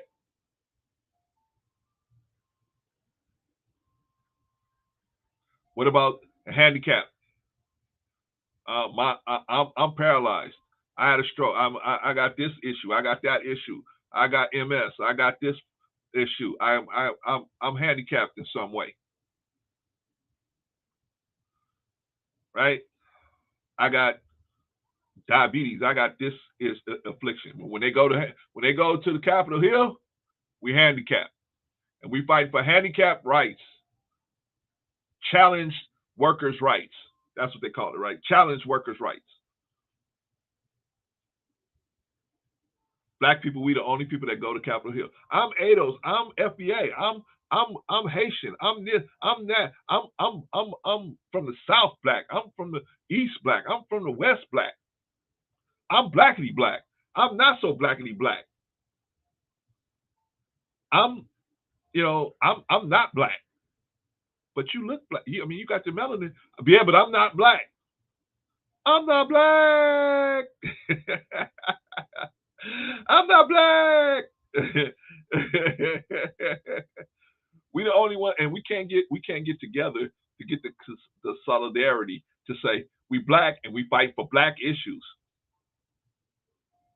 Black people, we all divided, and then when we get to Capitol Hill, you know what we ask for? Civil rights. Women ask for women rights. The alphabet community asks for alphabet rights. The Latins ask for Latin rights. The Asians ask for Asian rights. Handicap ask for handicap rights. Black people ask for civil rights.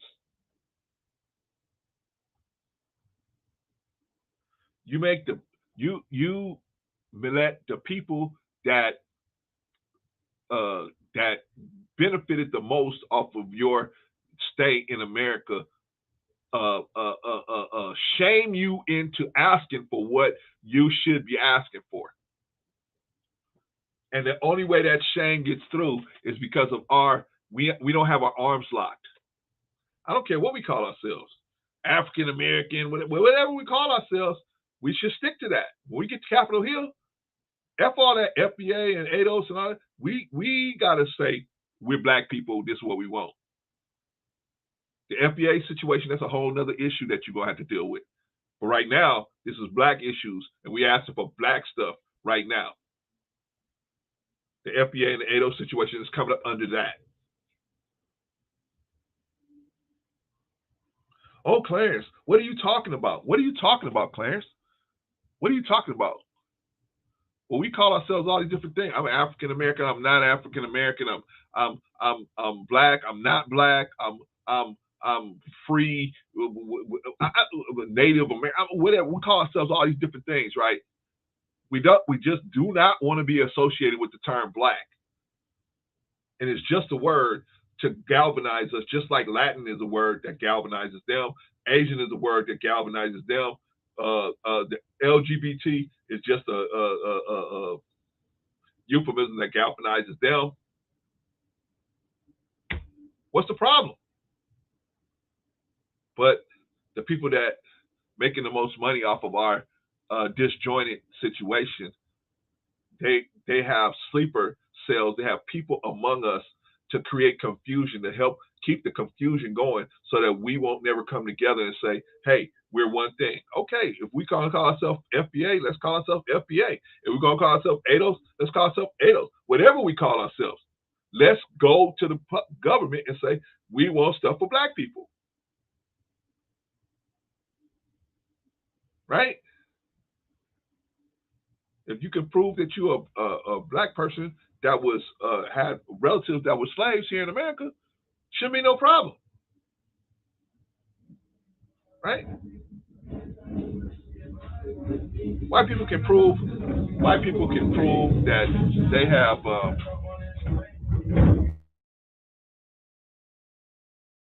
White people can prove that they have houses that are old, right? So they have a house that's old. They can go to the government and say, "This is a national monument. Therefore, we don't want to pay no taxes on it. We want to be able to paint whatever we want to paint on it. We want to be able to do whatever, and they get it. Shout out to them. Black people should be a national monument. We have special needs. We have special needs. But being on code means we have to all be on code together. We have to be on code as far as the uniqueness that we need. I told y'all before. I just told y'all earlier. Black boys are by the fourth grade are in last place of everything. They're in last place. Math, last place. Science, last place. English, last place. They're in last place on everything. That's by the fourth grade. That's by the fourth grade. By the eighth grade, they're significantly last. They are the gap starts stretching by the eighth grade. Showed you guys those numbers about a month ago. We got to get on code. We're gonna fix this stuff, man. We got to get on code. We got to get on code. We got to do what needs to be done so that we can fix these things. Oh, Clarence, I'm waiting on the government. See, when we stop black women being single mothers, well, who's controlling that? Who controls single motherhood? Who's actually in control of that? Black women, because they can abort a baby. No. You in control of that. There won't be no single mothers if you stop giving up your seed. Stop giving it up. Stop having all this casual sex. And if you can't do that, and you still can't do that, then you can start protecting yourself as best you can. I told you guys this before. I'm telling y'all how the law looks at it. The law looks at it like this. If you give your sperm to a woman and you relinquish possession of your sperm to a woman, she can now use it for its intended purpose. What is sperm's intended purpose? Fertilizing female eggs. When you fertilize female eggs, what's going to happen? You're going to have a baby. But then you guys don't want the baby, you just want the sex. But unfortunately, the purpose of the sex is to create babies. We all off code. My sister, what's going on with you, Patrice? My brother, how are you? I'm fine. Did you make it back home yet? Or are you still out there out and about? I just made it back home earlier this morning. I Shout had out. a wonderful vacation, so I feel so good, so relaxed and energized and refreshed and recharged and rejuvenated. Right I on. feel all in it, so I'm doing good. Thank you for asking. How are you? I'm doing great. Sister. Patrice, blessed is the best way that I can describe in the English language how I feel when I think about all the people around my family, people like yourself and Rico, and I got real people around me, man, that if I need a check, they're going to check me. If I do something good, they're going to say, yeah, you did good in that situation. I'm blessed. It's a beautiful thing, isn't it? I mean, I just left family. I just saw friends I haven't seen in years, going back home is always a good thing, and it always puts you definitely back in balance, with things. So you're right. It makes you realize how blessed you are to have your loved ones. So I hear you on that. And listen, and I feel good because I have not been on YouTube in a week. I've been looking for you, girl. I see you. I was missing in action. I was MIA, okay? And it was all right. I was loving it. I was absolutely loving it. Well, you didn't miss much. I mean, you missed the same drama that was going on before you left, and just continuing on. And you know how that saying goes, say the drama for your mama, because I ain't got time for it. So, what you think, Patrice? What's going on? I mean, what do you think about anything I've been talking about so far? On code, off code, whatever. What do you think about any of the stuff I've been talking about? Yeah, you actually hit some very good topics. I mean, I listened to majority of it. I woke up kind of from a nap, and I I turned you on, and you were talking about, everything that's been happening in the news, and where we've fallen short, Yeah, as a people. I mean, even with, just look at, that you were talking about the situation with the young lady that threw everything away, her career, and then end up her life. So what is being a ride or die? Is being a ride or die the right thing to do all the time? And I think it's a matter of choosing when to be the ride or die, and what to ride or die for.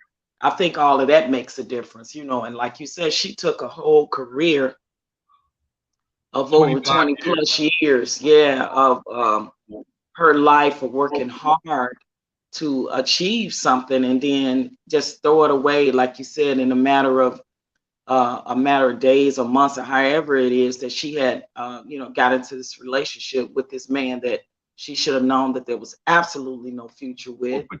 Patrice, they was together. They had a physical relationship for a couple of years. Exactly 11, right.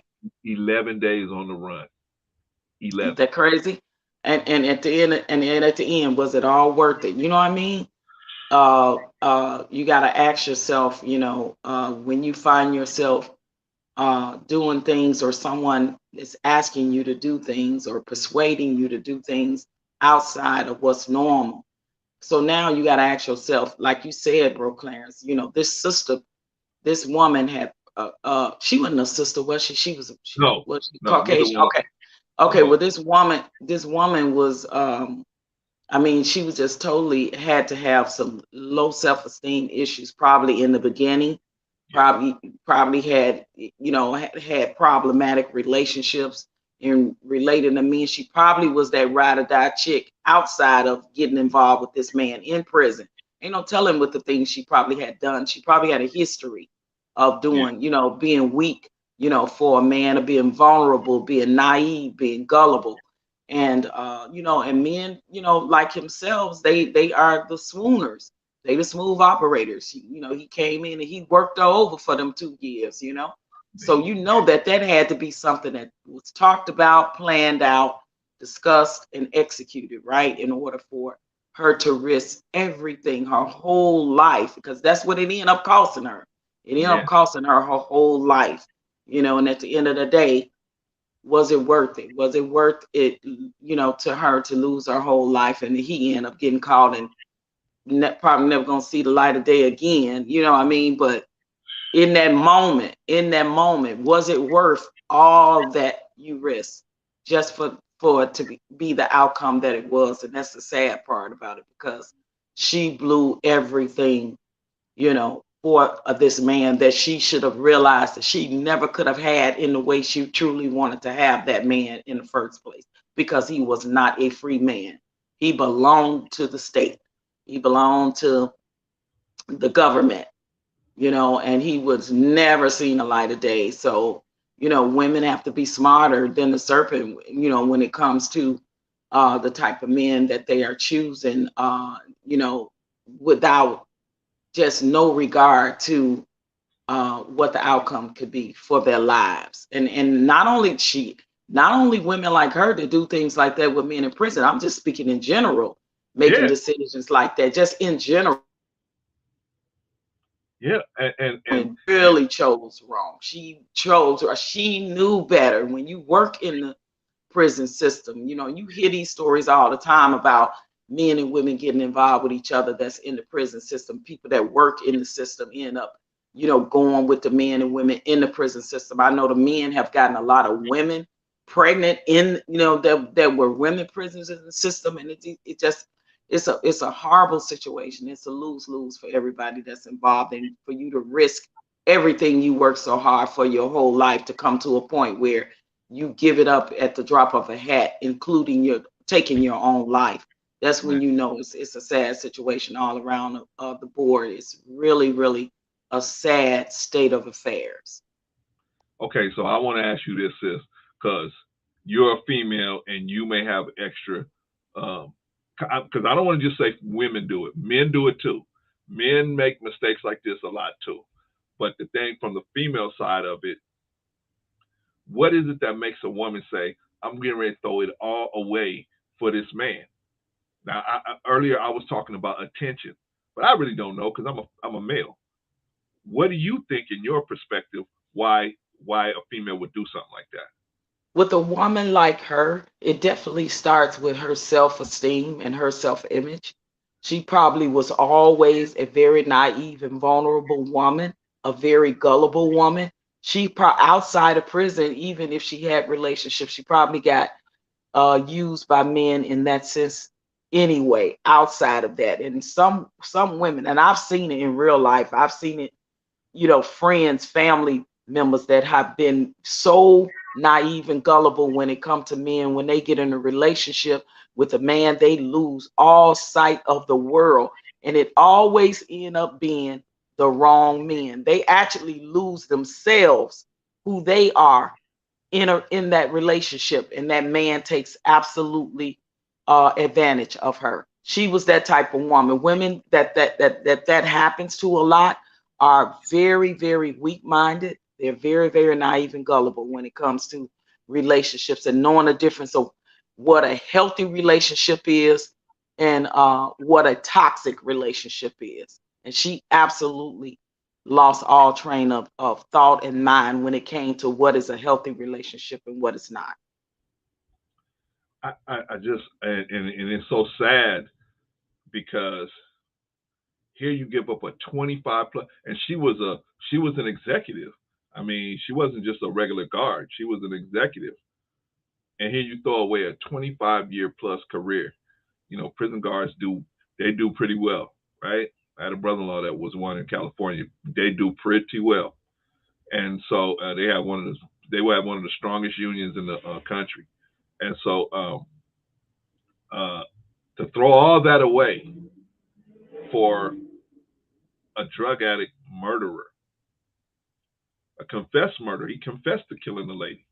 That was what he was being held for. He had already been convicted of kidnapping and attempted murder.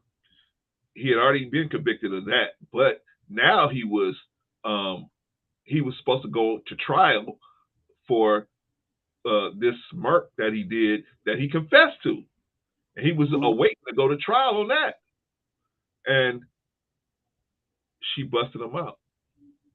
Yeah, so think about the state of a mind of a woman that would even contemplate, that would even participate or even allow herself to get involved with a man like that had already deleted another woman. Now just think about that.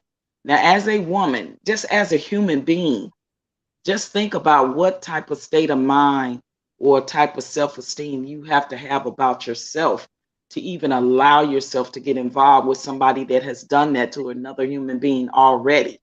And you risking your own life to be with a person that has already done that to another human being.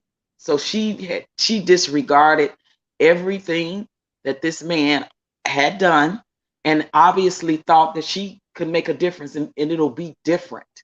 See, that's the problem that we have when we choose partners like that, and then we think, oh, we're going to make them be different. We're going to change it. The situation is going to change. Oh, yeah. I'm with that person now, I can change them. No, you can't. We can't do that as men and women to other men and women that we become involved with. People are who they are. Yeah. And when they show you who they are, believe them the first time. Believe them the first time. And this is the thing. 2 years of swooning, 2 years of, messing around with this man. She thought she can make it right and make it different and give them a regular, normal life. when the life was never regular and normal to begin with. The relationship is not regular and normal. Right. So Right. how in the world? But these are the things that we as women do.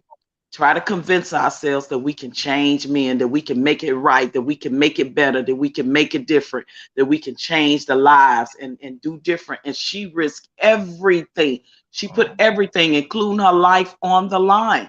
And when it came down to it, and she realized this is not what I signed up for. This is not what I wanted. This is going to be the end result. So therefore, I can't face my fellow co-workers, my superiors. I can't face the world. Look what I've done. So now I have to take myself out to Oh, to say that, okay, it didn't work. So I'm willing to die for this. And that's what she did.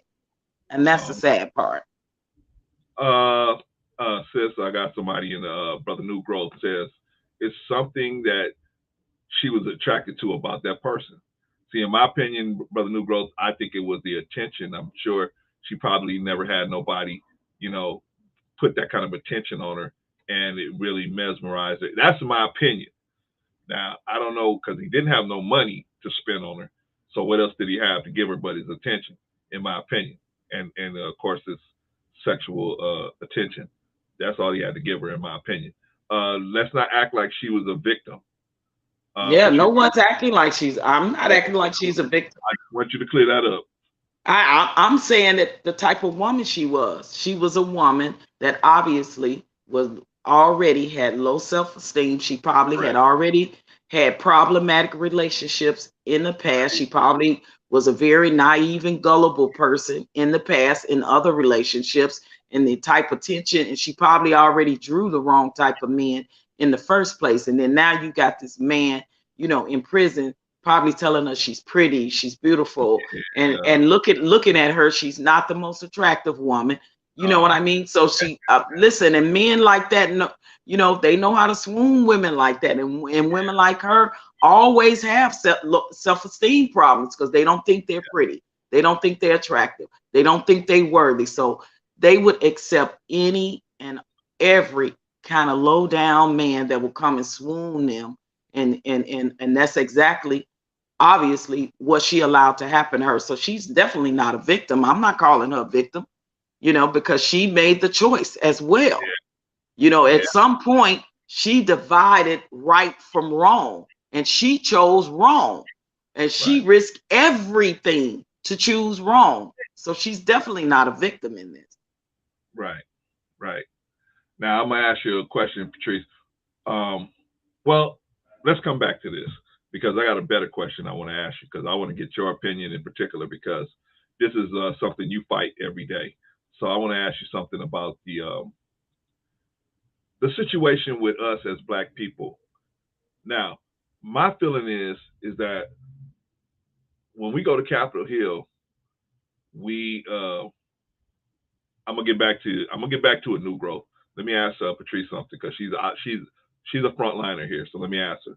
When we go to Capitol Hill, we have we have all these different distinctions between us as Black people, and my feeling is when the Asians go to Capitol Hill, no matter where they come from, they all agree we're Asians, and they go in looking for Asian rights, and so on and so forth. The Latinos as well. One could be from Venezuela, they could be from Mexico, they could be from Nicaragua, Costa Rica, wherever. They'll say, "Hey, we fighting for Mexican rights, right? I mean Latin rights." And the same thing goes for the Native American. They could be from the Sioux tribe, they could be from the Cheyenne or whatever, right? And they fight, but it seemed like, and they fight for Native American rights. But it seemed like us as Black people, we're so divided on so many different issues that when we go to Capitol Hill, instead of having one group that's actually in front fighting for different things and making other things happen, having it like spill off to other little groups, we have the little groups fighting, and everybody's trying to get their piece of the pie. And my question to you is there anything that we could do that could put us in a position where we could be more effective that when we go to Capitol Hill for things? Yeah, absolutely. When it comes to fighting for equal and civil rights for as a Black American, we should be fighting as a people of that descent, right? Whatever Black melanin you have in you as a Black person, you should be fighting for that as a whole. I agree in that wholeheartedly. To get like when we fought so hard and finally got the Emmett Till bill passed. But it's funny that when we as Black Americans ask for something, they want to add every other nationality into it. It doesn't matter what it is. They always we can never have anything to ourselves. And that's the whole reason why ADOS fights so much for African descendants of slaves is because and now you see even now when the talk even got to President Obama and others, they were talking about including Native Americans. And we saying, why is it that every time we as Black Americans ask for something, or foundational Black Americans, whatever ADOS, whatever name you want to use, why is it that when we fight for something for us alone, do they always want to add other races in there? And we are never involved in any other races or when they get their bills passed, when they get like that, nobody ever thinks about or include, say, well, we got to add the Black people in with this Asian bill. We got to add Black people in with the Native American bill. We got to add the Black in. Nobody ever adds us in shit but Black. And not only do Congress do it, our own people do it. We always, well, what about and they never think about us. No other race ever, ever, ever, ever, ever, ever, ever think about us. So that's my point, Patrice. So my thing is, okay, let's fight for Black rights, and then everybody that's under that, we got the ADOS tree, we got the FBA tree, we got all the other trees under that, just like everybody else does. But I think, in my opinion, this is just my opinion, Patricia. You can tell me what your opinion. But in my opinion, I see that we struggle so much just to have the same, just to have an identity, and then when we go to Congress, they make us fight for civil rights. They want to give us civil rights. Like civil rights, everybody can have civil rights, right? But we can't go in and say we're Black. We want rights for Black. We want things for Black people, right? We're made to feel like shamed, like we're bad for asking for stuff just for us, when everybody else asks for stuff just for them. Exactly. Point taken, point well taken and said, Brooklyn. You are absolutely right. And that is the part that is the hypocrisy, right? The hypocrisy and shame on Congress, the hypocrisy and shame on us, because we, like I said, we do it too. We do it too. It's right. Like, why do that? We have to ask for something specifically for Black Americans, specifically. And that wholeheartedly means on a collective, the things that we want to see done, the same as the Asian bill got passed, the same as the LGBTQIA plus bill got passed, the same way we want to see the same thing without you saying, well, we got to add them in too. If we give it to them, we got to get, nobody says that when it comes to us. They didn't say, well, we giving it to the Asians, we got to include the Black Americans. Nobody ever says that. And that's the thing that our people need to get collectively as a whole. And that's and because within our own culture we so divided, that is also a problem too. That to me, because we're fighting each other on a collective, and we should not be. Now there are things that should be separately, because let's be real about it. Even when Native Americans got theirs, not all Native Americans got reparations. It was only specific tribes that qualified for it, and those tribes got it. So when we are talking ADOS and FBA, that's different when you're talking on an individual basis. But collectively means everybody that falls under the Black American or Black melanin with melanin skin, whether it be you're Jamaican or Haitian or Right. from the DR, or if you were black here in America. We're talking Right. about on a collective, yes. But that is the thing, because we so divided and fighting, because people that feel that they should get reparations that are not a part of reparations, that's a whole different fight Exactly. in and of itself. But because we're fighting within that social construct of our own culture, it is the reason why a lot of things is not getting done for us. Because and also, bro Clarence, to be honest, we don't fight hard enough, and we fight for the wrong things. A Give me an lot of example. times we Give me fight an for the example. wrong thing. You know you because a lot of non ADOS or non FBA people do not qualify for reparations. They feel like they shouldn't fight for black people as a whole. And that's the Right. part where it's the problem come in. We're saying we understand, because your reparations is separate from our reparations. If you get your reparations, ADOS and FBA don't qualify for your reparations as someone that is non ADOS or non FBA. So we're not going to try to say we should get some of that. If you are of Jamaican descent, if you are of Haitian descent, we're not ADOS and FBA are not going to say we deserve some of your reparations. So why say you deserve some of ours when your ancestors was not slaves and did not build America? America. Your ancestors built Jamaica, your ancestors built Haiti, your ancestors built. So that's a whole separate, because these are separate countries, right? So Right. that's a separate thing. Now, when you're talking collectively, that's when we all should stand up and for our rights collectively as black people. Right. And that is the thing, because it's inbred fighting within our black people on this whole subject of separation, when to be separate and when to be collective. That is the problem, and that is Yeah. why a lot of us can't be on code, because some Right. people don't want to accept the fact that they will not qualify for American reparations, because their ancestors didn't build this country. Their ancestors weren't slaves, and that is the difference. But because we all are still considered black in America, that is why we need to come together and be allies and support system, strong for each other. You all help us get ours, we all help you get yours. That's how that should work.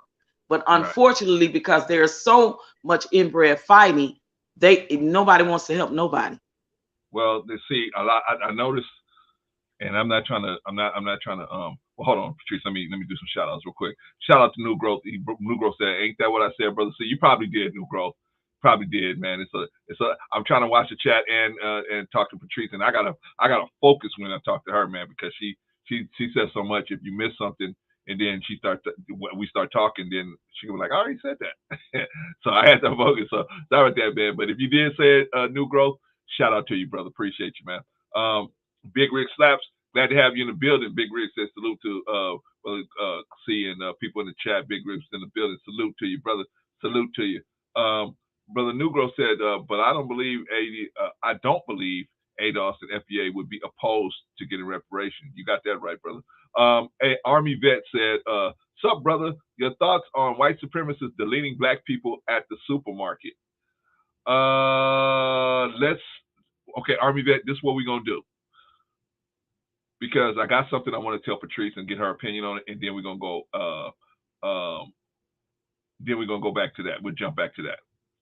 Okay, so what I wanted to ask you, Patrice, is, in my opinion, it seems like the people that come here from other countries, they have a certain kind of mentality, and they bring that, because it may be all black where they come from, right? It may be the country or the continent they come from, all black, right, or mostly black, and it's a lot of division over there, and they bring that thinking process over here, and unfortunately, we have the roadmap for how we're gonna do this, but they bring that kind of thinking process over here, where they say, well, if I ain't included, then we're gonna burn the whole thing down.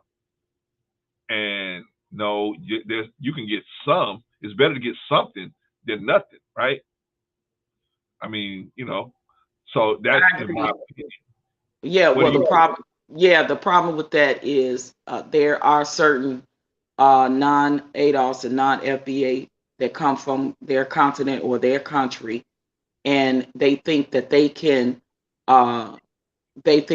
can have their rules and regulations, and we should abide by what they think should be right. And that's not the way it is, because if we go to Africa, or if I go to Jamaica or Haitian, I can't tell them how they should run their country or what they should do. And my thought process for them, or what's good for them, it wouldn't be right of me to say that. Even though I'm black and I got the same melanin as they do and they look like me, I have no right, because every country and continent have different rules and regulations and things that they abide by per their country or continent, per their laws, per their regulations, per their rules, right? So me as a American born in America can't go over there and say I want some of what's yours. I want, or what right do I have to put my American standard and views on them and opinions on them?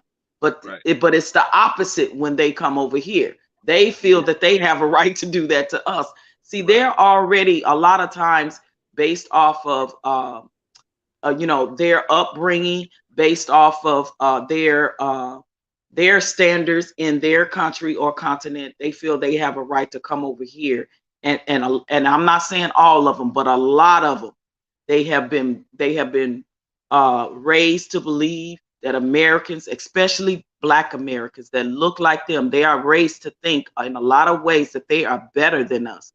They are raised in a lot of ways to they were told not to marry us, not to be friends with us, not to, were told these things. This is just the truth, and that Yeah, is the part of their culture that they don't want to admit openly, but they'll come over here and act like they are better than us, and right. you know what I mean, and Yeah, how I hear you. dare them to have that perception. And I am not saying all, I am saying some. So let me make that clear before everybody start going off in the chat or people have opinions.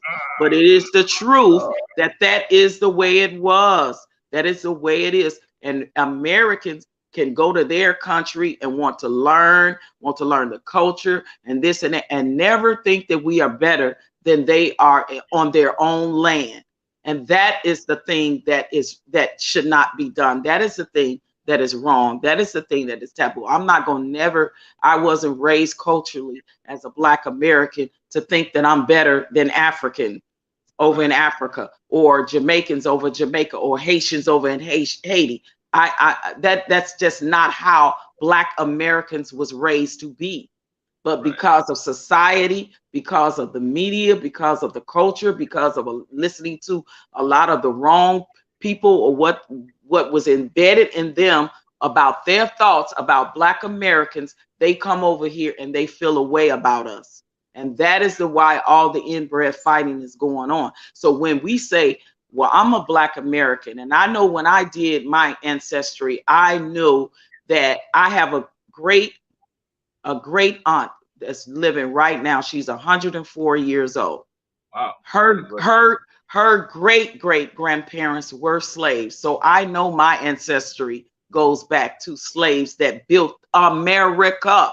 So Yeah, I know that I will qualify for reparations. I know that that's why I fight with ADOS for reparations. But who are you to come over here from another country or continent where your ancestry that were slaves in that country or continent, and tell me what I should and shouldn't do, what I have a right to fight and not fight for? You see what I'm saying? And that is the difference. And that's why there's so much inbreeding. And instead, for us to be each other's allies for the fight, to be each right, other's support system for the fight, right, where we could be stronger individually and collectively for the fight, right. then we will be stronger collectively. And that is the problem, because the talk of reparations is on the line for Jamaica. And nobody from ADOS is over there on some Jamaican platform talking about, we want some of y'all's too, and we deserve it. We're not doing that. We're not doing that. So, so why we get so much pushback from non-FBA, non-ADOS people that come over here in America and feel like they have a right. That's based off of the fact that they may have come over here at some point in time, or they were born here. But were your ancestors, did your ancestors build America? If they did, then you would qualify. If they did not, then fight for your own over in your own continent or country you were born in, and that your ancestors built over there. Man, no, the truest word said. I wish that there was some way we could sit them all down and say, hey, we ain't trying to stop you from getting what's rightfully yours. This just doesn't belong to you. And so that's all we saying. This belongs to us. But at the same time, there's other stuff we could collectively get together if we all just got on the same team. If we all just got on the same team and did what we, fought to get, like you said, collectively.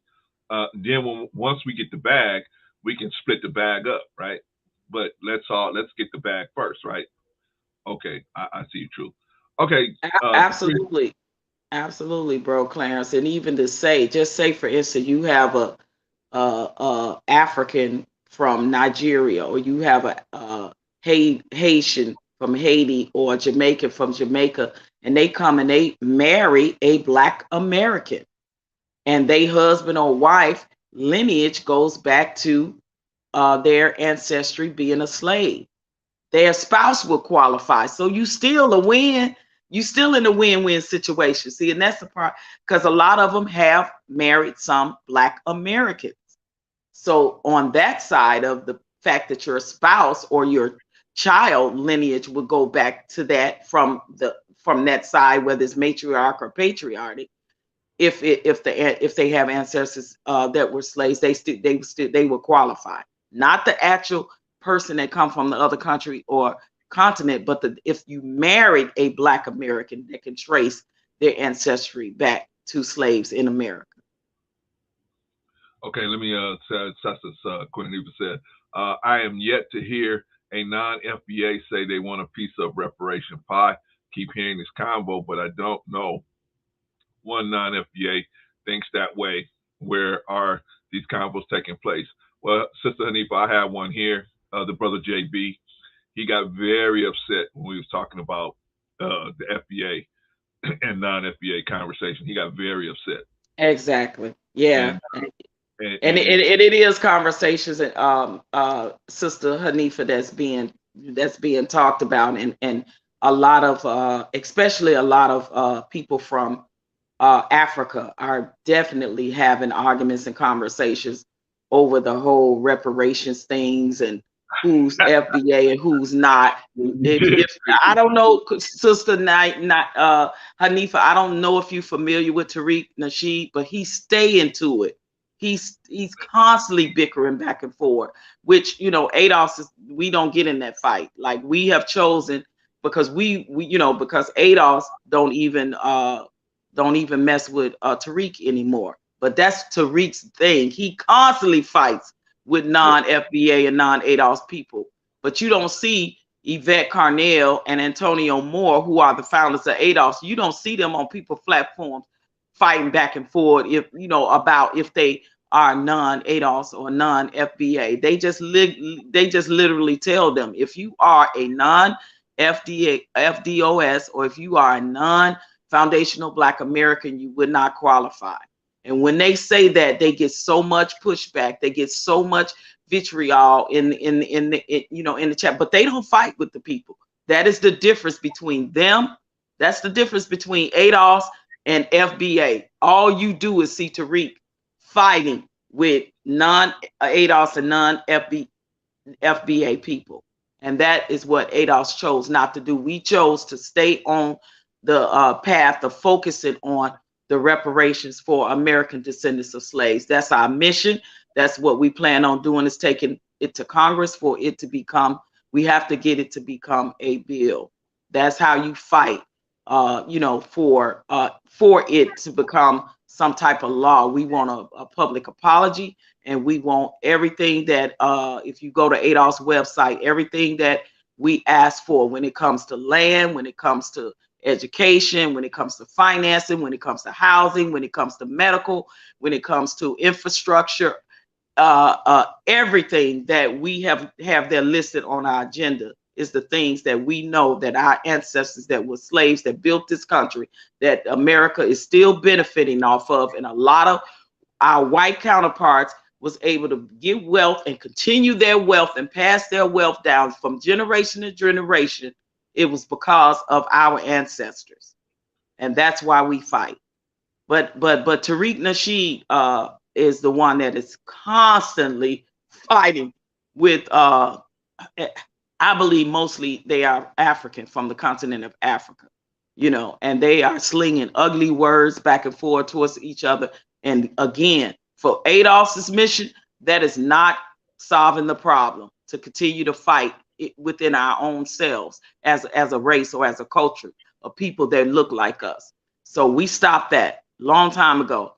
You don't see Yvette Carnell and Antonio Moore in nobody's platform fighting them, just and calling names and saying ugly things. But that's what Tariq is doing, and if that's what he chooses to do, that's what he chooses to do. Adolf's mission is totally different. I want to be clear about that. All right, sis.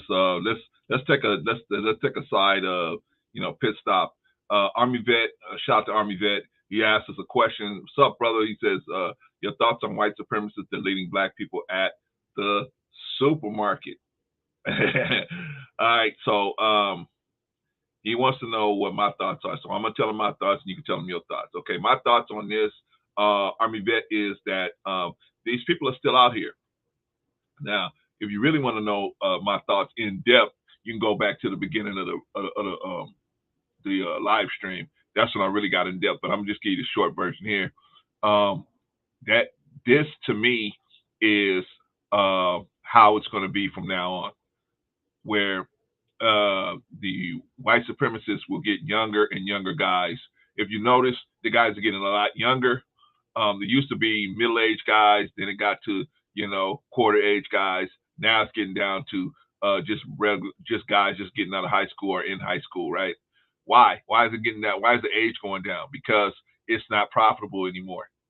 The guys that are actually middle-aged, they have families, they have life insurance, they have other issues to deal with, and it's not cost-effective for them to do it anymore. Even though they may have these same beliefs, it's not cost-effective anymore.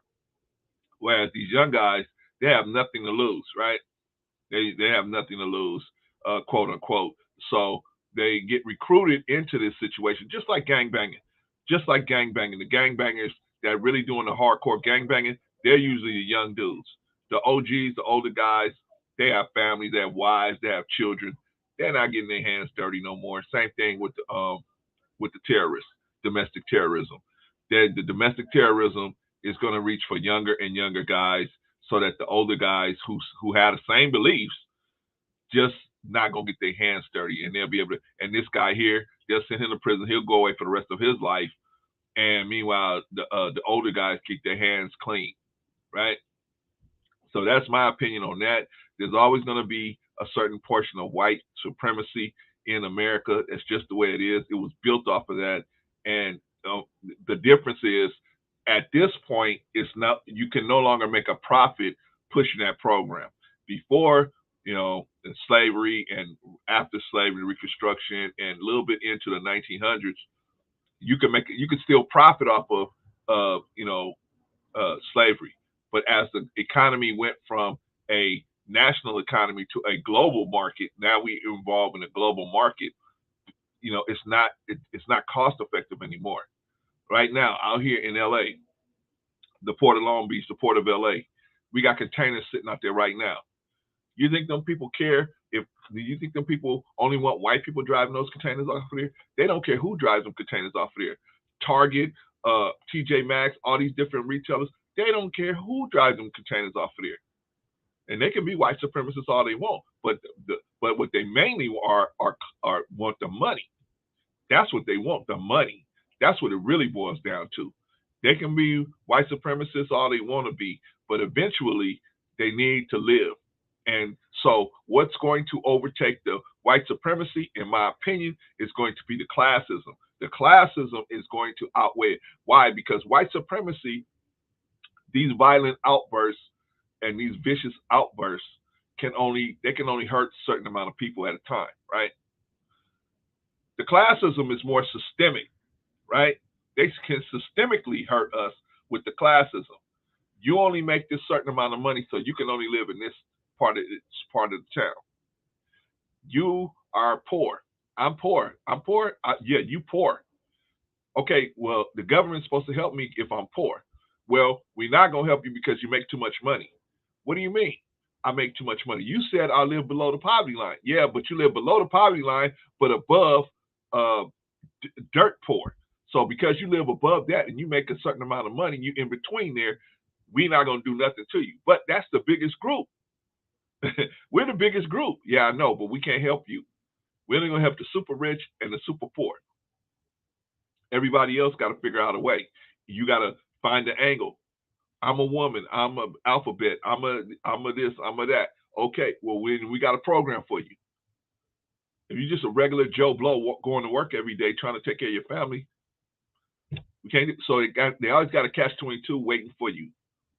But that's the classism. You make this much money. Okay, well, then we advertise these kind of cars to you.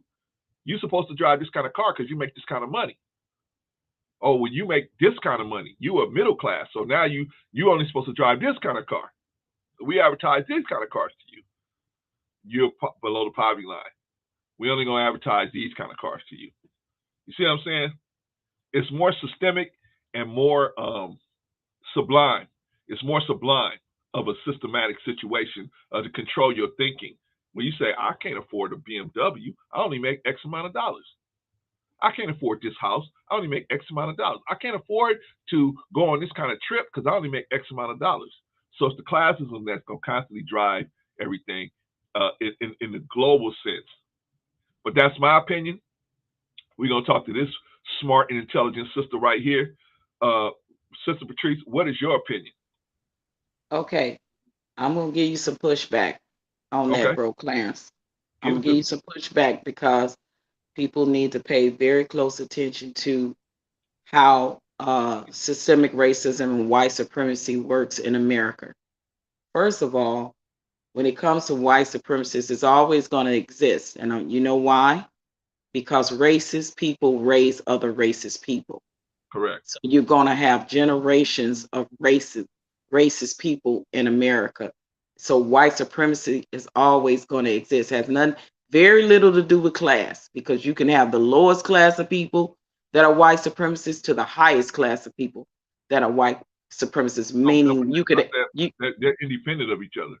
Yeah, yes, they are, but it's still all white supremacies as a whole. So we're talking as a whole, right? So from the redneck type of person in the trailer park all the way to the white collar person that's the CEO can be white supremacy, right? Correct. But that is because it's going to always exist. It's because racism is always going to exist because racists raise other racist people generationally, and there is always going to be people like this man that did this, and the majority of the people that he killed were black, from what I'm understanding, is because of the hate, just the very hate of the color of our skin, just the very hate of thinking that they are superior to us. That's where the supremacists come from. Supremacist is part of the word supreme.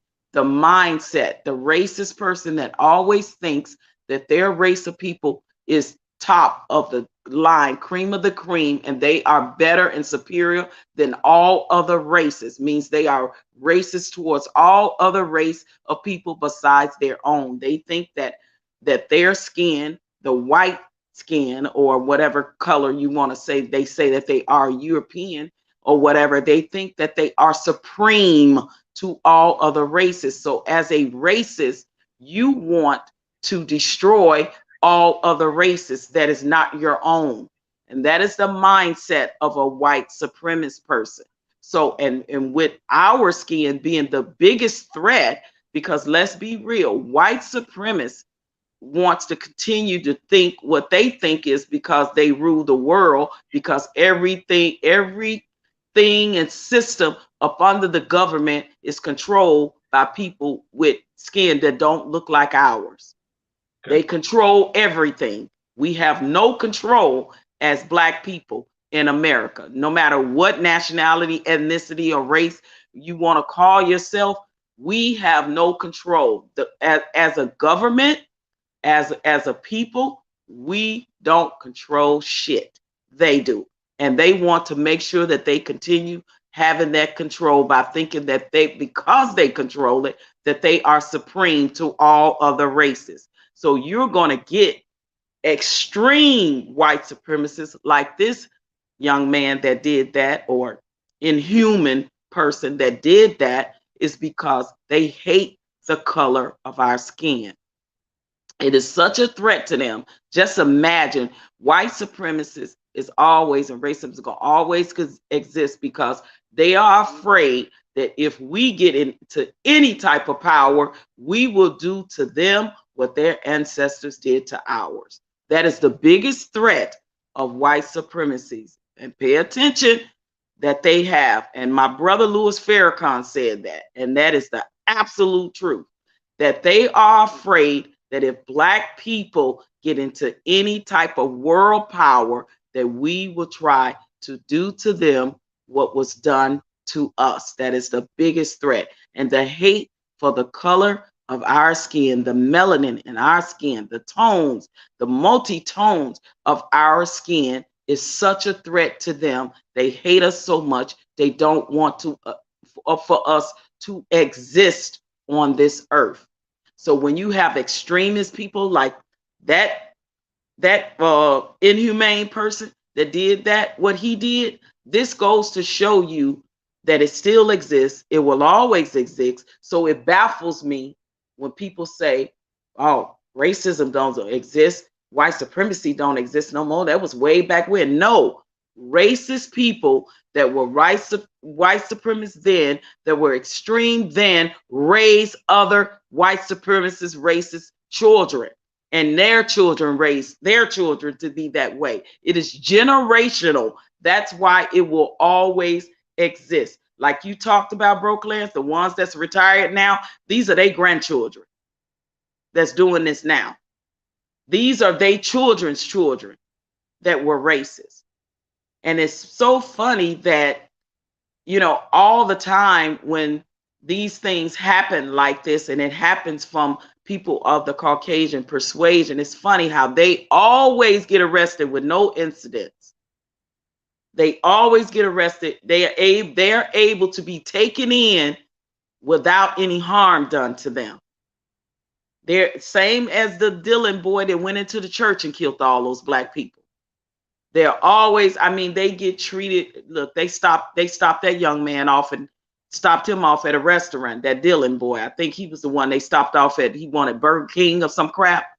But this young man was able to surrender peacefully after committing a mass murder, predominantly of Black people that look like you and I.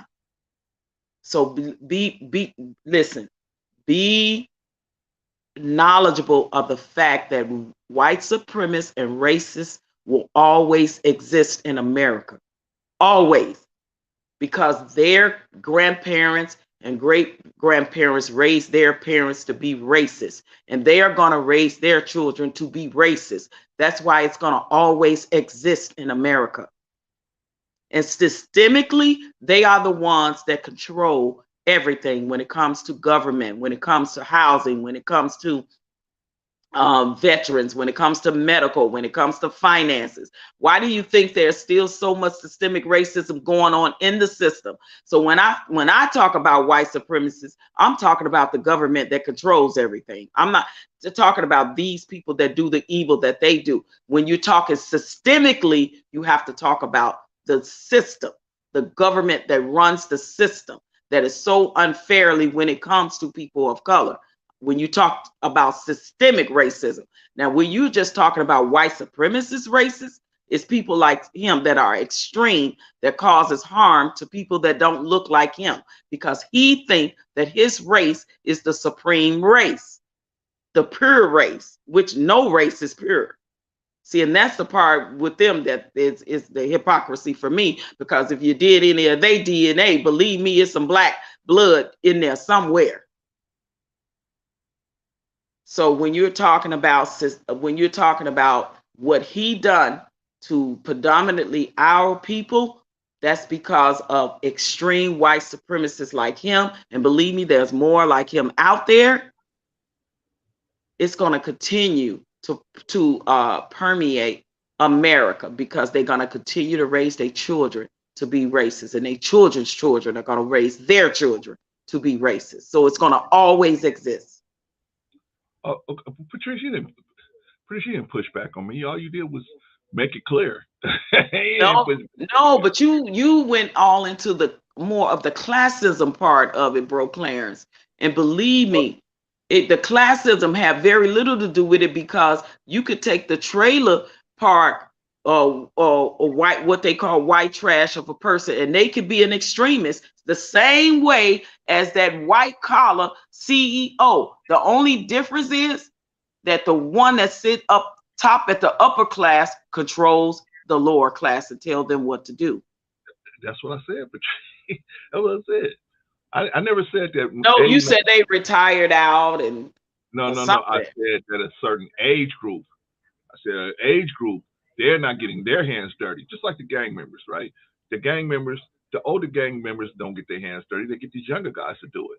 That's all I said. I never said that it's going to go away, or it's not going to be a problem, or it's not going to be an issue. What I said is that the classism affects us more as a group, whereas these incidents, yes, they are very vicious and heinous, and there are some people that lost their lives. But I'm saying, as a group, the classism is more effective weight on us as a group, because it can't intertwine with the white supremacy. It can, but the white supremacy used to. What I was trying to say is, the white supremacy used to be profitable. Man, you could make money being a white supremacist, right? Because only other white people would do business with you. You could lock everybody out of the market back then. It was the time you could do that, and it made sense. I'm saying now, because of the global competition, they can't do that anymore and make money, right? Now it's just about your feelings. It's about, like you said, it's about the hatred in your heart. You just have so much hatred that this is why you're doing this. As before, you could live your life being this way, and you could make a profit doing it, but now the profit has been kind of way reduced out of it. So now it's mostly dudes that this is just how they feel in their heart.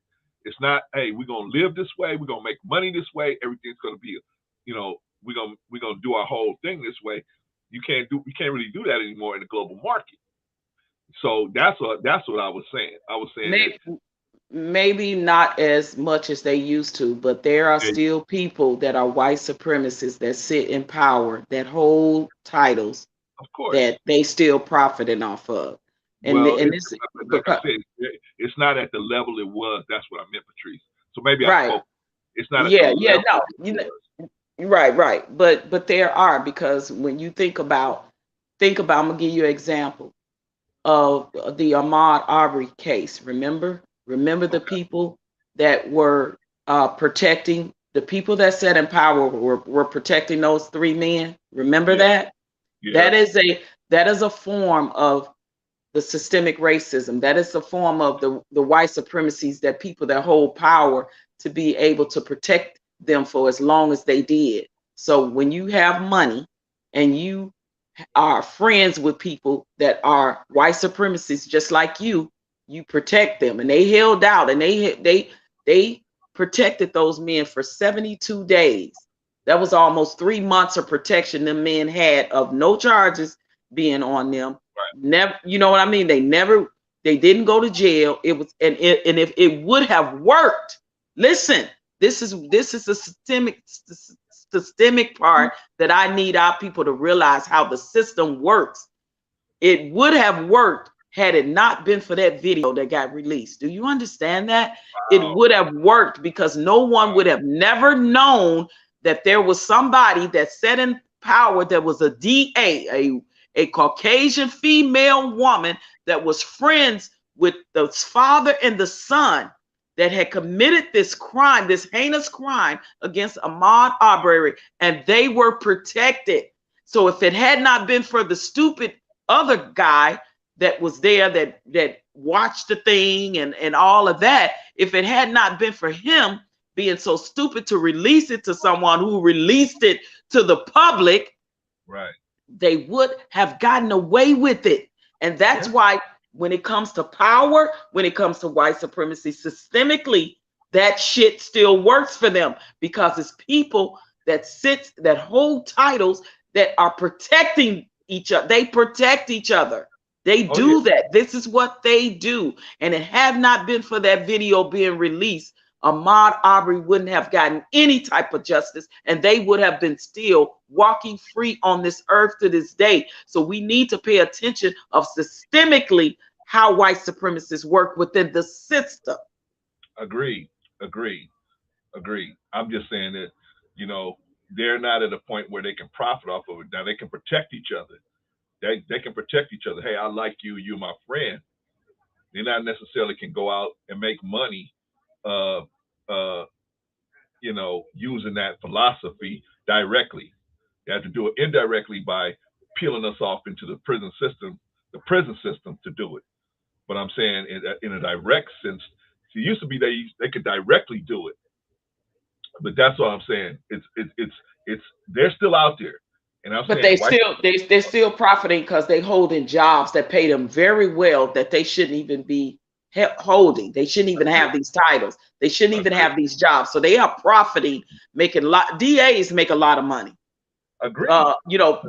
Chief of police make a lot of money. These are people that sit in these powerful positions, that hold these powers, that have the power of your life or death in their hands when they make decisions when it comes to people that look like you versus when it makes decisions of protecting people that look like them. And that's the part that we need to get. We need to understand that how that system works. So when it comes to it's all about the power and protecting their own, and they are very well at what they do.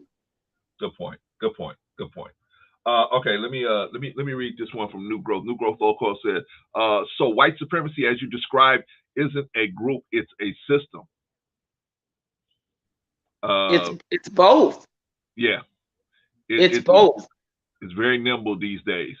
That was my point. It's very nimble. It's not that's the difference I was breaking down. The white supremacies, that's it within the system, is called systemic racism. The extreme white supremacists is the people that did what that guy did. Those are extremists.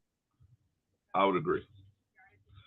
All right, let's get to Brother Negro says the class argument is void because blacks don't assimilate to the standard rules by white America. That's how you get a little big man.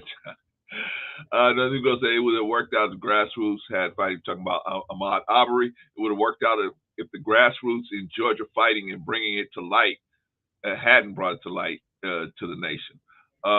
Brother C, the banking system made millions off blacks with predatory lending.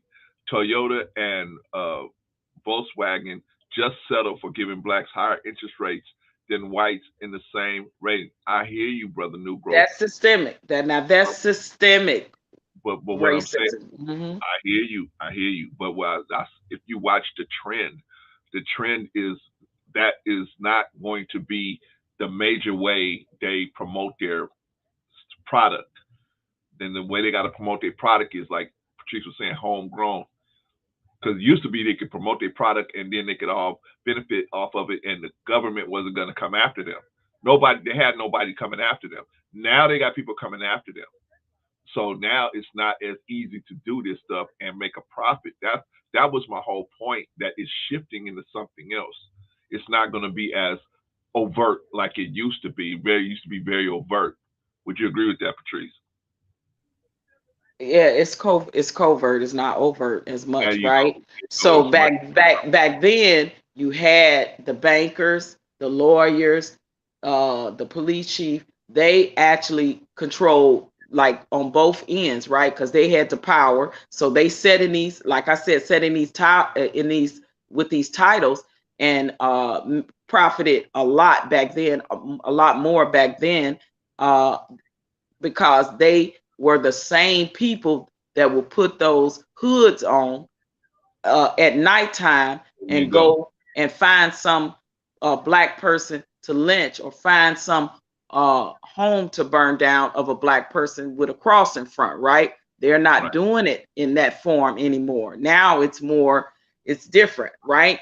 So Right. they're still moving in a systemic way. But when it comes to extremists, now this is what they do. They try to eliminate as many of our people as they can, because they don't want us to exist on earth anyway. They never did, even back then.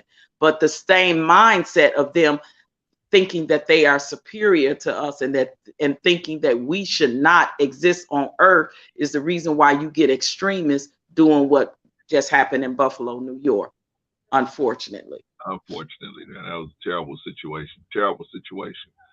And unfortunately, I believe, like you said, they're probably going to keep this guy alive, and Oh that's yeah, he will get treated very well. He will be separate. He will be not in general population. of course. Listen, they're going to protect him. See, you see the difference systemically how that works.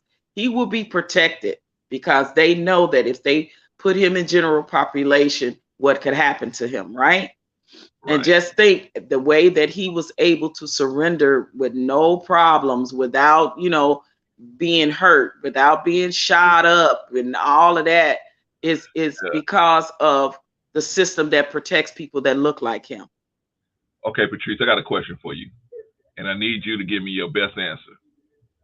How does an 18-year-old boy get a Kevlar bulletproof vest? How does that happen? The same racist white supremacist parent or grandparent that raised him, or his parents, allowed that to happen, gave it to him. Oh, his The parents gave uh, it to him. Man, that's a good answer. or either he joined an extreme white supremacist That's group, what I was thinking happened. right? And Right. they train, listen, they train their people, they give their people the tools that they need to commit these type of crimes. they Right. embed they embed with their hate, right? They embed with Right. their hate and train and mold these people while they're young, and they're getting them as young as 10, 12, 13. And just think of years of training of this from extremists. Years of training, the same way the extreme terrorists do what they do, right? They're doing the same thing. These white supremacist groups do the same thing. They get them while they're young, because nine Right. times out of 10, they come from homes of racist people that raised them, right? And they get so extreme, and they want to join these groups to prove that they're down for the cause, and they're willing to go down, to die, and everything else for the cause. Right. So they join these extreme groups, and this is the end result, and this is what happens. Right. Wow. That is crazy. That is crazy. All right. I'm gonna bring up Truth is never favored. Truth is never favored. What is going on with you, man? Good evening, brother Clarence. How you doing today? I'm doing good. I'm doing well. Watch yourself, brother. I'm doing well. How you doing, Miss Patrice? I'm doing well, Truth. How are you? I'm doing well. Thank you for asking. You're So, welcome. Thank you for asking. Big bro, brother. see, We got. oh, go Oh, ahead. oh, I was gonna ask you what did you have anything to say about any of the things we've been talking about, brother? Hello?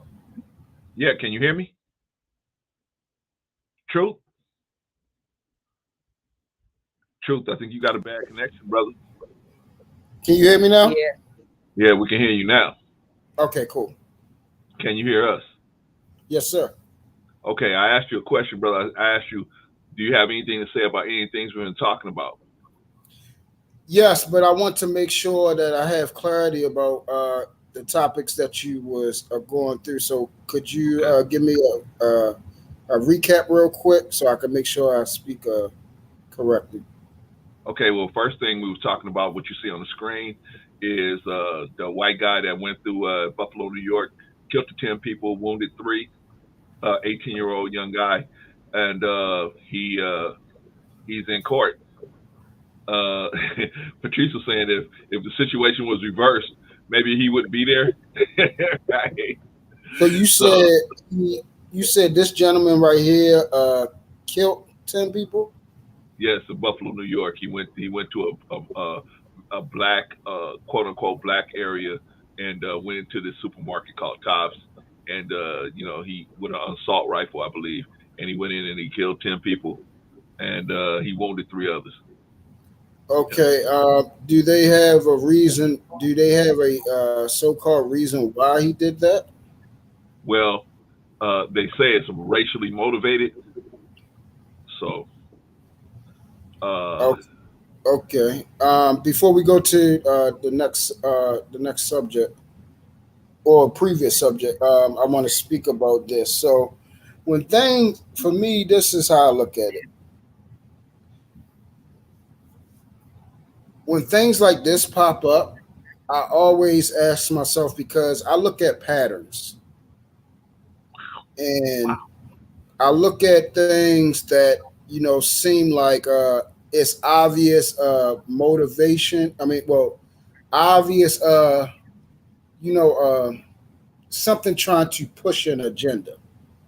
And when I hear about the typical quote unquote unhinged white person, assault rifle, mask, and it was everyone that he shot up black. Yes. Yes. No. I think everybody he killed was black. I think he wounded 2 white people. So he wounded two white people, I believe, and all the rest of them was black. He didn't kill correct. no black person. I don't think so. No. Okay, so I look at everything when I look at all the variables. So he went into you said a supermarket, right? Correct. He went into a supermarket. He killed. He shot. You said 13 people, killed 10, wounded 3, but the Correct. 10 was the 10 was all black, and the wounded was all white. No. Not all of them were white. I think a couple of them were white. A couple of them were white that was wounded. I think so. Yes. Okay, so majority. All right, so the wounded ones were white, and the majority was the black ones was killed.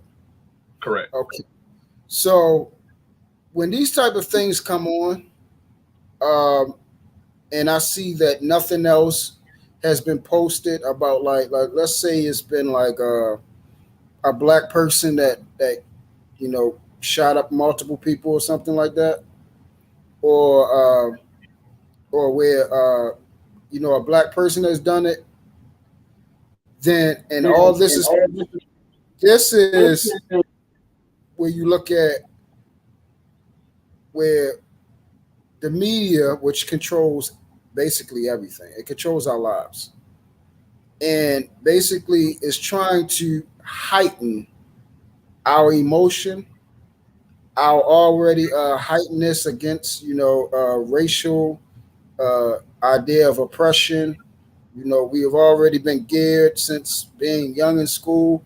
I remember always been in first grade of kindergarten, watching things on television about the so-called white man, the white boogeyman, beating black people, hanging them, oppressing them every February for the last, I'm 38 now. So we're talking about 33 years of watching the same thing over and over and over and over and over again. And being aware of that and all that taken into my mind, my psyche, my spirit. And then once again, this is highlight. It's just like the thing that's constantly promoted is, or pushed, or the only thing we see is white cop kills black unarmed man. That's the actual thing. And but we never see black cop kills white armed man. Um, we never see white cop kills white armed man, or we never see black cop kills black armed man. It's always that dynamic, and it's just to push us and to put us in a position of fear, of inferiority, like we're powerless. And we are very emotional, our community, and we do things based off and make decisions and choices off of emotion. You see it constantly, like the riot and so on and so forth, and us doing things with our household, and you know, it's constantly pushed by emotions. So I look at this as the so-called propaganda. It's pushing a thing to put us in a heightened position of fear, to get us to respond, and then also when stuff like this happen, I guarantee something else big is about to come because it always happens. Right before George Floyd hit, what came right behind George Floyd? The daggone pandemic. So watch this. Believe it or not, I believe another pandemic is about to hit us. That's Okay. my synopsis on this thing. And they even said it. I think it was like last week they said another type of virus is coming out or something like that. So be prepared because this is Okay. type of things that media constantly, push us. And then we're very ignorant to not look and see certain patterns, to see how things is being pushed and motivated to get us to move in a certain way. So these type of things don't move me emotionally. You see what I'm saying? I'm fully aware of how the media spins things. I'm fully aware how you know it gets people riled up and have us focus on this while the government is doing other things that's even worse behind the scenes. Okay. You know, so that's how I look at that. All right, my brother. Let me do a shout out real quick. Let me shout out to Nick and Nicole. Glad to see you in the building, sis. Quantum, always happy to see you in the building, sis. She said nothing changes until we get violent. Period. Yeah, well, we got to get together first. Yeah, Do that's a prime anything. example right there. Look at that. They, Well, they, they won already. Snuggles, They already it won. was the eyeballs. Uh, Army Vet said he wrote a 180-page manifesto released prior to the shooting. Holy smokes! Absolutely. That's why I say pay attention. It's not the media hyping this. This young man was reared, molded in extremists as a white supremacist. So it's not being hyped. It's not just a media thing. This is an extremist person that has a belief of white supremacy, and to do a manifesto of what he talked about. And let's be real, he lived 2 hours away. He specifically Yeah, drove 2 hours to go into a predominantly black community to commit this crime for a reason. yeah. Because that's Oh, what yeah. extremist white supremacists do. That's what they do. That's how they operate. So pay attention to the fact that he even wrote the manifesto stating how he felt about races, and he was an extremist, and to predominantly shoot people of African American descent, and the other people that he probably that wasn't black probably was a casualty, was in the way, or maybe trying Mhm. to prevent something or running and just got caught in the bullets. I don't think he particularly probably was even aiming for them. He Mhm. specifically went to a predominantly black community in a predominantly store where African Americans frequent to shop to commit this crime. Drove 2 hours outside of where he lives, probably in his white suburbia neighborhood, to commit Mhm. this crime. Threw his whole life away. Okay, let me ask y'all. Let me ask y'all a question. Oh yeah, you know what? He made it because I think a security guard did fall down. So the Army vet says a white dude was a security guard, so maybe he did kill a white dude. I know he killed one of the security guards. So Anyway, That's because he was trying to stop him. He shot at him. That's why. So you know, Snuggles, that's an interesting question. Is there such thing as a black supremacist? Yes. Okay, brother, why don't you give us your take on that? I mean, just off of this same, it's the same. I mean, it's the same premise. I mean, it's just someone who is totally against the opposite race, and they look for superiority. It's people that it's people. It's like I would say, Black Panthers was black supremacists. You Why you know, say that? no sir, no Yeah. sir. What makes you say that, True? I can't let it. No, go ahead. I'll listen. But oh, you can disagree all you want. It ain't gonna change me. So, Okay. say no, But sir. we just want you to substantiate that because that's not the way Oh, we I understand. got you. So I actually, again, I go by what the word actually means. Okay. You feel what I'm saying? And the Black Panthers, what they promoted, Black Power, right? Right. So, what does the term supremacy? Have anybody ever looked up the definition of it? yeah, let's it's meaning thinking you're supreme to all others. Okay. So, if that's what that means, then yes, there are black people out here that think they are superior than white people. That's It's just true. that simple. That's true. Okay. But the question is about the Panthers. Yeah, well, I mean, what they say, Black Power, right? Yeah. Yeah, they promoted. They And the promoted people within that their were a part of the Black Panther, the people that were a part of the Black Panthers, the people that I know that still support the Black Panthers and they have actual heritage to them, they said they did not, and they hated white people. They were totally against white people. I don't agree with that, man. Okay, I'm I'm sure gonna have to push back on that because Yeah. I got two uncles that were Black Panthers. I grew up in the era of the Black Panthers where they were giving away the free clinics, the medical, the breakfast and lunch programs, and it was white people and black people, kids that were poor that were eating, and they actually and it was all self.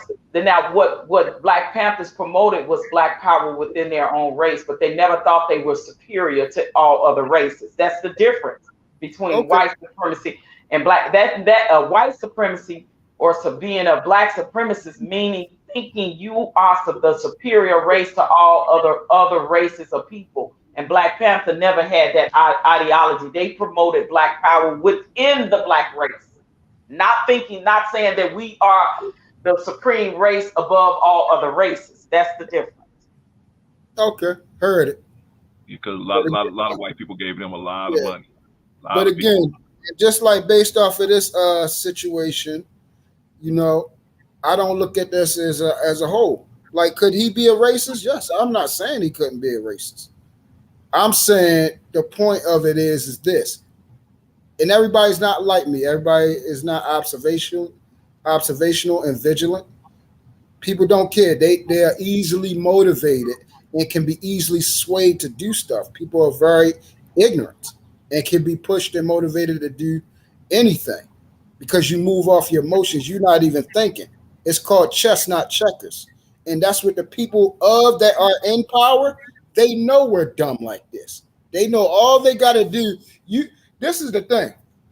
It could have been somebody that paid him to go do that, and y'all wouldn't even believe it, because this is how y'all don't even understand how this world actually works. Y'all think the people that control this world, all of them is just white.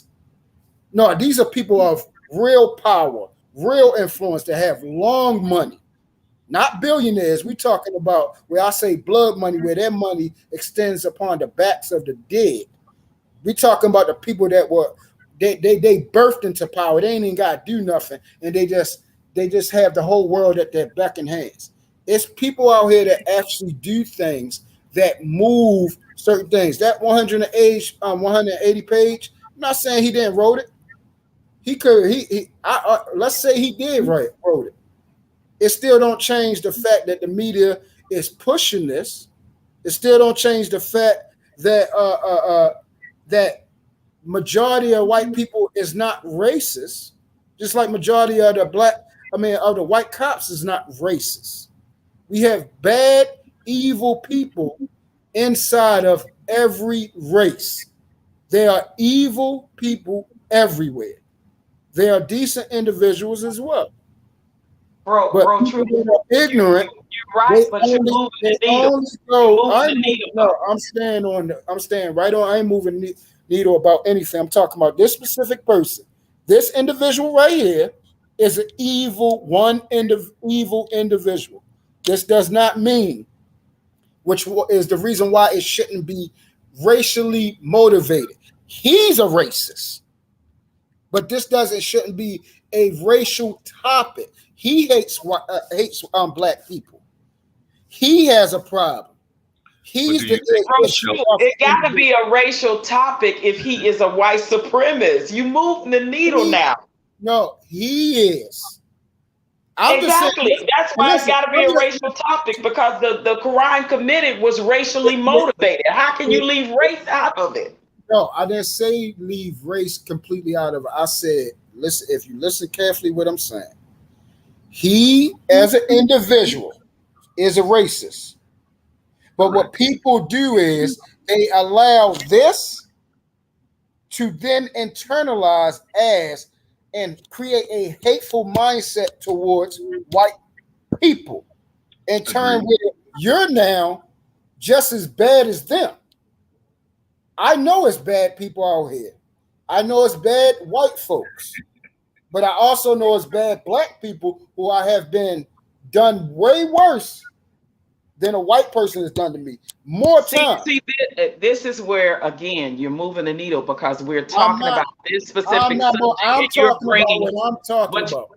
Yeah, but okay. What I'm saying, the reason why I'm saying you're moving the needle is you talking about what you're talking about.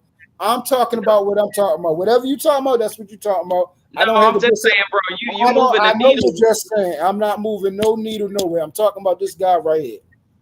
We're talking about white supremacy. Obviously, it means it has a racial component to it. He is a racist. He went in there to kill black people in a predominantly black area. You feel what I'm saying? He is. This does not mean that majority of or so-called white supremacy as a whole, or as this big boogeyman is a thing. So you don't believe that white supremacy exists, true? I'm just saying he moving the needle, because it's just like people that when you say he just what said you and say, brother Clarence? What you say, brother Clarence? Black people, I know black people that have done worse things. That's not the same as a person that say Black Lives Matter and turn around and say, but all lives matter. And believe in other things as well. Because the black person is, do I believe, just like when what's the name? Hold on 1 second. You asked me a question. I'm gonna let you answer, brother. Hold on. If we all talking at the same time, it's not gonna work. So we gotta respect each other, even though we want to answer. Kwani, shut the hell up, brother. C asked me a question, so that's why I'm talking. Wait. Hold. Relax. Truth. We gotta be respectful of everybody, even though people might say something in the chat or something, whatever. We gotta be respectful, brother. So I want you to answer, because I want to hear your answer to the question I asked you, because you brought up a good point, right? You said, hey, this guy, he's working on, well, it made it. Let me tell you what I took from what you said, that this guy was working independently. I don't believe that. I don't think Patrice believes that. But we want to hear what you got to say. Huh? No, I'm not talking to you, bro, Clarence. Oh, okay. All right. So true. Do you think this guy was working independently, or no? Better yet, let me ask you the second question I asked you, which was, do you think white supremacy does not exist? It's a thought.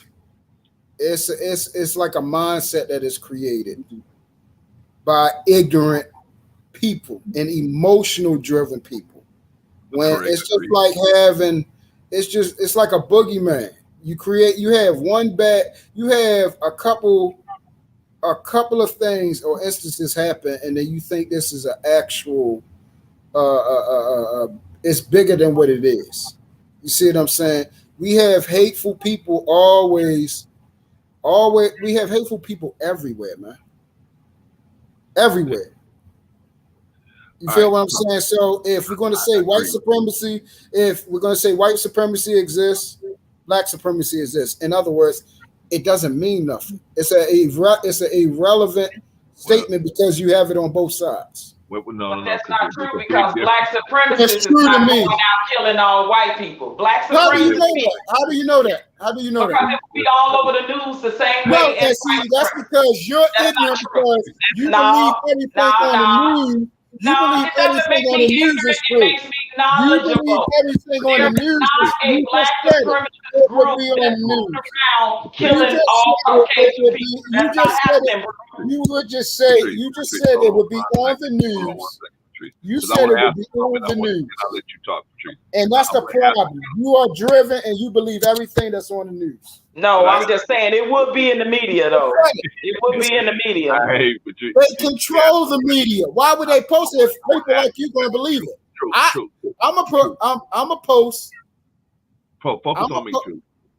Okay, let me ask you a question, Truth. I don't want to stop you, but I want you to answer this question because I just want to. Okay, so let me clarify the difference between white supremacy and black supremacy, and then I got to ask you another question. Okay, the difference between white supremacy and black supremacy is white supremacy can affect black people most of the time. Black supremacy is pretty much an abstract idea. We can't use black supremacy to affect the economy of white supremacy, whereas white supremacy can be used as a weaponized to affect the economy of black people. Now that's the basic difference. I don't want to make it a big thing, but that's the basic difference between the two. Whereas white supremacy actually can be used, can be weaponized, whereas black supremacy weaponized against a whole people, whereas black supremacy is pretty much an abstract idea. Maybe a couple of brothers can get some guns together and do this or that, but it's not nowhere as effective as white supremacy, which can not only use actual weapons, but they can use the systematic and government actually affect other people. So that's the difference between white supremacy and black supremacy. Now, my question to you is, I see that you probably believe that black supremacy and white supremacy are the same on a basic level, on the abstract level. They're the same. But do you see that there's a difference between the application for both of those things?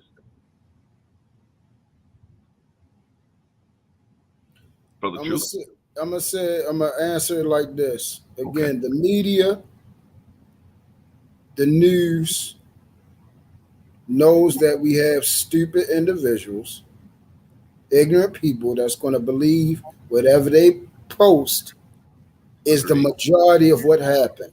That's an easy thing. I would do it if I knew it was going to move people to believe that only this happens. Only this happens. But nothing else happens. That's the easiest thing in the world to get people. And why change? I'm gonna keep posting that white people killing black people because you know why?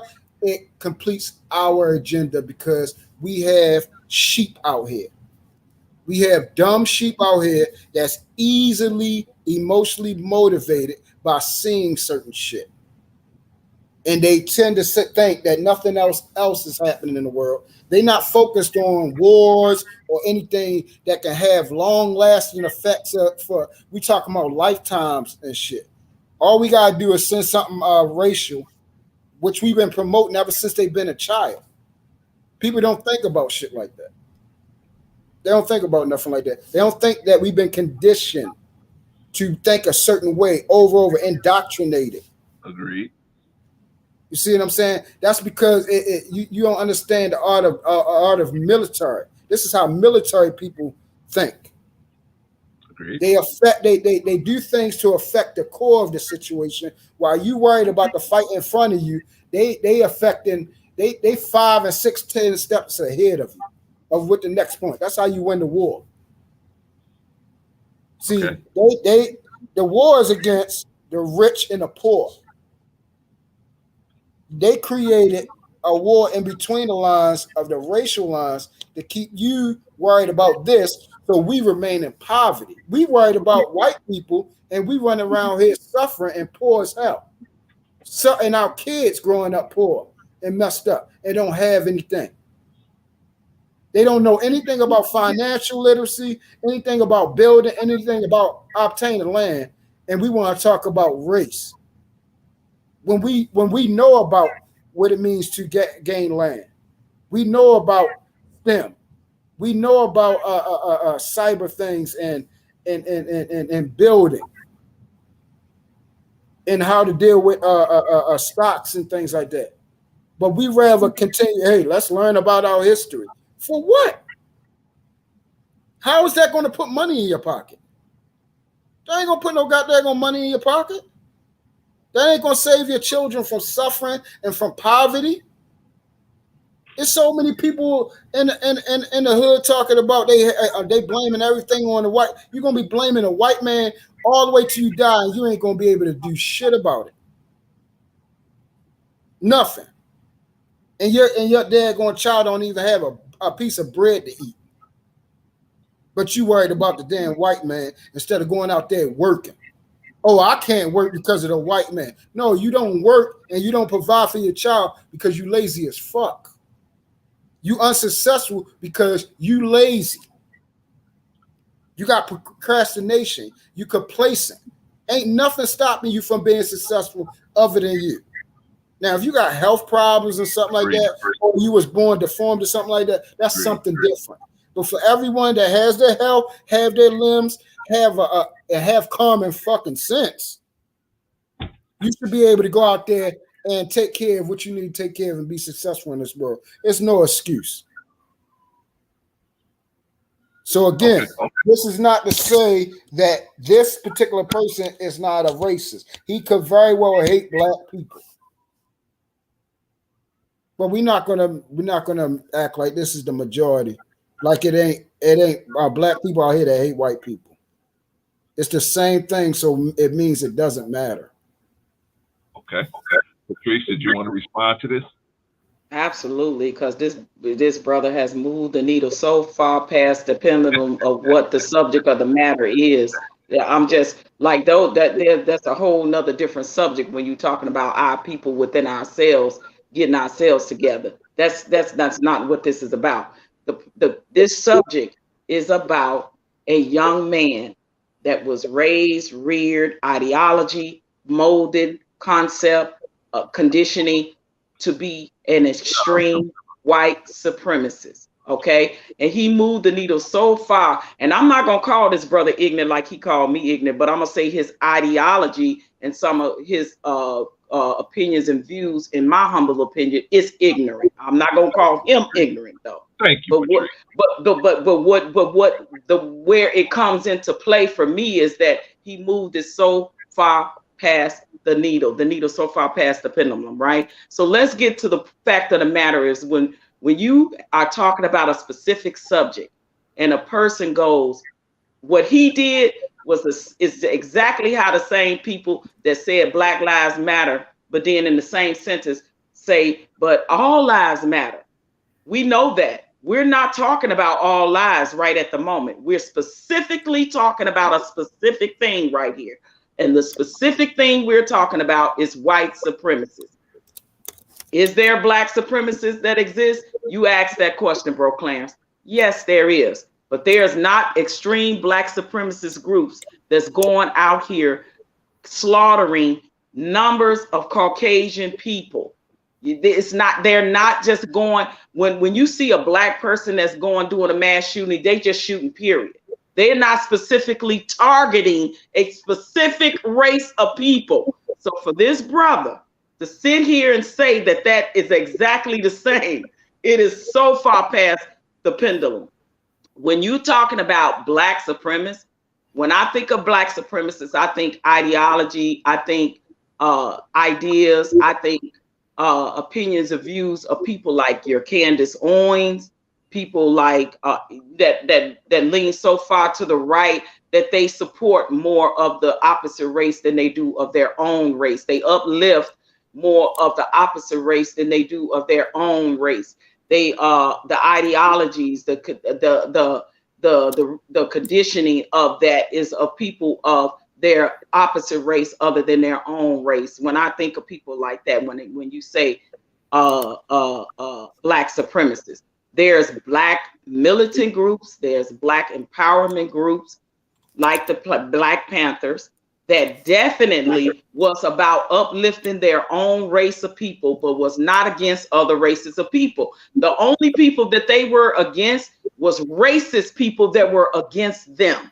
That is the difference. And this bro just moved that needle so far past the pendulum. Now, when you're talking white supremacists, you're talking about a group of people that are raised in extremists and believe that their race is the superior race to all other races in the world.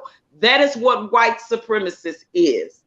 They believe that if their race of people is the purest and the supremest being, and let's be real, our race of people do not control anything. I said that earlier. When it comes to governmental power, systemic power, we hold no power.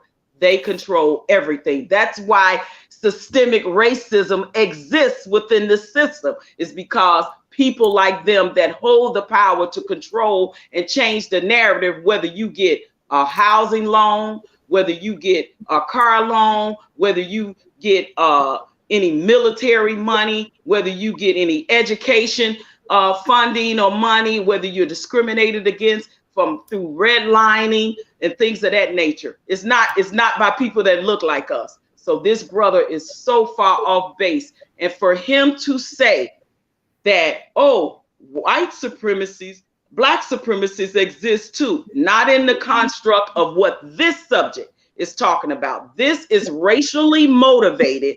And for him to say race shouldn't matter in this sense, when exactly this guy specifically targeted black people, I think it's just outrageous that he even had that concept to even say those words in this content. So staying on the subject of the matter, when it comes to white supremacists, this young man was a racist that was more than likely raised by racist parents that had racist grandparents. And it's a generational thing. And he decided at some point to join an extremist white supremacist group and to commit this crime that he committed and was able to surrender without any repercussions or problems or any harm done to him, is a prime example of systemic system that exists for people that look like him. So for this brother to sit on this panel, and I have agreed with a lot of what Truth said, but this right here, I got to definitely give my humble opinion of debunction of this, because you cannot sit and when we are specifically talking about a race of people and talk about another race. I can't say Black Lives Matter and then all of a sudden say, but all lives matter and Hispanic lives matter and Asian lives matter. We know that as a whole, but we are specifically talking about a group of people that this man targeted. And he targeted people that did not look like him, specifically deleted people that look like us on this panel. So I will never subscribe to his subscription, what Brother Truth is talking about, because it's so far off the pendulum that it don't even make sense. So I'm going to say that that was the most ignorant statement that I have ever heard be made. Holy smokes. Truth, I'm asking you if you want to respond. If not, we'll move on. No, I heard what you said. It don't matter though. Let's continue. Let's move on. Okay, we'll move on. Now, I will say this about the Panthers. I think Truth maybe a little more digging. For probably you'll see what we're talking about, where the Panthers weren't so much as a hate group as they were just wanting to even the playing field for the most part. Not saying that they didn't have people in their ranks that were extremists, they probably did. Everybody has extremists in their ranks, but for the most part, their overall goal was to just have black people in a certain, just even a playing field for us, so that we can, so somebody like you can do what you're doing right now. You're saying your views on YouTube. You don't have to be white to come on YouTube. You don't have to be making a certain amount of money to come on YouTube. You can just come on YouTube, right? They fought for different things like that so you could come up and do it. Matter of fact, Martin Luther King, unfortunately, his life was taken, and somewhat has something to do with the Panthers, because the Lyndon Baines Johnson, the president at the time, was supposed to give, I guess, a group of organizations, black organizations, some money or pass some laws that these organizations would get money to infuse the black community with programs to help get them out of poverty and training and stuff like that. But he kept putting it off and putting it off, putting it off. Then he just put the money into the Vietnam quote unquote war, right? So Malcolm X, part of what he went to them, to the government and said was, hey, you got the Black Panthers out here feeding kids and buying suits for people just getting out of jail, and they doing this all from donations. Imagine what we could do if you give us federal funding. And of course, that was right after his speech to the trash workers union, and he was unfortunately killed the next day. All right, so and last, I want to say this too. One last thing. Okay. And why does black movements or black empowerment groups always get labeled to be black extremists? Because they decide that they don't want to live in a white system where it's controlled by nothing but white people and they have no power. So they say, I want to be separate, take my own power back, buy my own food, grow my own food, buy from people that look like me, do business with people like me. Why is it be able to protect my family just as my white counterparts does, be able to protect my family, be armed legally because I'm a citizen, but I want to do it on my own because this system is not working for me? Why is it that black empowerment groups always get labeled as black supremacy or black extremist groups? Because they decide that that's what they want to do to separate themselves, because they realize that they are living in a world that does not benefit them when it comes to equality and when it comes to justice. So for them to do that, and then the very people that are in power have always infiltrated and to destroy these type of organizations. But we always want to label black empowerment groups as black supremacist group because they decide, why should I have to deal with a system that has always did nothing but been a detriment to me and my people? So when they make that decision, why is it always that it get infiltrated by people that don't look like us, and they hire people that talk like truth, that come in and do COINTELPRO and infiltrate and do everything to destroy the creation of a separatism system that they want. They want segregation. They don't want anything to do with this system that they have not benefited for. Why is it that they always get labeled as this? It happened with the Black Panthers. It happened with the MOVE. It happened with so many organizations that wanted to be separate. They always get labeled that way. But then I hear people like Truth talking on panels, speaking up on behalf of white supremacists and saying, well, there's black supremacists too, but there's not black supremacists that hold power that do anything like what white supremacists do. Was that a big old question for me, Patrice? No. It's for whoever want to answer. Yeah, I'll just respond to that. All of them evil, all of them fucked up. And that's what I got to say about that. All right. Well, we were kind of looking for more of a little bit of a polished answer, brother. Yeah, I'm gonna keep it simple. It ain't nothing to talk about. All I'm fucked up. Fuck everything that ain't unifying. Fuck everything that's evil. Fuck everything that's talking about power, oppression, suppression, depression, oppression. Fuck all that.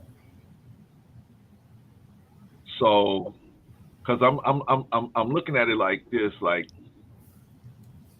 all of that work, blood, sweat, and tears that's out there in those cotton fields and those tobacco fields and those sugar fields, that was just nothing. Forget it.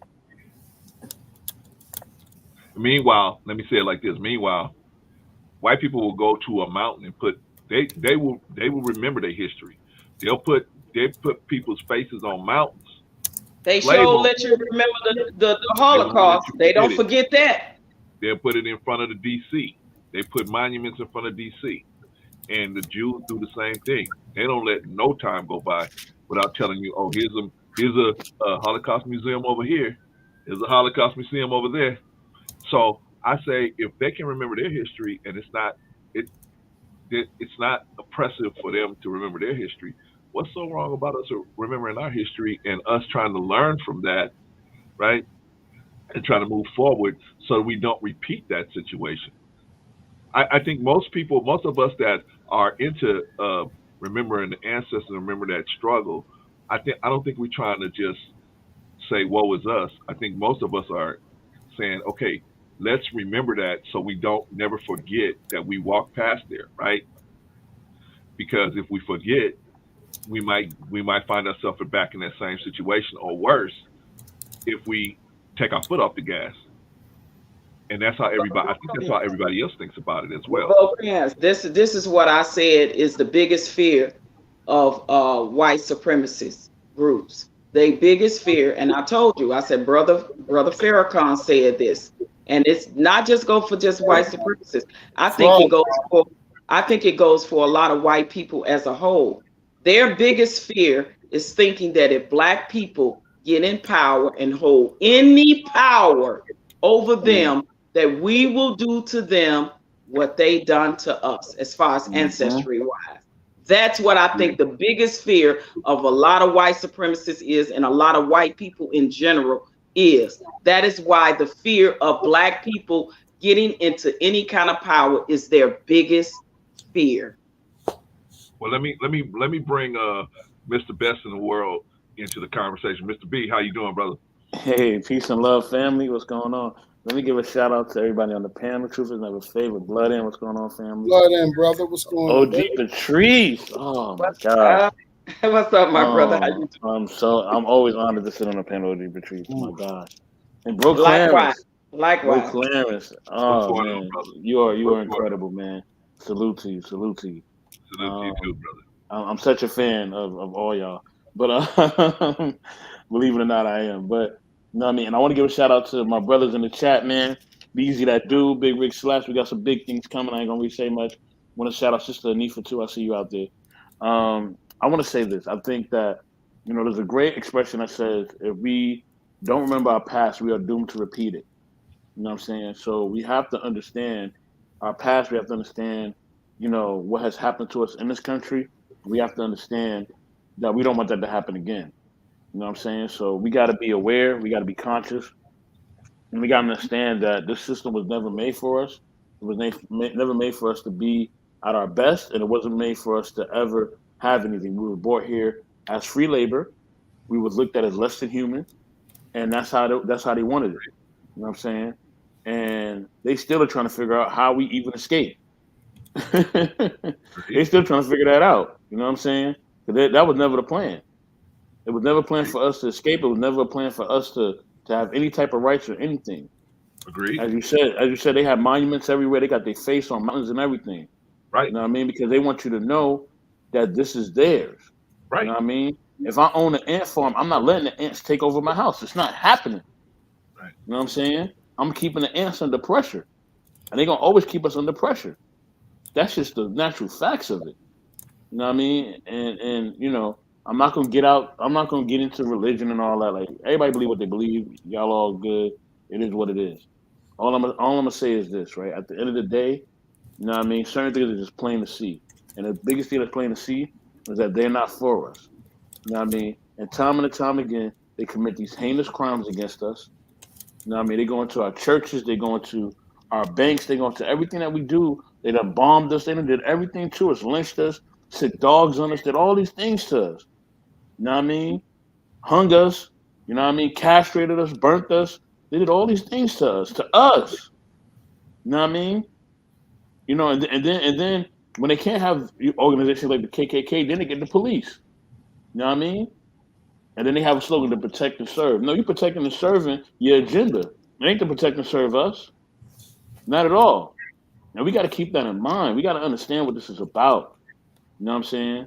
From J. Edgar Hoover to the slave masters to everybody else, we got to understand this is a system. And in that system, they do not want us to go but so far. We are the ants in the ant farm. And we got to understand that. And they will never let us take over the whole farm. It'll never happen. Because like I said, they own it, and they let us know they own it by a lot of things they do. So it is what it is.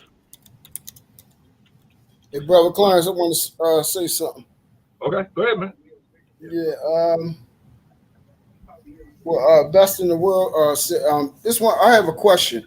Y'all believe slavery is wrong? Absolutely. Yes. Well, yeah. In most cases, yeah. Definitely in America, yeah. I'm gonna say So, absolutely. Listen, I'm gonna say you asked the panel, so I'm gonna answer saying yes, and I want to be clear. Just because it was a law and it was legal doesn't make it right. That's just like what's going on now. They have a lot of laws. Just because they laws don't make them right. So it was absolutely wrong. cool.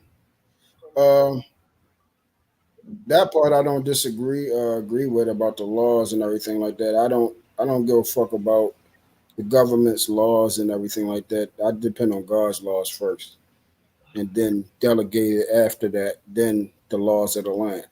But the reason why I asked that is because we speak about slavery, and the thing is, do you know blacks have enslaved blacks? Yes. Okay, Of course. good. Of course. Okay, good. Well, great. So that's what I said. So this is not something that is just. I'm trying to make sure that we get this thing out of our head that this is just a white thing that's done to black people. All races have contributed to slavery in some form or fashion. Black people have enslaved blacks. White people have enslaved blacks. Black people have enslaved other races. Arabs have enslaved blacks and all types of stuff. Slavery is way more common and still prevalent and way more dangerous in other countries than it is here. That's number one. And then number two is also a thing that was done in war, where you taking to the victor goes the spoils, and that aligns with POWs and people that you put in slavery. This is actually a common thing to done by humanity. So the thing is, people. I'm not finished. So the people that talks about these type of things, and we talk about education and reading, you actually need to read not just the history books that they gave us in school. Actually, read up on other books and other cultures and things that happen over in other countries with black people and things and so forth. Slavery is an actual more common thing than what people think is more prevalent, and it actually served a purpose in war. Now, do I agree with it from a humane standpoint? Of course, nobody would want that done to them. So that's not what we're talking about. We're talking about, is this just a white to black thing? Well, no, it's not. Okay. Well, OG, I'm can I real quick? Because I yeah, do gotta step absolutely. away. Go ahead. Absolutely. the only thing I would say to Brother Truth's comment is this. You know what I'm saying? You know what I mean? We're not concerned about what happened somewhere else. We're concerned about what happened to us here. You know what I'm saying? We're concerned about what happened here. You know what I mean? We're not saying other races don't have caste systems or slavery, whatever. We're saying the oppression that we faced here. You know what I mean? And shout out to anybody who's going, any group of people that's going through anything, whether it's the Holocaust, whether it's Asian hate crimes. Shout out to all of them. I'm sorry that all those atrocities happened and it shouldn't happen. But there's no way that we are able to basically give resources, give money to all these other, you know what I'm saying, outcries of torture and of inhumanity, you know what I mean, complete slavery, and we can't give to the slavery that we had here in this country. We can give money to everybody else, every other group that went through a harshness. We can give money to them. We give them resources. We give them land. But with us, we don't get anything. You know what I mean? That's not cool. And then on top of that, you don't want to give us any resources. You don't want to give us any type of reparations or anything like that. You know what I mean? So if you say, all right, cool, you're not gonna give us that. Well, at least let me work. Let me just provide a living for me and my family. Let me just live in a certain community. And we gotta go through redlining. We gotta go through our resumes being thrown out because our names are too ethnic. We are being told that we can't have dreads or braids or different hairstyles because it's too ethnic. But yet, y'all can wear cornrows. You know what I'm saying? So no, it ain't. I don't care who did what to anybody else. I'm saying what they did, and they need to pay up, and reparations is due. You know what I mean? And that's all I got to say about that, man. Ain't really much more to say. I gotta respond to that, and that's the problem. People are only, and that for me, that's hypocrisy, because people are only worried about what's done to them and not what you do to somebody else. That's bullshit to me. I could fit. I can understand how y'all feel. All you worried about is yourself. That's cool. But for me, that's hypocrisy. That's not the angle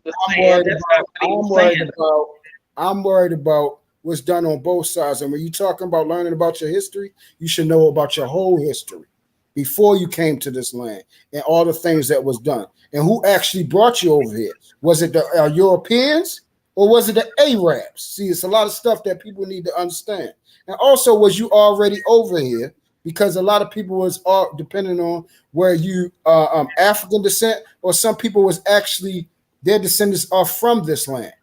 It's a lot more research you need to do before you just automatically say, "Oh, well, I don't care about the semantics. I don't care if those people was a Jew. No. You picking straws, bro. You picking straws. It ain't picking straws, though, brother. You picking straws. It ain't semantics. It's plain and simple. You picking straws. I don't care. You didn't work for. I don't. But you work for. I don't agree with but the other communities ain't work for it either, and they still get reparations. What does the Holocaust have to do with America? Nothing, bro. That's them. That happened in another land. Worried about the next man. But what I'm saying is this is my foundational argument, bro. This is my foundational argument. See, but Drew, that's where your hypocrisy come in. You just said you're not worried about no unrelation land. You worried about you. But then you just got upset. You just said something about him worrying about him. You just called him selfish. But you just said you worried about you. We have to worry about the history and all this type of stuff. Bro, you so far off the pendulum, bro. You just said to him that he was selfish for worrying about nobody but himself. But you just said you not worried about them. You worried about you. And it's a context behind it. Bro, come on, bro. You worried about when somebody's enslaving blacks, but you're not worried about when blacks enslave other people. We never said that. We never said that, bro. But bro, nobody never. No. He just said it. Listen. Okay. Wait. Listen. He said he realized that happened. No. He said he realized that he doubled down on it. He said. Of course, he doubled down on it. No, listen. He just doubled down on it. Listen, bro, you moving the pendulum. You moving the pendulum, bro. I'm not moving nothing. Yes, you are. He can just say that said, all you want. I'm You can say sorry that that it all you happened. want He said, about I'm moving sorry something that it about some happened. bullshit. Patrice, He hold on. moving. You moving the pendulum. I'm not moving shit. Okay. It's just this simple. Let me Stop ask you a question. complaining. Stop trying to make this just a black thing when black people enslave people too. We That's just bullshit. said we knew that. We just said we know that. All right, then, and then that's real. Okay. Nobody never not acknowledged that. So stop saying slavery like it's this is such a white to black thing. Stop talking about it. Everybody you the one brought it up. You the one brought it up. I'm staying on the subject. I'm staying on white supremacy. You were talking about slavery. It's prevalent and irrelevant. It's prevalent and common and irrelevant. Patrice, let me ask you a question, Patrice. It's prevalent, common, and irrelevant. Slavery. I'm trying to stay on this subject. White supremacy. I'm talking the one about brought white it supremacy. Focus on me, True. In other words, white supremacy is bullshit. Okay, let me. That's what I'm trying to get at. Okay, if it is, when you say, now I don't know what you mean by that. So could you clearly define what you mean by that? That's what I was defining, Brother Klein. I'm saying slavery. Blacks enslave people as well. They have enslaved our own kind. Okay. When we think of white supremacy, what are we thinking about? We're thinking about when white people enslave black people. That's the main thing that comes to your mind. Not necessarily. We're talking about brutality. I'm talking about the average person. When you think about white supremacy, we go back to slavery. We're not going to play that game. We're not thinking about nothing. We're not thinking about nothing else. But when we think about slavery, he just got finished. You brought slavery. He just got finished. 84. Just got finished saying being hung. When was niggas hung? In slavery. He just got finished outside of slavery too, brother. Outside of slavery too. Oh my God. Finished talking about it. Huh? Slavery wasn't only time that black people were lynched, bro. You know that, right? I didn't say that. I didn't say that. The point I'm making, I don't give plain and simple. Y'all can see y'all preaching to the choir about anything. I don't give listen, I really don't give a fuck about this because it's mute. It's just then why you up here on the panel? Why you up here? I came up here to talk to Brother Clarence. This ain't your panel. That's why I came up. But no, you just said you don't give a fuck. That has nothing to do with it being I don't give a fuck. I'm you go again. About white supremacy, about this type of bullshit because it's irrelevant. Why you up here talking about it then? It's another fucking excuse for people to have other than pulling up your fucking boots and getting shit done. Okay. Ain't nobody holding nobody back. That's where I wanted to go. Ain't nobody holding nobody back. Okay. So True. Niggas is weak. True. That's what it is. White supremacy don't have anything with nobody holding nobody back. White supremacy is a group. What are you talking about, bro? You are so far off the pendulum of the subject. But listen, this subject is not about that. You off the pendulum with it. Listen. Everything y'all just finished saying, you need to rewind. You're not even listening to yourself. No, bro. Come on now, bro. You're talking about what people do. I'm staying on the subject. You are not on the. You've been going way past the subject. We're talking about this young man that just did this to all of these black people in Buffalo, New York. So you're trying to tell me that this is when it's coming out that this dude is a white supremacist. So we're talking about a group, an extreme group of people. About an extreme group of people, okay. That causes harm. I'm talking about everybody causes harm. We kill more of each other than anything.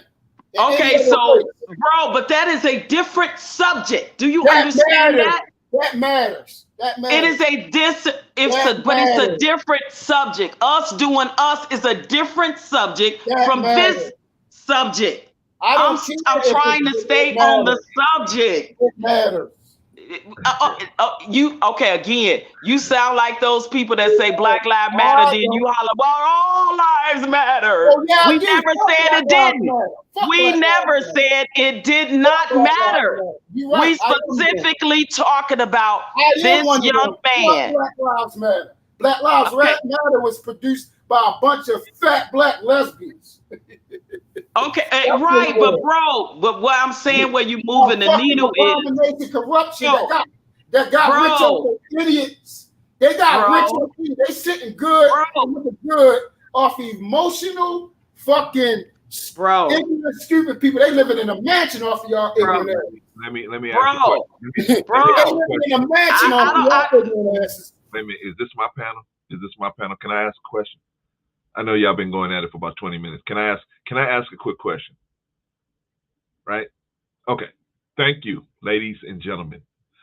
I want to ask Brother Truth a question. And because I'm trying to I think I see where you're going, Truth, but I wanted to know um, how is it how is it a bad thing for us to remember our history and preach it to and teach it to our children so that we don't end up in the same situation again? How is that a bad thing? Because it seems like you're saying that might be not a good thing. So how is that a bad thing? You talking about learning the history? Yeah. I mean, because you had said something earlier about uh, talking about slavery and stuff like that was a bad idea, or you said something to that effect. So I'm trying to figure out why. Why is that such a bad situation? Well, I first of mean, in your all, perspective, from your perspective. yes, from my perspective, it's a bad thing because all you're doing is polluting your mind with bad shit. You're polluting your mind. You're polluting your mind with shit that you didn't even go through yourself. So you're already causing damage and trauma to yourself without you even going through it. It's unnecessary stress. You see people is going through so much bad shit. It's actually affecting them in their heads and their minds and make them move a certain way. I hear people out here that don't even have a descendant that was in slavery. Don't even have a descendant that was even down south. I at least got people in my family that I can actually show you that went through shit. And my mind ain't even fucked up like this. But the people just want to be a part of something so bad that they taking on other people's struggles that you never even endured instead of taking on the struggles that you actually have to endure. And this is the reason why so many people have traumas and take it into relationships. This is why they fail at relationships, they fail at parenting, they fail at being successful at their jobs because of all this shit we don't deal with. We don't get delivered and healed from, and you placing more shit on you. My So brother. that's why I'm explaining why the history is not good. Okay. It's not healthy for you. Okay. Okay. So Bro, if you disagree with that, brother Clarence, if you disagree, my question is this: show me where understanding what white people did to you helps you build money, helps you become a better parent, helps you become a better man, and helps you become better in your relationships. Well, first of all, you can see what evil looks like, whether it's white or black, but in this case, it happens to be white, right? Certain things. Not saying every white person is evil, but you can see what evil looks like on a systematic level, on a encompassing level, right?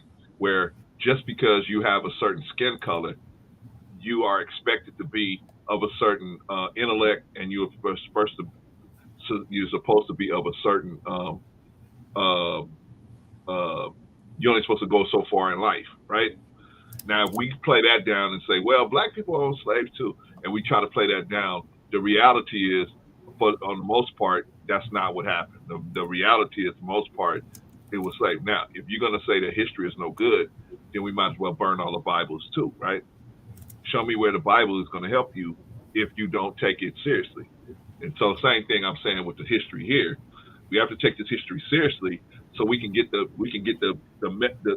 lessons out of it, right? It's not here to just we gonna make white people feel bad. I know that's what the CRT people say, right? You're just trying to make our children feel bad, so we gotta get that out of we want to throw that out of the school lessons and just we don't teach on slavery because that makes our children feel bad. Well, that's on them. You know what I'm saying? We ain't got that's not our problem that your ancestors did this stuff. And now we teach American history. This is a part of American history. Yeah, but the African souls say they had slavery too. Yeah, but we ain't teaching African history. We teaching American history. So we teaching this situation right now. If we want to teach world history, then you can go into that, right? My point is, if we gonna say that this history is no good, then we have to say that the Bible is no good. Would you agree with that? Since both of them are not going to teach you how to get money and how to do, they're just a remembrance of how to do. They just teach you how to do things and how to remember is certain things and what certain things look like, so you can keep your eye open to it. They both are uh, putting principles out there that in the principle we got to look for this in principle. We ain't saying all white people are evil, but in principle we're looking for evil, and this has happened. This is the most recent. These are the most recent events to explain why you in the condition you in is these events. So we need to make sure that we don't let these events happen again. Same thing in the Bible. Many things happen in the Bible, and it's clearly talking about principles, but they personified the principle and put it on somebody's name: Samson, Noah, Job, whatever. They personified the principle so that we can see the principle, because the principle is limitless. The person might pass away, but the principle is limitless. Our history is limitless. You might forget about Emmett Till. You might forget about John Shea. You might forget about Dred Scott, but the principles therein are limitless. Would you agree that those two things that remembering the history is good not only for the Bible but as well as our history to help us move forward? Would you agree with that or disagree with that? And then I'm gonna let Patrice jump in there. Well, brother Clarence, I asked you a question, but you didn't answer. I let you finish because you say let you finish to totality. You wind up asking me a question. I So appreciate it because yeah, I wanted the context is truth. That's what I want to do. yeah, but you didn't answer my question. I said, give me an Oh, which example of question? how. All right, Which question did you answer? I'm sorry, truth. I'll answer right now. I'll make it fast. What is it? I said, give me an example of how knowing history. But you brought. Here we go. You brought up Emmett Till. How does knowing what happened to Emmett Till going to give me produce money? I'm talking about application right now. How am me knowing what happened to Emmett Till going to give me money, make me a better father, make me a better man? Because knowing about Emmett Till and knowing about your history, you're able to relate that to your children and make sure they make decisions to not, because unfortunately, brother Emmett Till, he made a decision to do something. His intention was good, but the way he went about it was unfortunately lacking in security, and unfortunately, him and the two other white boys got caught up in a very bad situation, and they paid for it with their lives, unfortunately. But what I'm saying is, if we teach our children to be more secure with our finances, more secure with our personal security, more secure with the people we just hang out with, right? And the people that we let come into our, just that lesson alone could have saved some of those 10 people that got killed. Because when you see somebody come into a crowded place with a Kevlar vest and an assault rifle, I mean, you should be looking for the nearest exit. But see, we don't think like this because we don't have the vibrate the feelers out there. We don't have our antennas up when we go to crowded places. When we go out to anytime you go out your front door, your antenna should be up, right? Somebody weird comes into the store, you either leave or look for the closest exit, right? But we don't do that, right? Because we so busy trying to enjoy our time out there. But if we see something, we get that feeling that hey, something's wrong here. We should be able to leave. So that's how you can make money by simply being more secure with your thinking. You could increase your personal security by just thinking about things. Should I go down here to this place that a lot of gang members are hanging out? Should I go there? Just like Brother Emmett would say, he had good intentions, right? We want to go and protest for the situation. But unfortunately, was it a good time to do so? And did you have enough security to be able to do that and pull that off? No. They just hey, on a whim said, hey, let's go do this, right? Unfortunately, they paid for it with their lives. So yes, I believe that always knowing about our history can improve. Just like, can you improve your life by learning from the Bible? Yes, you can. And I think so. And I'm Muslim, and I think you can improve by listening to, by reading the Bible, getting certain principles out of there that you can use to improve your life. Yeah, there's always a lesson to be learned if we're willing to look. If we're willing to look, brother. That's my answer to your question. All right, again, Brother Clarence. Okay, can I speak now? We're not finished our dialogue. Okay, so here's what we're gonna do, Patrice. After he's done, yeah. I was up here talking for like I don't know how long before I came. I don't know how. I was gonna let him talk. I had a whole bunch of. Once he answers this question, y'all can go ahead. I'm gonna drop down. I just want you to add. You said a whole bunch of stuff. You said a whole bunch of things, Brother Clarence, and I hope you rewatch this. But you are not answering my question. I said application. That means I can actually take it right now and earn money from this. How does knowing that a boy that was wrongfully accused and was dragged and brutalized by being dragged across the ground and all that, help me earn money? Give me an example of knowing that and that story of him being dragged on the ground.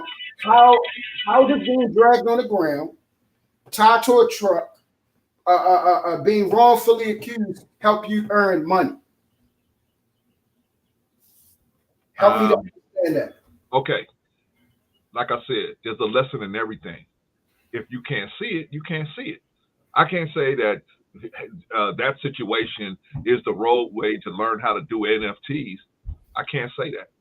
No, stop right there. Stop right there. The simple answers to this, Brother Clarence. We know it's lessons. There's lessons in everything.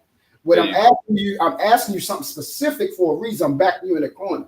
The answer is nothing that you can learn from a guy being dragged on the ground, brutalated, and being wrongfully accused.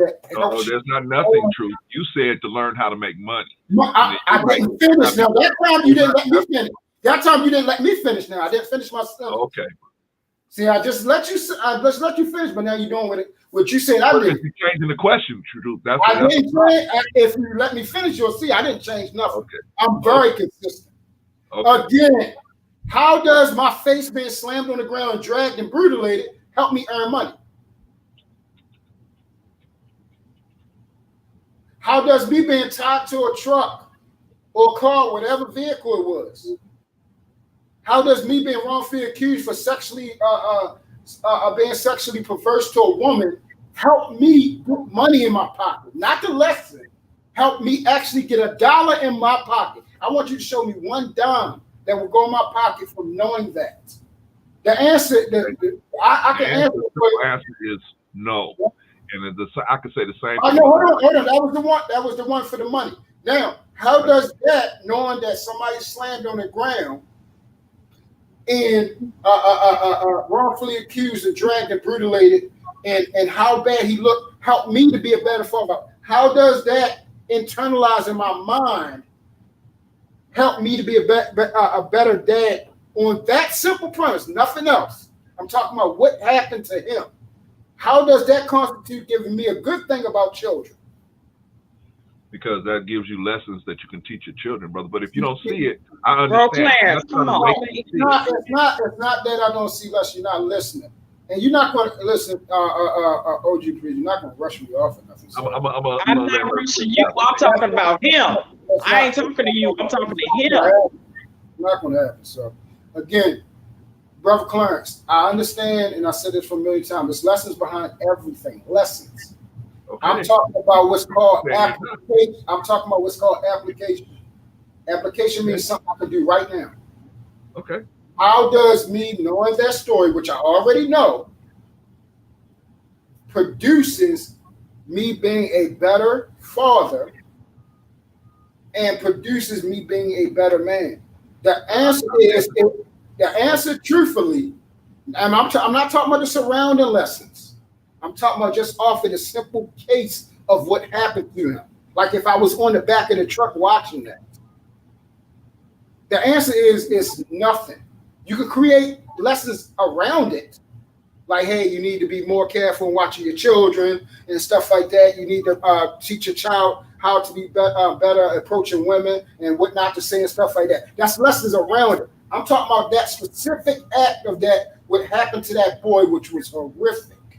How is that going to translate in my mind something good? It doesn't. All it does is make me sad and hurt and trouble my daggone mind that happened to that boy. That is sad and hurtful as hell. Okay, Truth. I'm gonna let you finish, but I want to protect you go after this. Okay? Yeah, that's my point. When I think about that, that is hurtful and sad and almost a daggone near more than enough. It almost make you cry. Okay. Patricia, so that doesn't help me become a better father, a better man, and it doesn't put money in my pocket. It makes me sad and hurtful. It makes me angry. That's what it did when I first heard about it. So that's all I have to say. Y'all can go ahead and continue on. Okay, Patrice, do you want to respond? Bro, Clarence, wow. I can't even believe that you even entertained that whole situation as long as you did. The thing of the matter is, let's stay on the subject. We were talking about white supremacy. I don't know how all this other stuff got into it, but the hypocrisy for me is not the Bible a history book? It is. Does it not have history of things that happened thousands of years ago? It does. Okay, so again, the hypocrisy for me is with Christians that are like truth, is they only want the history that is pertaining to what they want. They don't want the overall, right? So if he don't want, he's telling you he don't care about that. So why was you even like, he don't care? Like, he know about Emmett Till, but he don't care. So that for him, listen, I don't try to argue a point that is pointless, right? But for me is, you don't want to know or think that slavery or the history of your ancestors is important, but you want to know the history of the Bible, which is the same thing. It's history, right? It's history of things that happen to a people. It's history of telling you how to live your life. It's history of all these things. Okay, anyway, that's the hypocrisy for me. I'm trying to stay up. I'm trying to stay on the subject, right? So the subject was not slavery. The subject was white supremacy and what this young man did to a group of people, right? Specifically Black people. The fact that this young man drove 2 miles out his way 2 hours to go into a predominantly Black community. I will repeat this again because it seems like the pendulum keeps getting swung so far past the goalpost.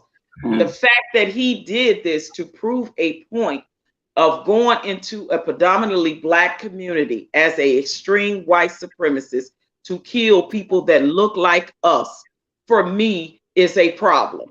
For me, is an issue that white supremacy and racism and racist people that are still being raised in a society does exist. And the fact that white supremacists, extreme white supremacist groups, are still committing these type of crimes is just done in a different form. It's just another form of lynching. Nope, it's not actually getting a rope and hanging them by off a tree from the way they did back then. It's just another form of deleting our people and making sure that it's a point being made of, you're going to still be treated this way. You still need to stay in your place. You still going to do this to you as much as we can because we hate people that look like you. This is the point that needs to continually be addressed. I was not talking about slavery. I was not talking about the stuff that y'all was talking about. That's where it went so far left. Does it deeply root? Does it deeply rooted in that? Yes, but that's not the subject. The subject is extreme white supremacy groups that are allowed to do the things that this young man did to people that look like us because they think they are supreme above all other races. They hate all other races that don't look like them or don't hold their ideology. And he has been molded and conditioned to have a manifesto to talk from the extreme side of racism. As a racist person in America today in 2022, this is the result of what we still getting, as to say that this still will exist and always will, because racist people will continue to raise other racist people. We needed to also stay, in line with the subject at hand. I don't know how it went all back to what Emmett Till got to do with me making money and all that. Like that that's a whole nother topic. And that's where this went so far off the pendulum, bro. And I was like, bro, come on. Can we just stay on this subject? Because I think it's important for people that say white supremacy don't exist. Racism don't exist today. This is why I think it's so important to stay on this subject, because this is prime example of the fact that it does exist. Now, when you talk about history, the Bible is one of the oldest history books there is. And I'm just going to close with that. So if you don't want to address history, then let's not address history. But you only want to address the history of the Bible, but you don't want to address the history of your ancestors. I'm sorry. I find the hypocrisy of that. And for him to worry about what Emmett Till not putting money in his pocket was about, it's the same hypocrisy he just accused bro 84 for. Come on. Come on. It's a hypocrisy. Can I please cook, please? Can I please cook? Please let me cook, please. Go ahead. Go ahead. I'm about to cook like the Warriors did in the fourth quarter of the last game. Listen, I'm about to cook. Listen, at the end of the day, we're comparing history to finances. No. No. Let me just make the argument. You can't compare history to finances. Those are two different topics altogether. They're not tied together. You can tie them together if you're doing financial history, but you can't take history and finances and compare them. They're not comparable. You know what I'm saying? And then you're mixing religion with it. The arguments that are being made don't make sense. You know what I'm saying? And this is why a lot of times when we get into these debates about culture, about religion, and things of that nature, it goes far left. And I'm so sick and tired, you know what I mean, of people who are supposed to be on these religious compass or this religion base, and they're always saying, do the work, pull yourself up by the bootstraps. Okay, do the work. Okay, let's take examples. Y'all say do the work, right? Let's take examples, right? Okay, because I love when y'all say that, because I always got facts for everybody. Love when y'all say that. You know what I'm saying? So did Michael Jackson and Whitney Houston not do the work back in the 80s, and their videos couldn't be played? They were the number one artists in the world, and these videos couldn't be played. So stop the bullshit, y'all. Stop it. There's so much evidence to show that the system is not for us. So much evidence. And y'all still be trying to argue these points. y'all might be the dudes, man, that be like, y'all get caught doing a crime. You be like, I was at the store, but I know I took a piece of candy, but the camera wasn't turned on me, so did I really? It's like y'all have all these excuses that don't make no sense, man. It don't make any sense, and the facts are right there. So that's one fact. Another fact is, a lot of times, y'all say that, that y'all have so much wisdom and that y'all right, and y'all speak on facts and everything else, right? My thing is, okay, the good word also says, right, that a wise man overlooks an offense. But every time we offend these people who are on this religious compass, they get easily offended. So that shows me that you are not wise. Fact. It also says that if you don't do things out of love, you're only a sounding gong or a clanging cymbal. 1 Corinthians 13, another fact.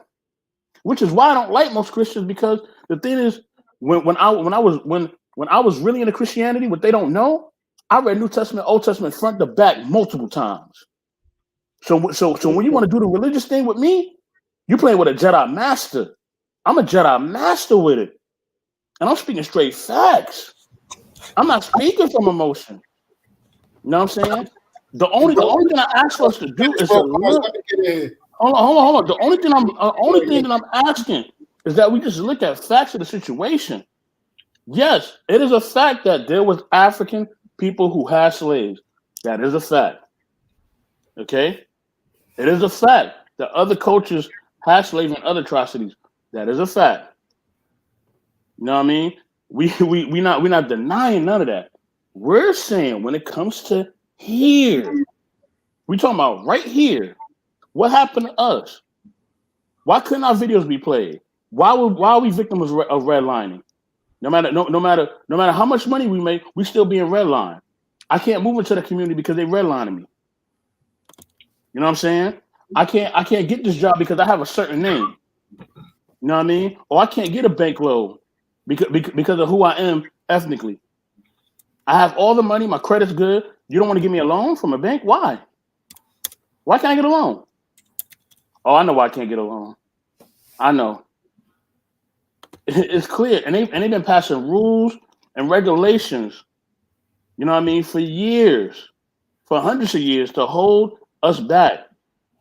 They done bombed us. They done lynched us. They done did several things. You know what I'm saying? So we can't sit up here and say that the white supremacy and all that doesn't exist. It does exist. Just like the other stuff that we bringing up exists as well. Oh, wow. I wasn't expecting that, but thank you. I know I'm cooking, but yeah, I'm back to the world for a reason. Holla at me. You know what I mean? Like, at the end of the day, all these things exist. So I agree. You know what I mean? And I agree that all the religious compasses are right, but they all are missing things as well. I believe Christianity is right. I believe Islam is right. I believe people who believe in aliens is right. I believe all that is correct. But I believe we all are just having a piece of the puzzle. We don't have the whole complete puzzle. So we need to stop sitting up here acting like we are God themselves, because we're not. You know what I mean? We know there's a higher power. We know there's more out there, but we don't know the whole story. So we need to stop sitting up here like we know the whole goddamn story when we don't. You only got a piece of the puzzle, and that puzzle that they gave you, they made sure that they took pieces out of that puzzle so you don't know the full truth. They always gonna hide things from you, and they always have hidden things from you. Because every book of literature that you read has to be pre-approved. Duck that one. And that's all I got to say, man. And most Christians follow the white ideology of Christianity that was taught. Whitewashed. Christianity has been whitewashed. And most Christians follow that same ideology. Number one. Number two, if you're going to quote the Bible, make sure you give me line and verse, like how I do.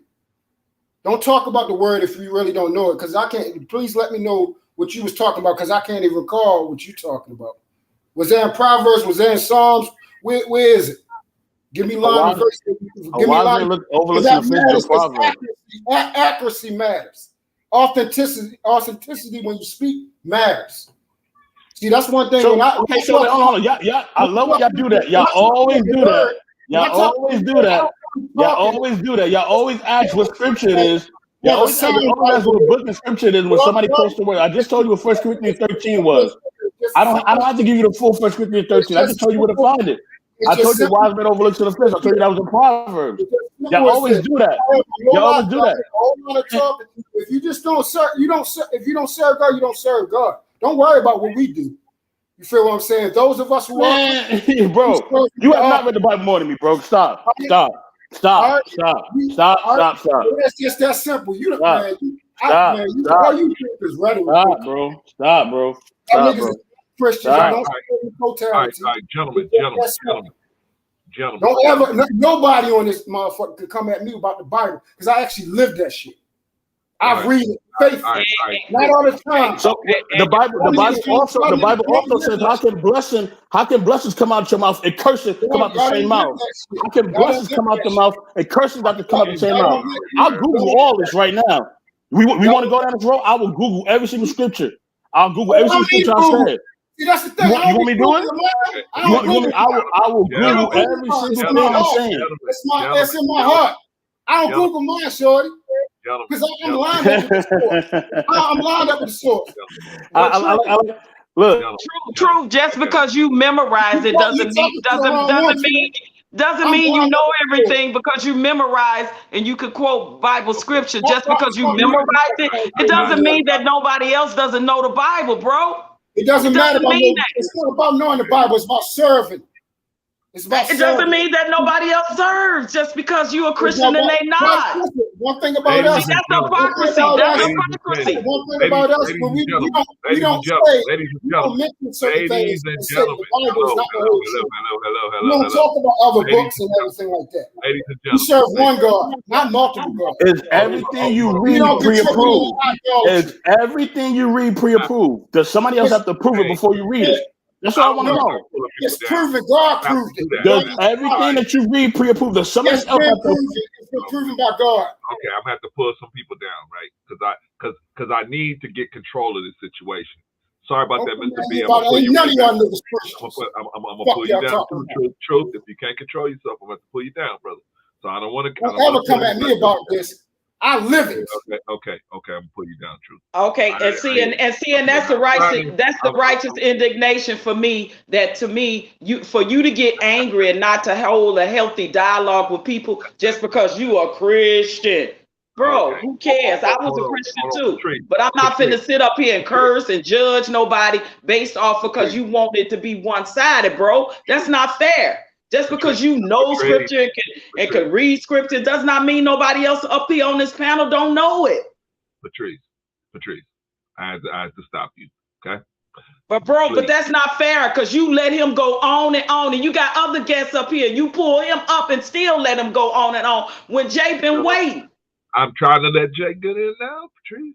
That's why I had to put him down because I kept trying to interrupt them to say, "Hey, Jay is getting ready to rock."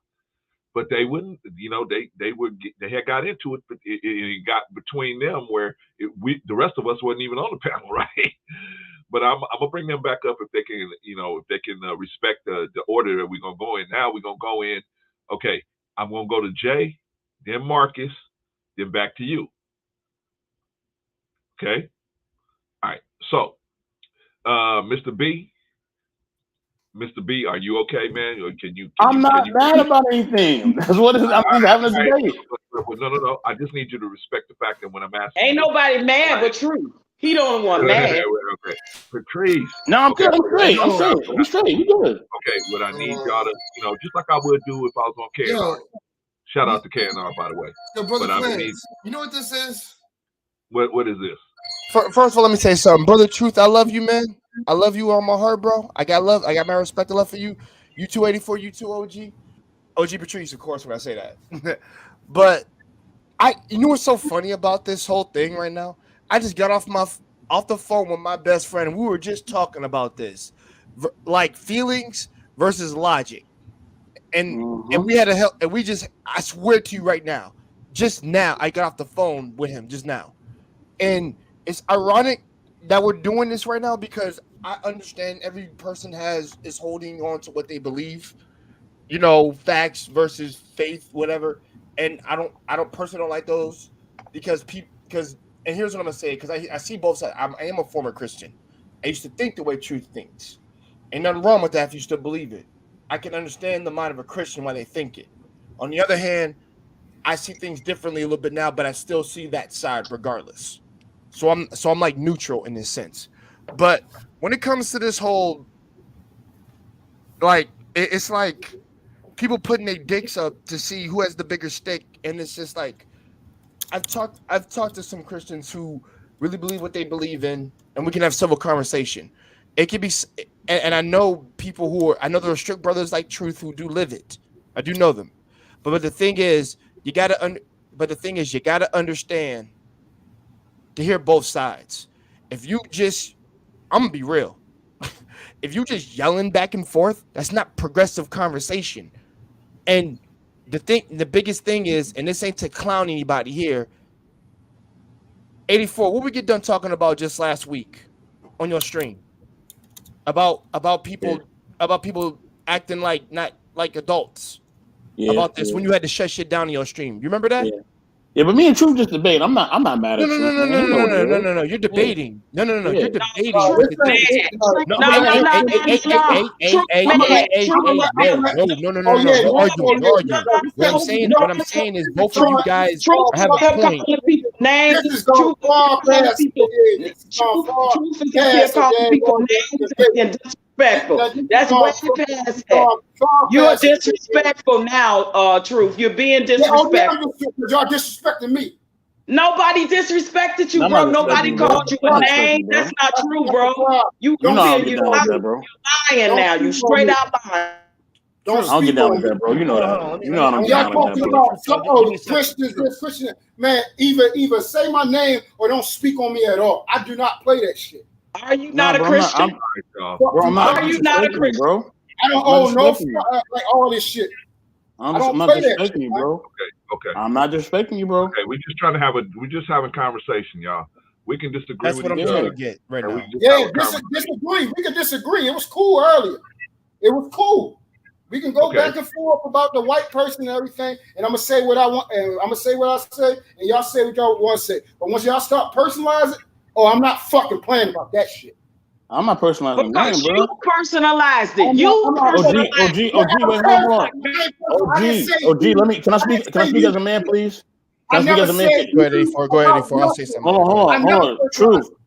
Nobody Truth. I'm not personalizing anything with you, bro. You know that, bro. Bro, it's me, bro. Truth. It's me, bro.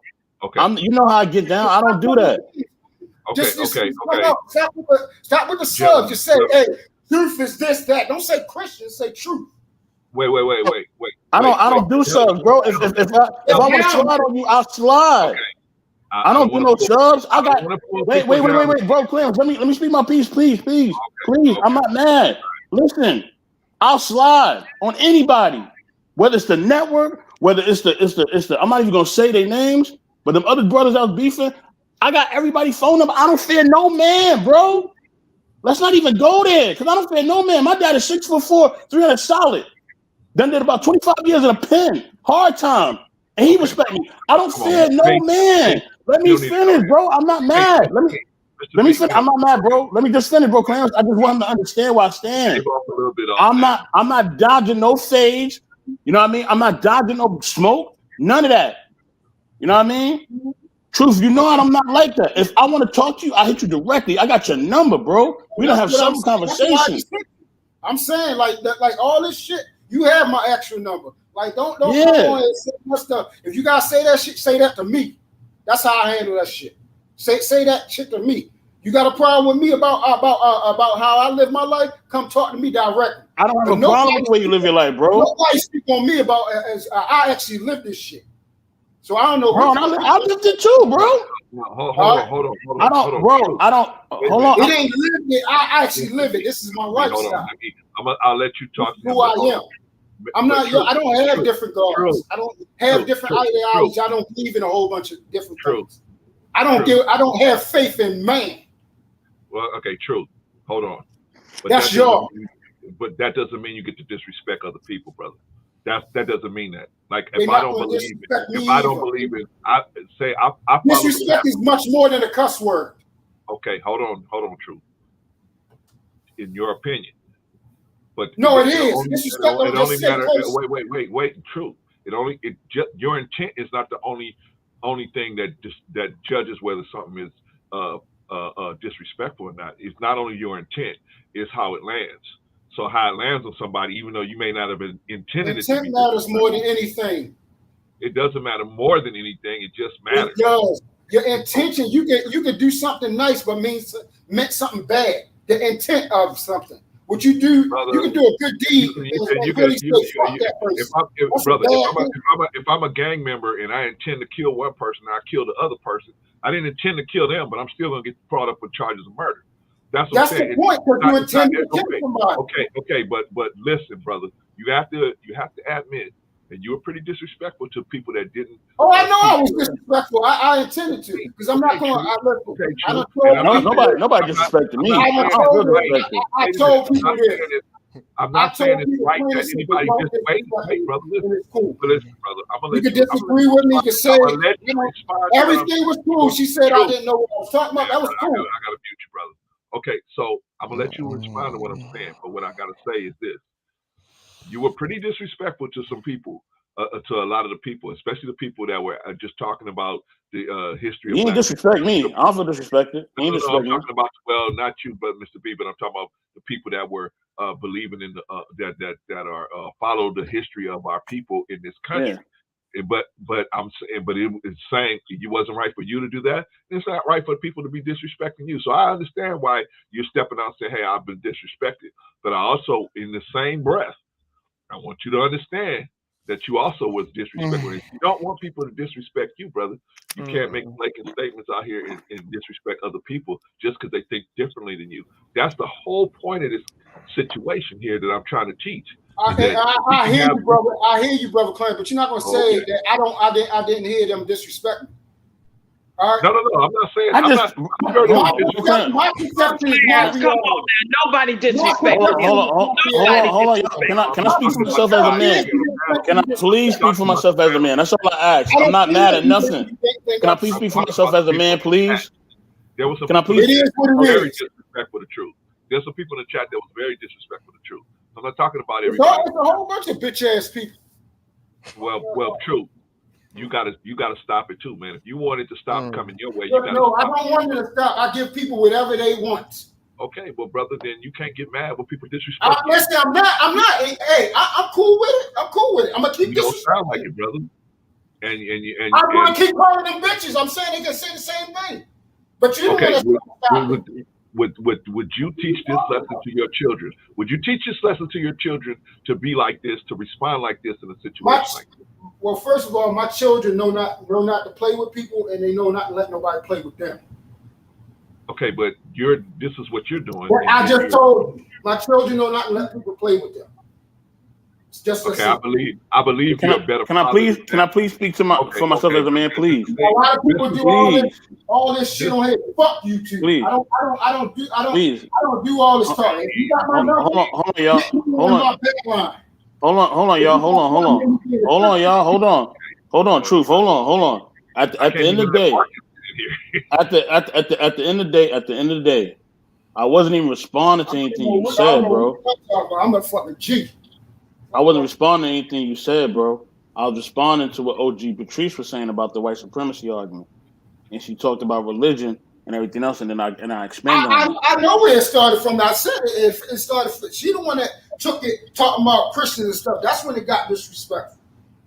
That's when what I'm saying. What I'm saying is that because I made a comment. What I'm saying. Hold on, OG, please. Let me. Can I please, OG, give me 1 second, please.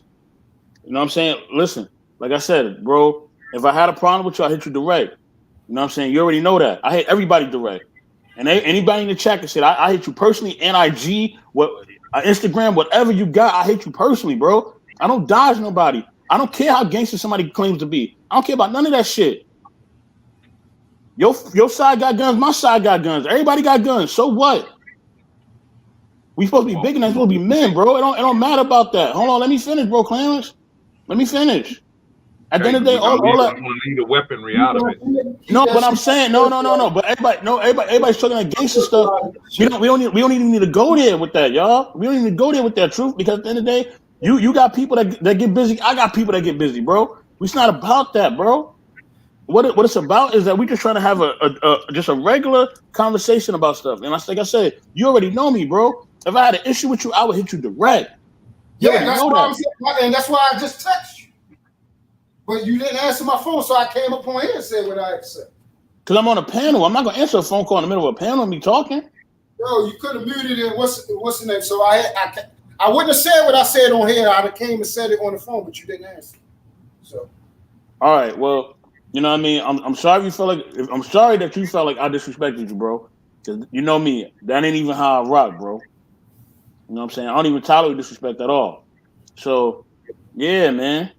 Let's move past this, bro. Like it's all love, blood in it. Ain't no hate or none of that over here, bro. You know what I'm saying? Come on, man. Be bigger than this, brother. Respected you on the panel, truth. But Patrice wants to also, just like Mr. B cleared up his situation, I think Patrice wants to clear up her version because I think she wants to let you know what she said. I'm gonna get back to you, Jay. I'm gonna get to you, No. Marcus. Let him rock. This needs to be done. Go. Okay. All right, Patrice.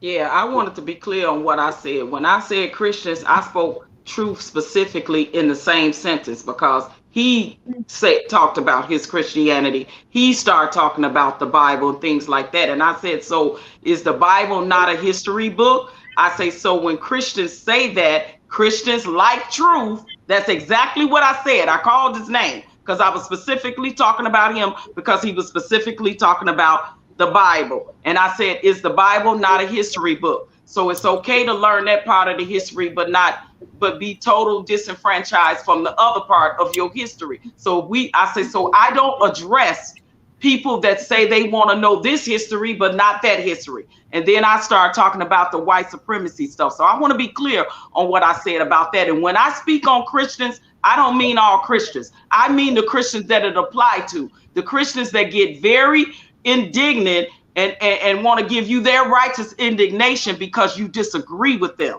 And that is Brother Truth. When you disagree with him, then he give him the pushback and talk about the part of the hypocrisy of Christians. He gets offended by that. But the truth of the matter is, the same way in his hypocrisy that he sat up here and talked about 84 not being fair and not being selfish and only thinking about his, he did the same exact thing. So that's what I was talking about, was the hypocrisy that Christians like Bro Truth, which is what I said. I called his name. I didn't stut on that, but I didn't disrespect. It's the fact that he just didn't like what I said. And he don't like with what you say or disagree. Wait, whoa. Let me finish. Oh, yeah, I'm going right back into disrespect. Let him finish. So when you talk about the disrespect, because I told my opinion on what I think some Christians like you do and the hypocrisy of that, that is not a disrespect, bro. That is my literal opinion and view of that. But wait. Your blatant disrespect first was calling me ignorant. Number 2, calling me a nigga. Number 3, saying fuck y'all. That's all disrespect, bro. Did nobody on this panel do that to you? Nobody. Maybe in the chat, I don't know. I don't see what's going on in the chat. But you addressed the panel, bro, and did nobody disrespect you like that? We have disagreed on this panel today, and not one time have I called you out your name and said fuck you, called you a nigga. None of that, because I don't get down like that. So for you, bro, your hypocrisy as a Christian, Bro Truth, is that when people don't agree with you, or when people push back on your ideology of your Christianity and how you live that shit, don't mean nothing to me, bro. I was a Christian. I lived it too. And because I ain't through. And because I may not remember every verse or every recite this or that, does not make you better than nobody else on this panel, bro. It doesn't. Because most people on this panel probably know the Bible. I studied with a pastor in theology for a whole year. So it does not make you know. But bro, you said you lived this. You said you said no. Quote to me the very verse of scripture, like that means something, bro. Oh, it does. Come on now. It does. But listen, I may speak in metaphorically something from the Bible, and I may say I can't remember what chapter or verse. That don't mean it ain't true, bro. That's all I'm saying. I'm saying, so for you to say that like you on this panel as a Christian better than somebody else, bro, because you live this. We live a life too. It may not be Christianity, but I live a righteous life. That doesn't mean because I'm not a Christian that I don't live a righteous life. I don't know right from wrong. But you get mad, bro. And I'm just gonna tell you, you get mad when people disagree and push back even on your very Christianity. You get offended, and then you come at us disrespectful because of that. It is opinions and views, bro. And we listen to yours, and we didn't call you a name. We didn't do none of that. So that's where the disrespect came in. We could disagree all day long. I had no problem with that. But with you, it's different when it does not fit your narrative when it comes to Christianity for you, bro. Right. And I digress.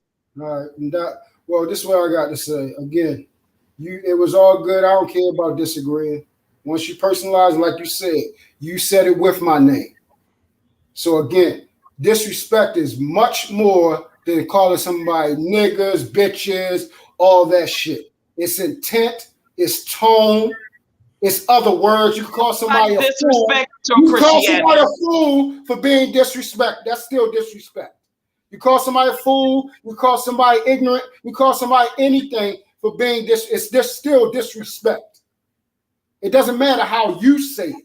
It matters how the person told you that. You called the name. It doesn't matter who the person, it matters the person who is offended. It's just like Brother Clarence. If I say something to Brother Clarence and he tell me he don't like the way I said it, I can't tell him he wasn't offended or he didn't feel disrespected. Now I could be conscious enough and say I respect him enough and say, Brother Clarence, you know what? You might have felt that way, and I don't believe it, but I'm gonna apologize anyway. And I have done that a many of days.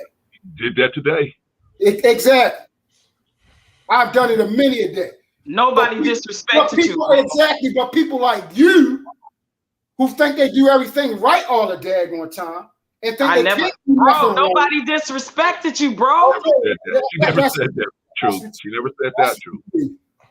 That's what you believe. I never said that. I've been corrected many times on the panel, and you know what I do? I say I stand corrected. That's what I do, bro. True. I say I stand corrected because I don't think that I'm above reproach. Everyone on this panel, bro, in your Christianity. Why don't y'all let me be in the middle of this situation? So, everyone on this panel. If I don't feel disrespected, I'm not going to say anything out of the way. True. Do you feel if you disrespect me, I'm going to say something. Wait. True. Let me ask you something. True. Hold on. Do you feel like when you called, you made an allusion? You didn't directly say Patrice is ignorant, but you made an allusion to the fact that she was the person you were talking about. And that's the point. I'm calling you out. I'm gonna need you to stop. I'm gonna need you to stop, bro, Class. Well, nobody talking but me. You talking about this type of stuff. I can't have this. So one person got to be talking at one time because it's too confusing. Well, right? He was talking about me because he said me. He said me, bro. Class wasn't nobody talking but me. So please stop it. Stop it. Well, now you just openly lied because I did not say your name. Okay. I didn't say you said my name. I said no. Listen. I said you said you, meaning me, because I was the only one talking. I didn't say you did. Oh my God. Anyway, I was the only one talking. So I was the only one talking. So who were you talking to? So that's what I said. That's why I was talking about the subject in general. I'm talking about. I always generalize things. Okay. So let's clear this up. Let's clear it up. I don't personalize.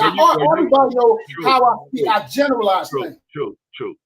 Let's clear it up right now. Were you? I don't personalize because y'all niggas don't matter that much to personalize. Wait a minute. Were you talking about Patrice when you said? No, the answer is no. Okay.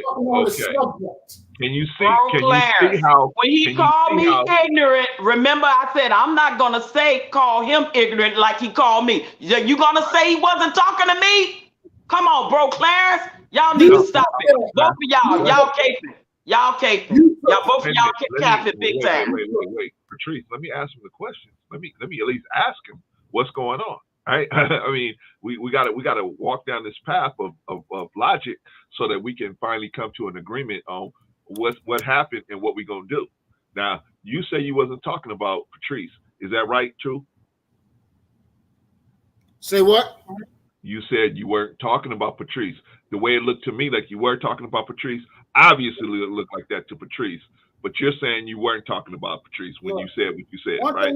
Listen, this is one thing I don't do.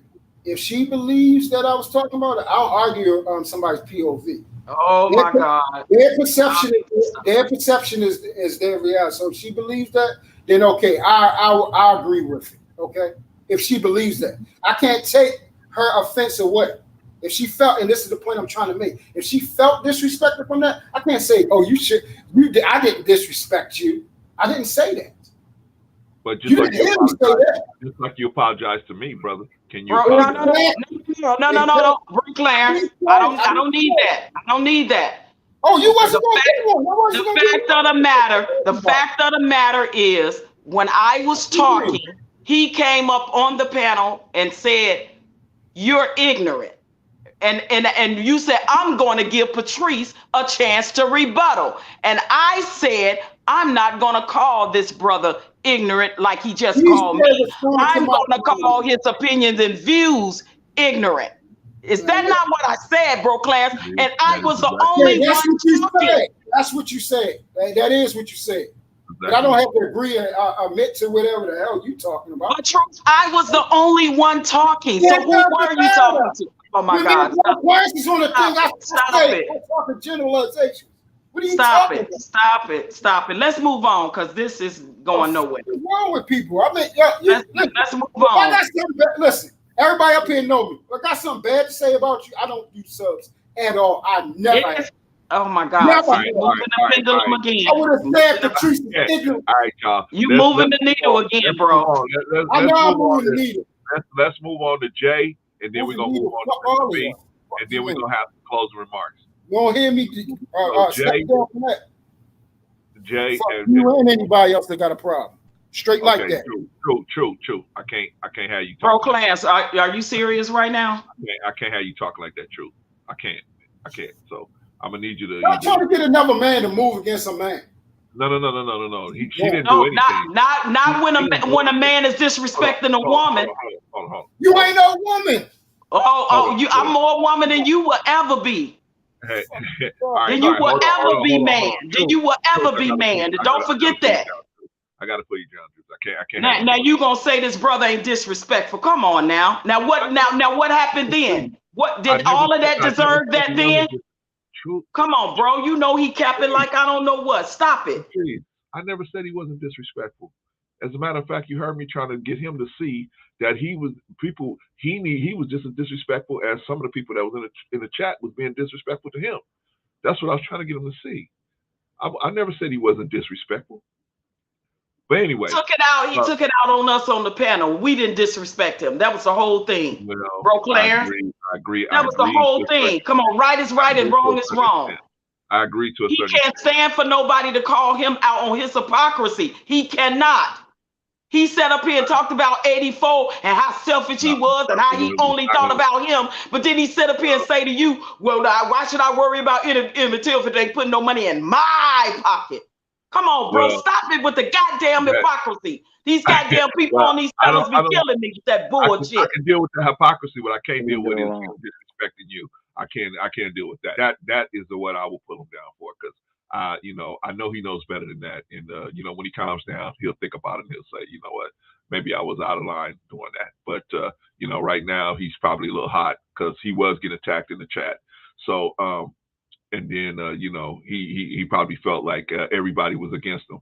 So I did pull him down, and he knows why. I know he's a better dude than that brother really needs to calm down and think about what he's doing because he in the back chat now being disrespectful. That's the exact part that I'm talking about with a lot of these black men that always want to get on this panel and act like they all this and all that, and they the total goddamn opposite. I have never, ever disrespected anybody on no panel because I don't get down like that. I'm an elder and I try to lead by example. I don't talk the shit like he said, I walk it. Okay, nobody said OG Patrice disrespected them on the panel. True. Man, I'm trying to hang in there with you, brother. I might not be your elder, but I am a elder. True. And I know my place as an elder.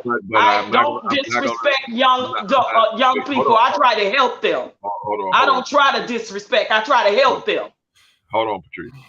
You with your bullshit ass hypocrisy. Hold on, Patrice. I wouldn't let Patrice disrespect you. I'd pull her down too. But just like I'm gonna pull you down if you're disrespecting her, man. I'm not gonna let that happen. And I don't want you to maybe Chatty being disrespectful, and I'm still not being disrespectful to this brother. Okay. She's just telling you her opinion, brother. So I don't want you to be disrespected. I don't want her to be disrespected. I'm not gonna let you up, and you're gonna be disrespectful. And if you're gonna be disrespectful in the chat, brother, I'm gonna have to ask you to leave. I don't want you to be disrespectful. I want you to be able to say your piece, but I gotta have you calm down enough to where you can speak clearly and not be all emotional about it and then disrespect other people. That's not what this channel is about. I know there's other channels where that's what they do, but this is not here. You know what I'm saying? Okay. True. I'm sorry, brother. I'm gonna have to keep you down, and if you say one more thing out of pocket like that, man, I'm gonna have to put you out of the chat. I'm gonna have to put you off. And I don't want to do that, brother. Please don't put me in that position. You already put me in a position where I had to pull you down. I didn't want to do that, but now you're gonna put me in a position where I have to kick you off the panel, and I don't want to do that. Okay? You was the first cat I gave a wrench to because I thought you could keep your head, even though people would, maybe say things to you in the chat, in the excuse me, on the panel, and you could keep your head. So I don't want to revisit that thought. But if this is the way it's gonna be, then just let me know, brother. Because I mean, I just thought better of you than this, and I do think better of you than this. So I'm trying to give you a minute to calm down. All right, let's move on to Brother J and Brother Mr. B, and then we're gonna start going into closing remarks, y'all. What you got to say about that, Jay? What I gotta, listen. Humanity, shit. Shout out, man. See, I don't know, man. I feel like I'm in a Twilight Zone, like that ass.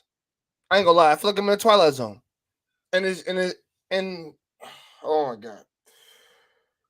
god, and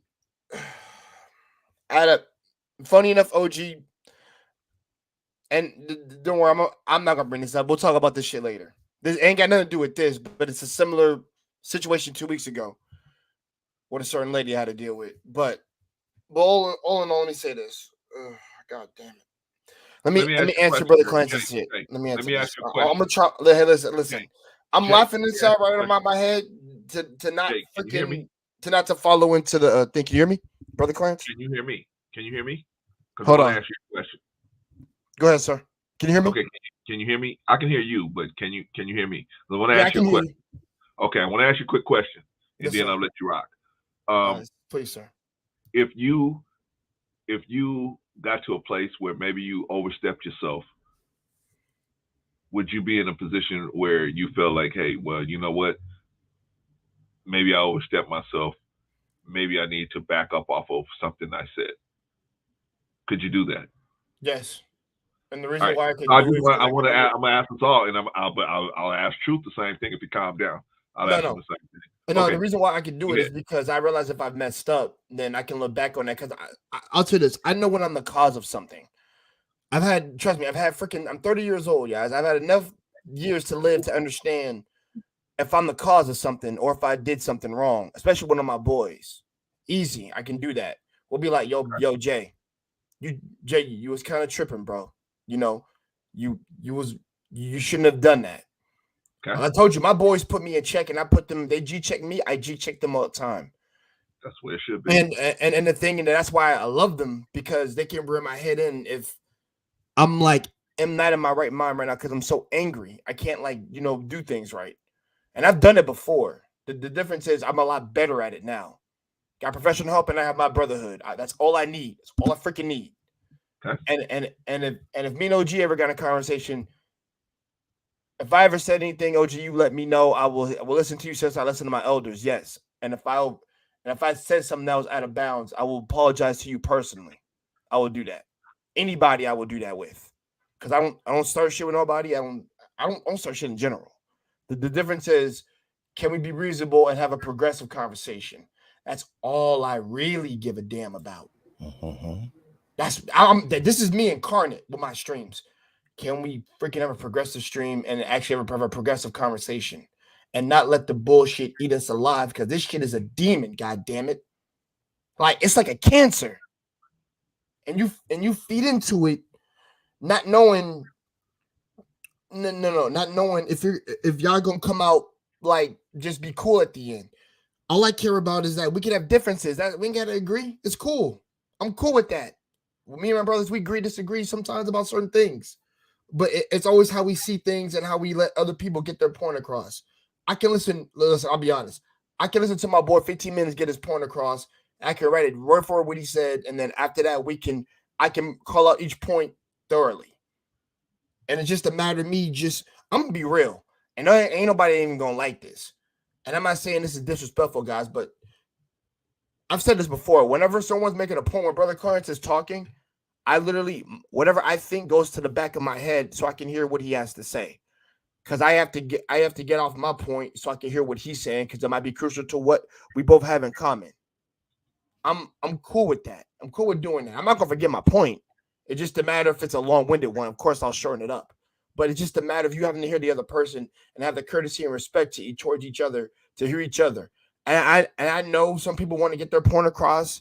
That's why whenever I do my streams, I don't like people talking over each other. I hate that shit with a passion. I can't stand it. This is just me. This ain't anybody here. This is just me. I can't stand that shit because it's chaos, and I'm not a fan of chaos. I'm more to people being able to take turns and get the point across, of course. And of course, I know people have rebuttals because they want to rebuttal something. That's cool. But you gotta hold up. You gotta let people get their turns. Like what Brother Clarence does here. That's why I like coming to the streams. Everybody gets a turn here. You know, OG, 84, Vaughn, then me, then Marcus, and maybe Brother Truth, of course. So the thing is, just for me, it's just understanding, having boundaries, and just being respectful / courteous to one another. And I keep saying this, and this is going to get people really tilted, but I got to speak my truth, man. If anybody has a problem, come speak to me directly. We can settle like men. Simple enough. Some of my brothers out here got weak pride and egos, and I've run into them before, where somebody just says something and they just didn't think straight. And I tell the brother, like, brother, I know they did you wrong. Maybe someone did you dirty. I got you on that. Yeah, F them people. I agree with you if they did you wrong. But the thing is, because if I get context and I see it firsthand, then all right. It's not about me being on your side, but like, yeah, that motherfucker did something shameful to you. So of course, I'm gonna agree with you because he did that. But the difference is, I can't let that cloud my judgment of you trying to hurt this person. You know, because you shouldn't. Like I said, I always hate the saying, but it's the truth. 2 wrongs don't make a right. At the same time, you defend yourself, yes, but be willing to settle the nonsense down. You know, squashing it, nipping in the bud. As simple as that. If me and Marcus have a beef, me and him will talk about it offline. Ain't nobody in that business, but it's the business of me and him, and he will tell you that. Facts. And everybody stay the hell out of it. Get the hell out of my business. Well, first of all, get the hell out of our business, because you're not invited into this. This is between me and him. Y'all stay out. That's how I would settle that. And simple enough. It's not us being angry. This is between 2 grown men. So you stay out of it. So you get out your damn place and you get out of our business. It's that simple. Okay. But back to your topic, white supremacy still exists. Yes, it's going to exist, and we got to wait a long time for it to freaking. And this is going to be real raw. We got to wait for all the old people to freaking pass off. They got to go, and I'm going to be really raw with that. They got to go. They need to be re-educated, and they need to. Don't worry, I don't need that. I'm about to be done in a second. Okay. but they need to know. They need to know that they are not number one. They're not on top. They're not. They're just like everybody else. They live, they bleed, they die just like we do. It's no difference. The difference with them is they got to learn how to not have a superiority complex. It's that simple. And not be racially profiling our people. End of the debate right there. And if they think they can do it, then we'll retaliate like Wakanda did, freaking the Atlanteans. Enough said. Okay. Thank you, brother. Oh, my bad. Hey, can y'all hear me? Because I dropped off. Can y'all hear me? Okay, Yeah, we can hear you, Marcus, but I got to let Mr. B go first, and then Vaughn, and then you, Marcus, because you Mr. B? lost your place in line because you popped off. Mr. Best in the world. Okay, so here's what we're going to do. Because we got so many people on the panel, man, I got to reduce it down to 3 minutes. Man, we can't have 20-minute answers because I'll be here till 9 o'clock tonight. So Can't have that happen. It's 6 hours and 12 minutes already, man. We gotta start getting some I closing got remarks. you, man. I do want everybody to respond to the situation. Even my brother Truth, I'll bring him up after everybody else gets done. I'll talk to him personally. All right. So anyway, let me start the timer for you, Mr. B. Go ahead.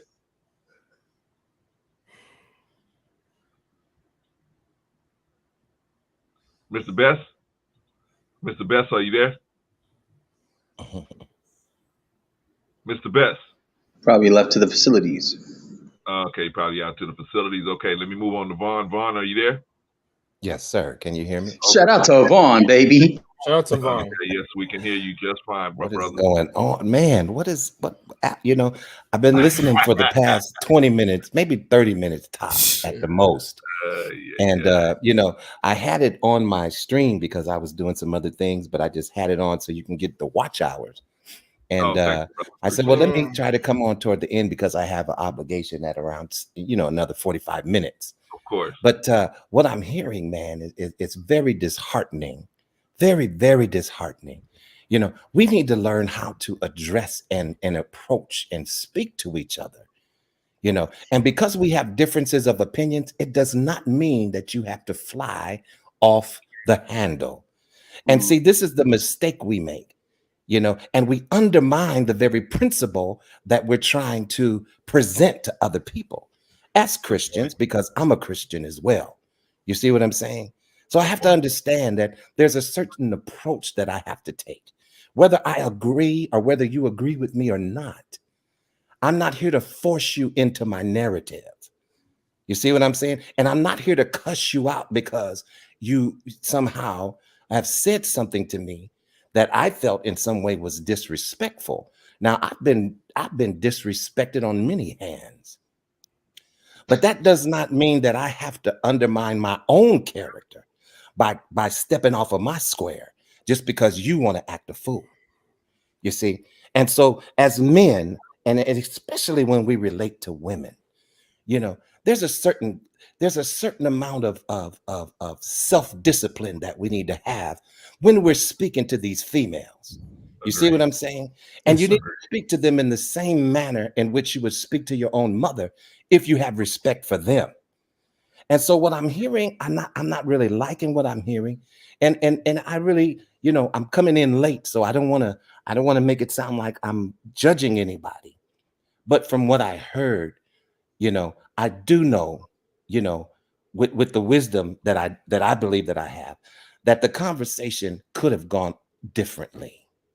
Yeah. There was a way for it to go differently. No one needs to be yelling and cursing each other out. Hey, I believe in Jesus Christ. If you don't, that's you.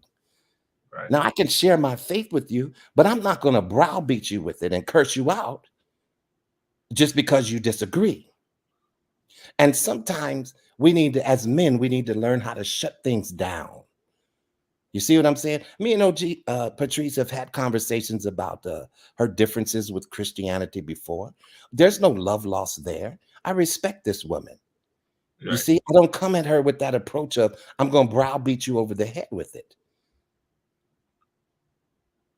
Yeah. So I'm just saying, it's got to be a better way to do it. And I just want to, on the end, there's a old proverb that says, he that hath no rule over his own spirit is like a city that is broken down and without walls.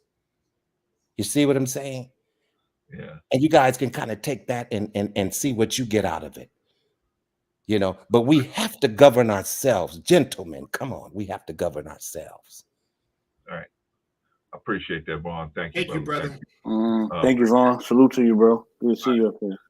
Thank you, Brother Vaughn. I appreciate that. I definitely always have appreciated and respected your perspective. Thank you.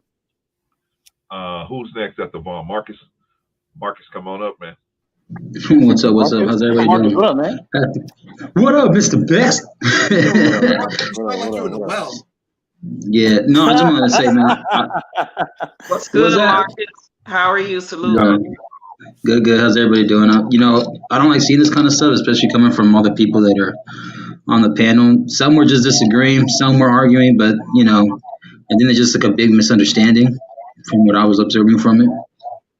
And sometimes we got to make sure we can talk with each other, not at each other. And like Vaughn says it best, I'm gonna quote Vaughn: "We got to push forward, not push back." You know, so I'm not even gonna take that long, but I'm just trying to enjoy the Sunday, watching the basketball game and stuff. But I take a lot from, especially from you guys, when I come into these panels. There are times where someone stepped out of line with me, or I stepped out of line, but either I was held accountable, or I try to hold somebody accountable, and they taught me something, I taught myself, and hopefully they learn something as well. So, we can disagree, whether it's religion, politics, whatever, but we shouldn't be at each other's throats, because unfortunately that's how wars are started and fought. So hopefully, you can just stop the bullshit and move on with it. All right, man. Thank you, brother. Thank you, Marcus. brother Marcus. All right, Thank you, Mr. brother. Best, My Mexican brother. are you ready? Mr. Yeah, Best, and are you Marcus, there? check the private chat, man. I'm dropping my math. Yeah, I'm here. Give me up, Marcus. Give me up. Give me up. Let me, Give me I up. got you, bro. all right, let's get started, Mr. Best. Give it to us. Yeah, I just want to say, man, I got love for everybody on here, man. Peace and love to everybody in the YouTube streets. You know how we give it up. You know how we get down. Much love to Brother Truth. Much love to OG Patrice. Much love to Jay. And and definitely got to give it up, to the elders here. I know I already shout out OG Patrice, but I'm gonna shout out again. You know what I mean? Shout out to Mr. Bryant. It's always an honor to be on the panel with you, man. Always an honor. You got so much wisdom. And I definitely would. Is it an honor to be on the panel with him? Hold on, I didn't even get to you, bro, Clarence. I'm getting to you last. You the main man. You know what I'm saying?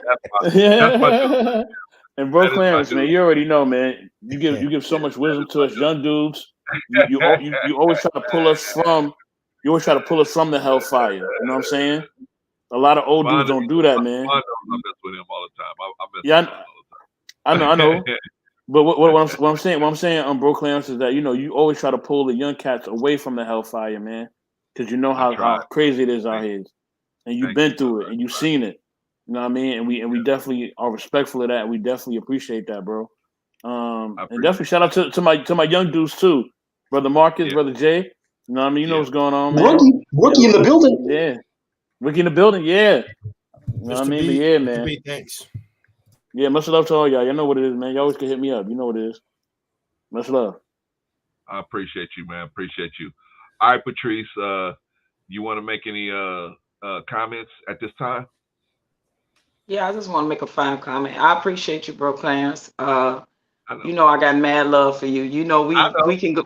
We went back and forth just a minute ago on this panel, but look, I know how to pull it back.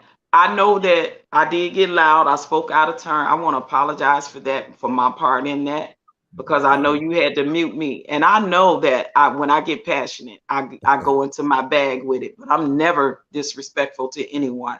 If anyone can ever tell you OG is disrespectful to them, please bring them on the platform and let them face me personally and say how I disrespected them. I don't believe in calling people names, especially my people, because we have been degraded and disrespected enough as a people. So I try to make it my business not to do that when it comes to our people, no matter how I've been disrespected on this panel by Black men. I have never done that. So I want to say that first and foremost, because what I find is that in that, I know that there is people that are hurt. There is people that are angry that has nothing to do with OG Patrice. It's just that way. It's just the way that they are. And they still have unresolved things that they need to work on. And I get that as a people, because we are hurt people. We need a lot of therapy. We need a lot of things. And we can cover it up and sugarcoat it with your religion or with anything else that you want to do. But if you have not got to the root of your problem, no religion or anything else is going to save you from that. And I had to go through that with my own experience and transitioning myself from out of Christianity into my own spirituality and my own spiritual walk as a Black woman on this earth. But I do know one thing. I want to say this in closing. I want to continue to stay on the subject, right? Which is what I was trying to do the whole time. What the subject matter we were talking about was the Black supremacy. I want our people to realize that it still exists. It will always continue to exist as long as racist people raise other racist people. And these extreme hate groups will continue to try to wreak havoc in our race of people and other races of people that they think that they are superior to. That's the point that I want to get to, is the subject matter at hand. I respect everybody's perspective up here, everybody's views and opinions. I don't necessarily have to agree with them, but I'm never going to disrespect you because you have your own opinion and views. And that's the henceforth question. It is your opinion and view to that I can. Uh-oh. I'm not going to try to push nothing on anyone that they don't want pushed on them. But what I won't allow to happen to me when I'm on a panel is just because you disagree with something I say. You could push back all day, but the disrespect I will no longer tolerate. I'm not going to tolerate the disrespect. As long as I'm not disrespecting you, I ask you not to disrespect me. And when you do, I'm going to speak on it. All right. Thank you, Patrice. Patrice, I want you to stay for another round of closing remarks. Can you do that? Sure. Okay. All right. So, okay, we're gonna start the closing remarks, gentlemen. You got 3 minutes that you want to have some closing remarks, and then we're gonna shut it down, man. We had a fruitful day, right? All right. So, I just want let me interject before I pass the ball around. Bro Clarence, can I say something right quick? Yes, Patrice. I want everybody on the panel, because I've been officially released from my contract. So y'all start paying attention to Fox TV. May 23rd is the first episode of the show that I was a part of, that I was told y'all when I told y'all I couldn't say a lot of stuff because I was under contract. But It's going to be airing, and I will give y'all the exact date that my episode is going to air. So pay attention to Fox News. I just want to say that so y'all can see your girl do her thing. Yes, ma'am. All right, right on. Congrats. Yeah. Congratulations too on that. Thank you. Thank you. Congratulations. All right, y'all. So let me my say ladies this. winning out here. Let me That's say this. awesome. And I'm not gonna make myself immune to the timer. What happened? What did I do, man? I did something crazy. Oh, okay. Yeah. So I'm not gonna make myself immune to the timer. Basically, ladies and gentlemen, I'm not gonna let people come up here and disrespect each other. I'm gonna try not to. You know, I may not catch everything, but I will try. Shout out to Moments with Mickey Red. I forgot to shout y'all earlier, sis. Yeah. So Mickey! I'm not gonna let that happen. If I catch it, if I see it, now it may slip past me because I'm watching the chat, I'm watching this, I'm watching that, I'm trying to look up stuff. So sometimes it may slip past me, but when I catch it, I'm gonna stop it, right? I don't want people up here on my panels thinking that, oh man, I'm gonna be able to be disrespected and nobody's gonna do anything. No, that's not gonna happen. I may let the debate get heated, but I'm not gonna let nobody disrespect nobody while I'm sitting here and watching it live. I'm not gonna do that. So I apologize if I let that slip to anybody, Patrice or anybody else. I'm never gonna do that intentionally. Even the truth, I'm not gonna do that intentionally because people was really getting after him in the chat. So I'm not gonna do that intentionally. I try to keep an eye on everything, but I don't have any moderators at this point. So so I have to watch everything by myself. So anyway, just wanted to apologize to all of you guys. Apologize to you, Patrice. Apologize to everybody else on the chat. I mean, everybody else in the chat if you felt disrespected, and everybody else on the panel if at some point you felt disrespected. Now, let's go around the room, get some closing remarks from everybody. Let's start with Mr. Best, and then we'll just move on down the road. Yes, sir. Man, I just want to say thank Bro Clarence. You know what I mean? Thanks for having me on. And my gosh, the master giving the son this work. No, he ain't. He gonna hit that three. Oh, Lord have mercy. Woo! That's all I gotta say. You said the Mavs? The Mavs are giving the Suns that work. I know Marcus is watching it too. Good. Yes, sir. Yes, sir. Okay. Move. Hey, man, I'll be happy. Knock them niggas out. Pardon my French. Yeah, I'm with you, Jay. I'm sorry. I'm sorry. All I'm so right, sorry, so players. I'm so Mr. sorry, B. brother. Yo, man, knock them cats out. Sorry. I'm sorry. Mr. B. When is the next time that we can? There's another show gonna be on knowledge and relationships. I'm glad you asked, bro. Clarence, that'll be tomorrow. Right. Tomorrow at 6 p.m. Pacific Standard Time. That's when we'll be on. You know what I mean? Okay, Catch us at knowledge and relationships. Topic is to be determined. But we got something hot for y'all. Okay. You know what I mean? To be determined. All right. If you haven't already subscribed to Knowledge and Relationships, go on over to Knowledge and Relationships and check it out. See if that's the kind of content you want to support. Thank you, brother. Thank you. No need truth. I just like Vaughn. I wanted to have you on the on the StreamYard after this thing goes over. So if you don't mind coming back up, or if you're busy, I'll catch up to you another time. Listen, I can do that. I don't have a problem with that. It's just I'm not the type of person that's going to be yelling and screaming and hollering. If we're going to talk, let's have a conversation. Because see, it's not that serious to me where I need to get my blood pressure up. And you see what I'm saying? And be raising my voice. I don't have to argue with you about 1 + 1 is 2. Come on, why are we doing that? Right. And if I know that I hold a right opinion, I don't have to boast about it. I'm right. It's not about me being right. It's about how I'm delivering the message. Excuse me. It's about how I'm delivering a message to someone, because you want them to receive the good news. And if that's your purpose, then you go about it that way. You see what I'm saying? A kind word turns away wrath. Yes, sir. And so that's how I was brought up, and listen, I'm not perfect. So there's no judgment zone here. No judgment zone at all, but I don't have a problem with that, Clarence. I can stick around. You can hang out. Okay, so if True signs back up, if he pops back in, then let's have a little conversation with him all. All right, so at least that's my desire. Jay, what's happening, man? What's your closing remarks, brother? You can give me 15 seconds. I'm gonna give you. I'm gonna restart this. Jay, I'm gonna restart this time for you. I'm messing with you, but yeah, that's cool. But all retrospect, guys. To everybody here, I got a lot of respect for everybody. Brother Vaughn, Mr. 84, he just left. Marcus, and of course, OG Patrice. And the thing is, Brother Vaughn, like all in all, man, you are correct. I'm not gonna be yelling on my own stream. I'm not doing that. I ain't doing that on my stream. I told my brother, I'm not doing that. And the thing is, for me, is because can we have healthy conversation, healthy discourse? Whether we agree, disagree, like I said before. Ouch. Oh.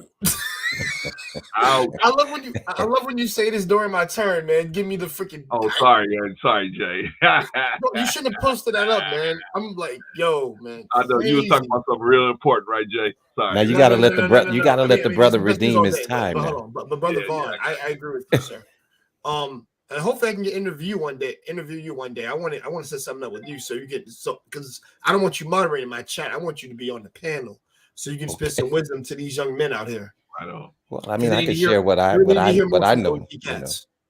Sir, they really need to hear from you. Like, I think your voice, you have a Morgan Freeman voice, so they need. I agree with that. Thank you. Vaughn is the truth. Look, like Brother Clarence say, I am a dinosaur. Yeah, man, you want a dinosaurs, brother? I don't know where I got this dinosaur stuff from. No. Negrosaurus.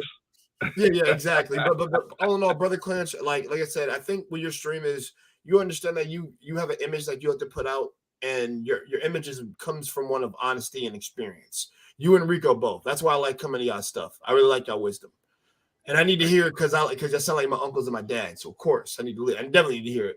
But the thing is, for me, is like, guys, like I said, we as a race need to get better. I don't like seeing my own brothers and sisters arguing. And yes, I'll say right now, yes, I got in with one of my sisters at work last freaking week because I didn't agree with how she freaking talked towards me, how disrespectful she was towards me. Of course, I didn't like it. And yeah, I don't like her for it, but at the same time, I'm still doing my job right now.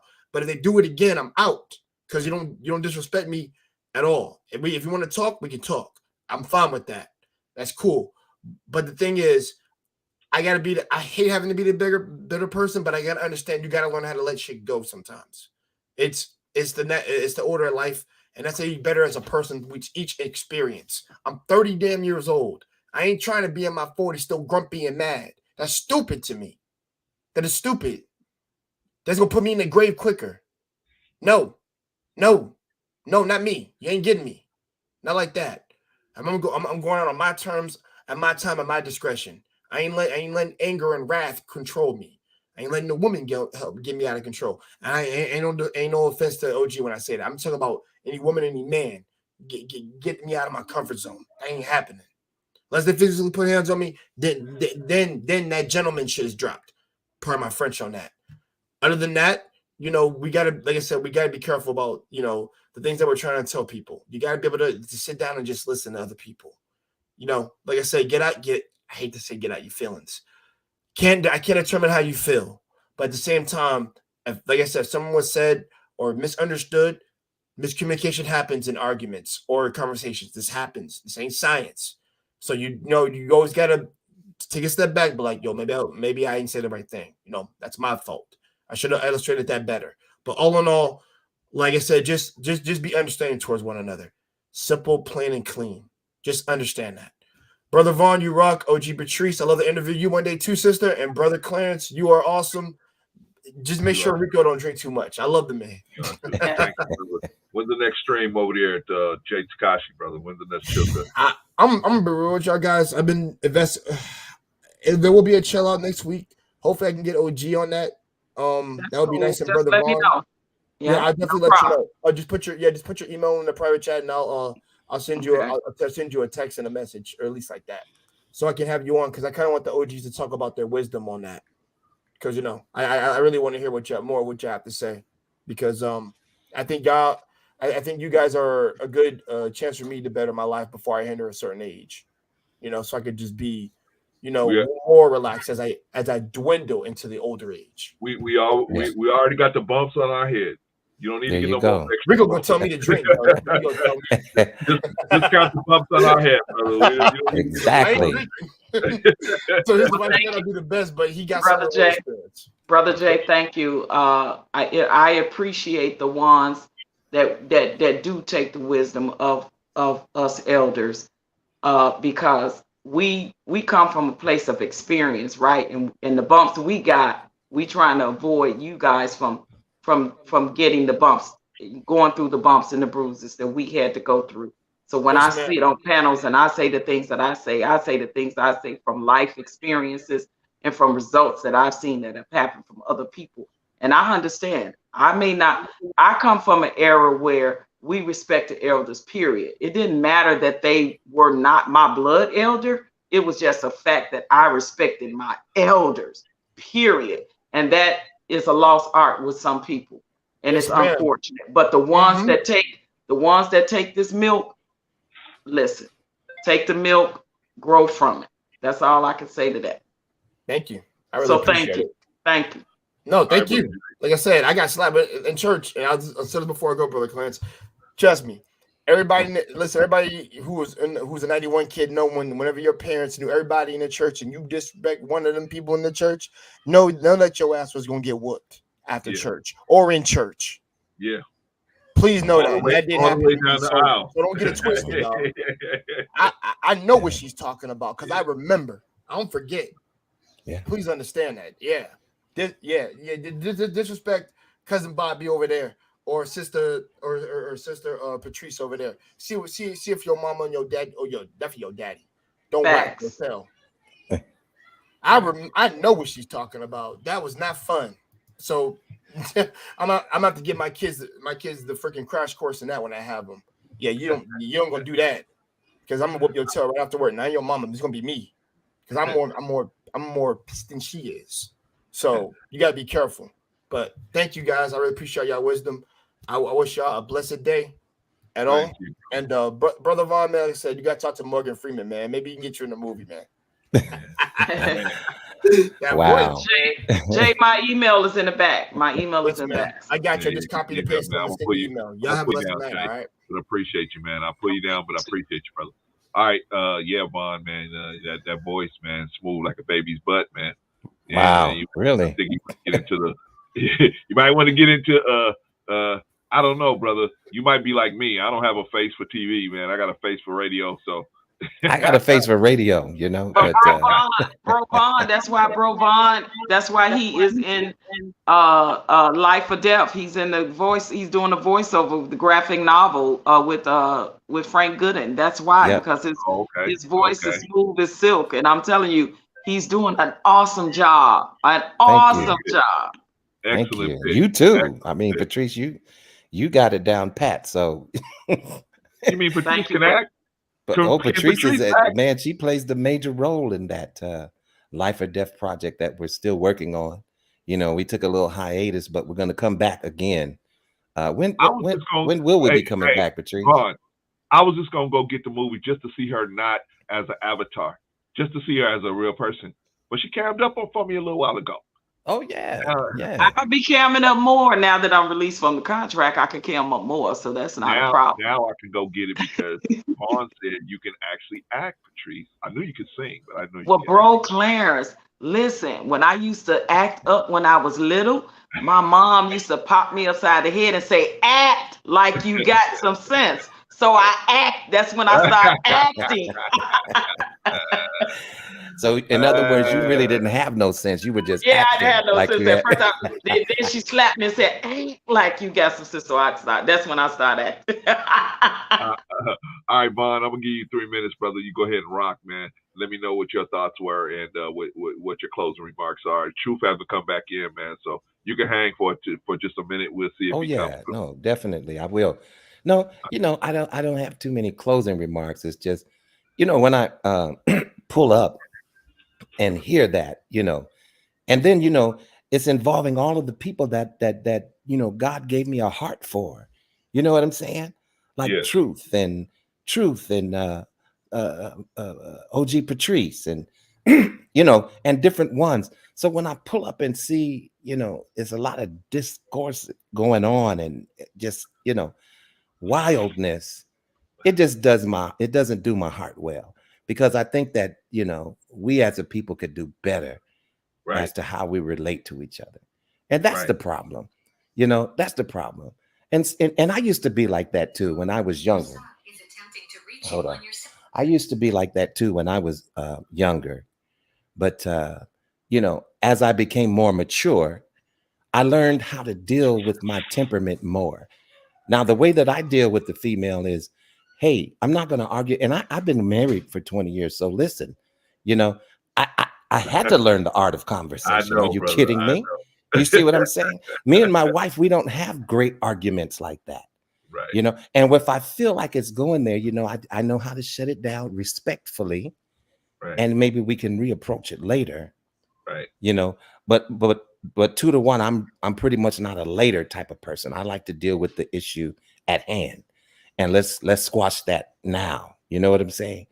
Right. But man, by all means, you know, I understand how heated we can become as men at times when we feel like we're being disrespected. Yeah. You know, but it's all about how you respond to being disrespected. You see what I'm saying? Because Yeah. it's easy for a person to call you a bitch. You know what I'm saying? People could Yeah. call you that, and that's way disrespectful. You know, I hear people say bitch ass nigga. That's like one of the worst things you can call me. Yeah. Do you see what I'm saying? But it's Yeah. not about what you call me, brother Clarence. It's what I answer to. Oh. That's the point. Oh man, that was Grand Canyon deep, brother. Yeah, That was it's Grand what I Canyon. answer to. Man, amen to that. Yes, So sir. if you call me a BAN and I turn my head quickly, I'm answering to that. I don't have to answer it. And I know that that's blatantly disrespectful at that point. So what Right. you do is you shut it down and say, see, I see the conversation is not going to go forward because you want to continue to push back. Right. So instead of pushing back, I refer to push forward. And since you're not willing and able to do that at the moment, then I have to shut the conversation down. There's nothing else I need to say to you, because we're not going to do 10 minutes of some bullshit. We're not going to do that. Right. I'm not Right. doing it. You Right. know, and you know, brother Clarence, we're a little bit older. Our breath is precious. Yeah. We don't have time for that. Nah. What the young people say, nobody got time for that. Right. Been there and done that one. Yeah. Yeah, but that's it. That's it, man. But I'll stick around. I appreciate you, Vaughn. I'm gonna bring you down, man, but appreciate you, man. Thank you for all your insight and wisdom, man. Appreciate you, brother. All right. Well, do I have my sister here? I still got my sister here. I'm here, bro. Clarence. And then there was two. And then there was two. I love you, brother. I want you to know I that. love you too, sir. I know. I know you just like Rico, man. You want to cuss me out 1 minute, and then you want to give me a big hug the next minute. Well, you know, we have, listen, people, you know, this is the thing that people don't realize. We have conversations outside of here, right? So we definitely form a communication, a camaraderie, just on the strength of, as Black men, Black women, trying to support each other in your space and off the grid, things that we have done to try to help the younger generation. You know what I'm saying? So for me, it's a real thing for me, because you know I don't just do the work on these YouTube streets. I do the work outside of that. You know that. So like my thing is real, and what I want to say is to a lot of the younger generation, I understand that you guys come from a different place. The generations is so widely divided, and you guys are so far removed from how we were raised. I get that. I understand that. I got nieces, I got nephews,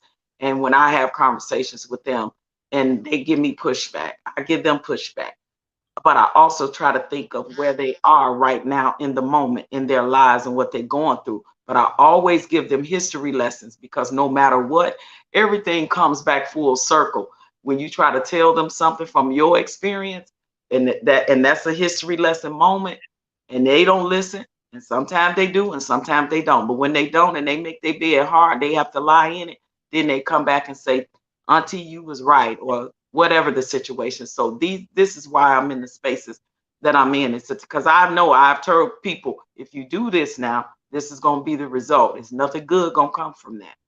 I have the same conversations that I have on these panels that I have with my nieces and nephews in real life, in real time, because this is real for me. And the thing that I say that I see a lot of going on is Black people play too much on these platforms. And I don't know why they doing a lot of things for clicks, views, whatever the situation, or just so that they can so valiantly get their point across, and it's fine. Point taken. However, I don't have to agree with your point. You don't have to agree with mine. I just want us to be respectful of one another, because when you have been disrespected as a people in general, as a whole, why do we continuously disrespect each other? Yeah. And that is a form of the Willie Lynch syndrome. It's just in their minds, the conditioning is to keep them fighting with each other.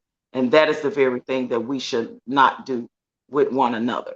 So I want to say personally to Bro Clarence, I hope that you calm down from your anger, bro. And because I never called you nothing outside of bro all the time that we was going back and forth. So just be knowledgeable of that, bro, and just know that it's okay. I get it. You know, don't let your anger, don't let the sun go down on your anger. You know, that's what the Bible says. And I'm quoting that. And guess what? I don't remember what chapter and verse is in, but I know it's there. So when you make points, the point is about the point. It's not about, well, show me where it is and where, and then quote it, this and that. It's not about that, bro. It's about the bottom line for us as a people is coming together and realizing that we all got opinions and views, and we should respect those opinion and views, whether we disagree with them or agree with them. That's what I want to say. And final for that, bro, Clarence, always thank you for allowing me to be on your panel. I appreciate and respect you so much, because I love the topic and subjects that you bring, because I think is very important and for us and as a culture and as a people in our communities to be aware of the things that is still going on that people try to tell you that ain't going on. It's people that look like us gonna tell you white supremacy don't exist. Extremists don't exist. Racism don't exist. And maybe it's because they so far removed from it, or it hasn't directly affected them. But as a whole, you guys need to realize that it indirectly affects all of us. This incident that happened in Buffalo has indirectly affected us all as a whole, as a culture of people. It has. It may not be your relative, but indirectly, it's our people. So indirectly, it definitely affects us. And I want us to be just cognitive of that. That's all. I'm laughing at new growth down there. All right, Patrice, I appreciate you, girl. You know you're always welcome. You can hit me anytime. You know we have, but this sister right here, man. What attracted me to her, she just is a good person, man. She's just a really good person, and that's what we were able to kind of get to know each other because we weren't even trying to get to know each other. We were both trying to do this work behind the scenes to try to make good things happen behind the scenes, and we ended up same thing with Rico. We just ended up kind of getting to know each other as we was working on this whole project, man. And I know this is this is a good sister right here, man. So, this is my sister. Shout out to her. No apologies needed, and if you ever need somebody, Patrice is another person that if you call, she's gonna bring the van. Now she might have some other ways of fixing the situation, but she's definitely coming in the van. That's for sure. She might not break out the AK, or she might, but she's definitely coming if you call her. So those are the kind of people I would like in my circle, and so I appreciate you, sister, as always. You know that. So Right back at you. Right back at you. I already know, sis. All right, so I'm gonna pull you down, sis, and thank All you right. for coming up. All right, so man, we had a wild day today, y'all. We had a wild day today. It got crazy, huh? Shout out to everybody in the shout out to everybody in the chat. Shout out to everybody that came on the panel. Who all we came on the panel? Well, right now I can see brother Vaughn Bryan came on the panel. Shout out to him. Strong performance as always. You know what I mean? Didn't spend a lot of time, but hit a lot of balls over the fence. You know what I mean? Marcus came on the panel, dipped his toe in there. He even made a strong performance, even though he was there for a minute. Jay Takashi came through, always a strong performance. Patrice, how about OG Patrice? How about OG Patrice? I mean, 10 toes down. How about that? How about that? Well, you're gonna go and find Patrice 10 toes down everywhere, but I mean, 10 toes down. Who else came on? She's strong performance as always. Who else? Mr. Best in the world. Came over from Knowledge and Relationships. Shout out to Knowledge and Relationships. He came over strong performance as always. Truth is never favored. Strong performance. Went off the rails a little bit. He went off the rails. That's my brother though. I'm not finna let him go. I'm gonna hold on to him. I know he may have done some things that put him outside of the respect situation, and I want to talk to him about that. If he allows me to talk to him about that, me and Vaughn want to talk to him about that. Vaughn wants to talk to him. Maybe Vaughn can catch him by himself, and I can catch him by himself. But we definitely want to talk to the brother about that because there's a certain standard that we should have as men. I know in the manosphere they say you can talk to women any kind of way, you can treat women any kind of way, and what they really mean is you can talk to black women any kind of way, you can treat black women any kind of way. And I want to change that. I want us to not have that understanding. I want to understand. Minister Farrakhan said that the woman is the pathway to a new world. The woman is the doorway into the world, into a new world. You want a new society, you're only gonna have it if going through the woman. So if you corrupt your woman, then your woman's gonna give you corrupt babies. Corrupt babies grow up be corrupt people, right? So you can't expect to have a thriving society when you are disrespecting your own woman. Now, I'm not saying you should. Well, Clarence, if you saying we shouldn't disrespect black women, then you saying we should disrespect white women. I ain't saying you should disrespect no woman. I always prove your point. Always prove your point on facts. Always use facts to prove your point. Now, let me show you. When people get emotional, that's because they're nervous about the facts that they got, or maybe they don't have the facts that they need to actually push the point all the way across. But we gotta use facts and less emotion, brothers and sisters. I'm talking to all of us. We gotta use facts, and we as men, black men in the black community, who do we expect to uphold black women? Well, Clarence, are you saying we should uphold black women in their fugaziness? No.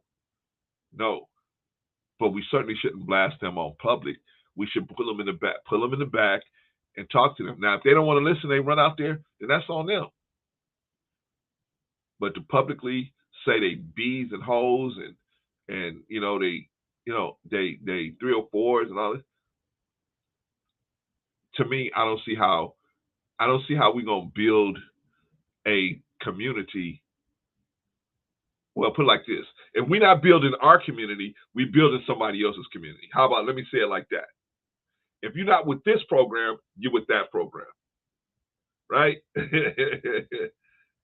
I mean, if you ain't with this program, our program, we try to do is build up the black community, right? But if you ain't building the black community, then what are you doing to the black community? You're taking it apart. That was my whole point about the wrecking balls. We can't expect our community to thrive and we're disrespecting the woman.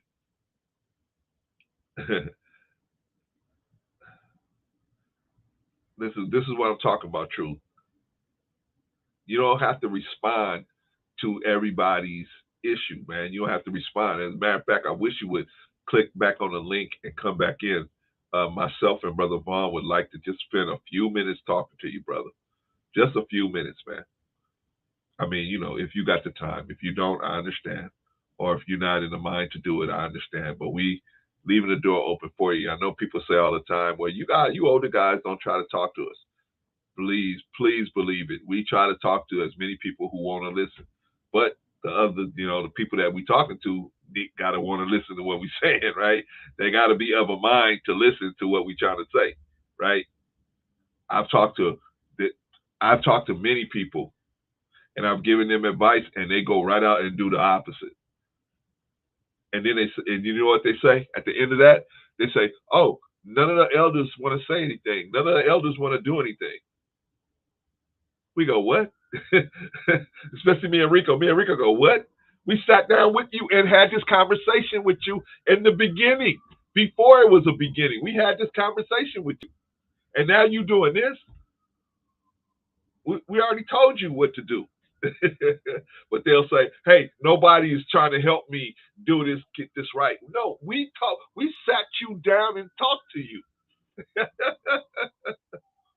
But hey, at the end of the day, everybody has a right to live their own life. Nobody has to listen to me. You don't have to listen to Vaughn. You don't have to listen to Rico. You don't have to listen to Patrice. You don't have to listen to none of us.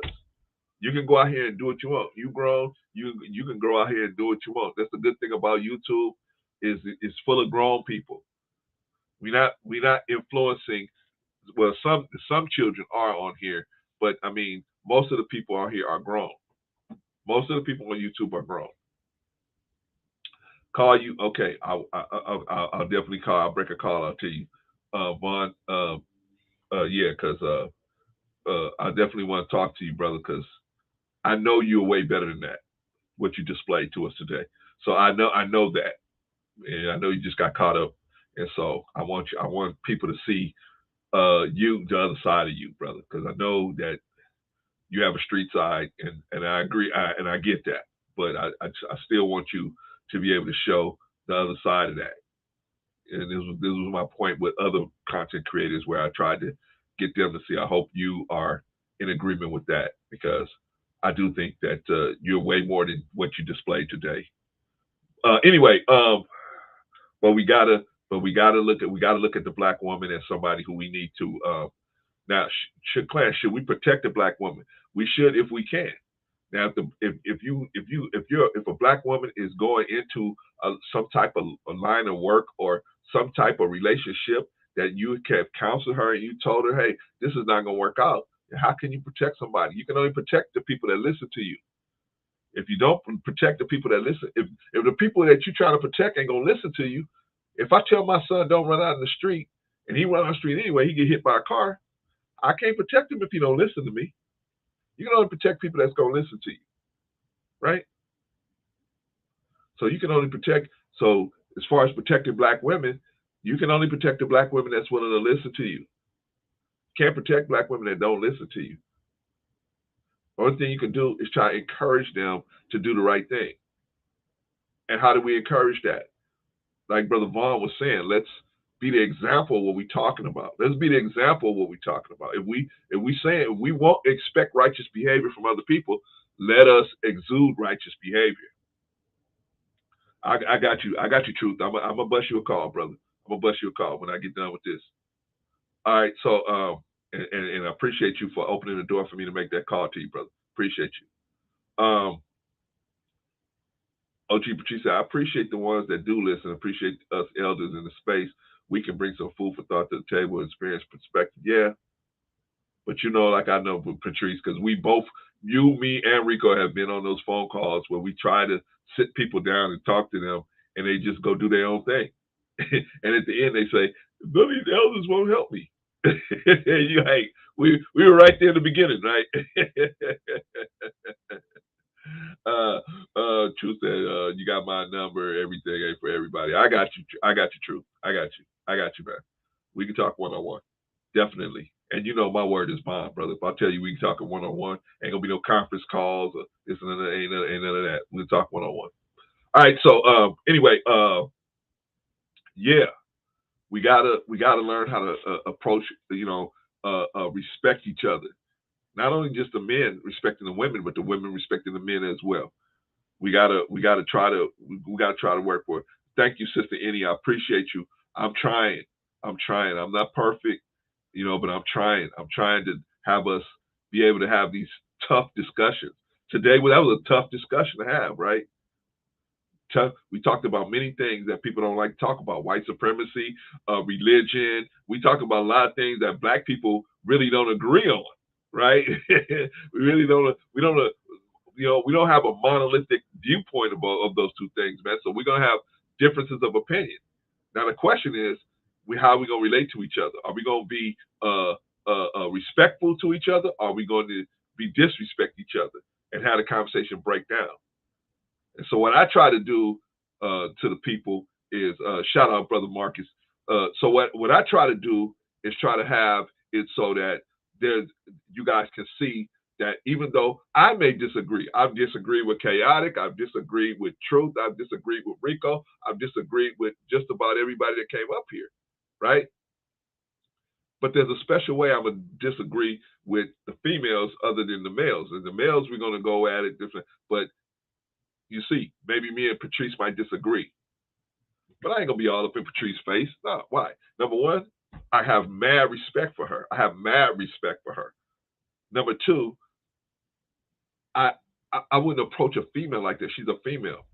What that got to do with it, Clarence? I understand what she represents to us in the black community. I understand what she represents, right? Especially a female with a head on straight.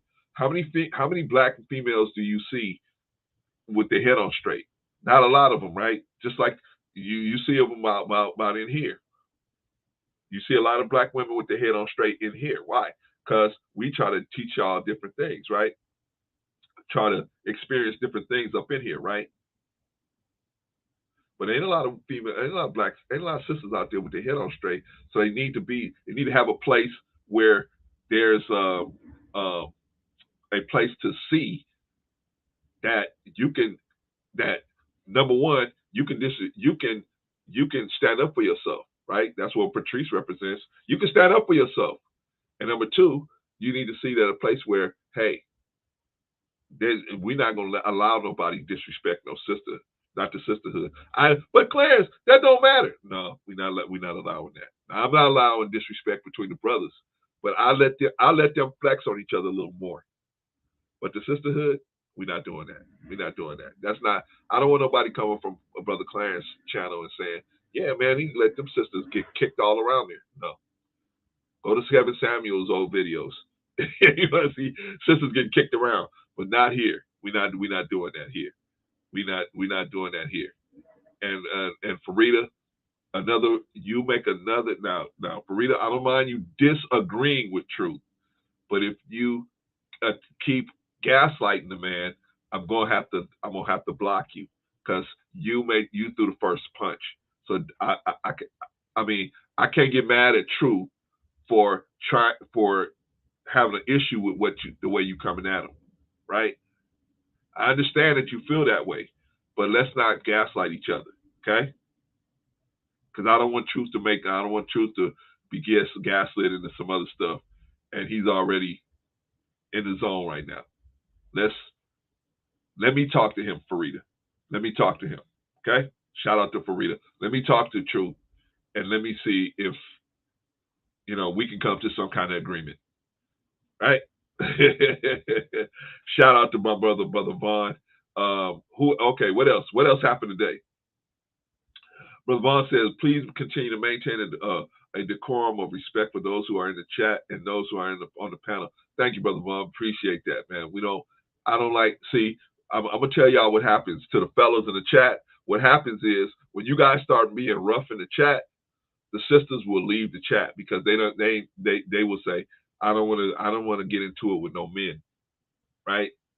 The sisters will say, I don't want to get into it with no men, so they'll leave. So now we just have a bunch of dudes here, and that's not what I want. I want everybody. I want a cross section of people here, so that we can push the agenda. Okay, Farida, I told you, you done. I'm sorry, you done. You're done for the day.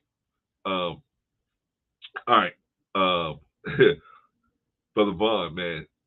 See, it's good to know people that know stuff, right? Brother Vaughn say, chat rules.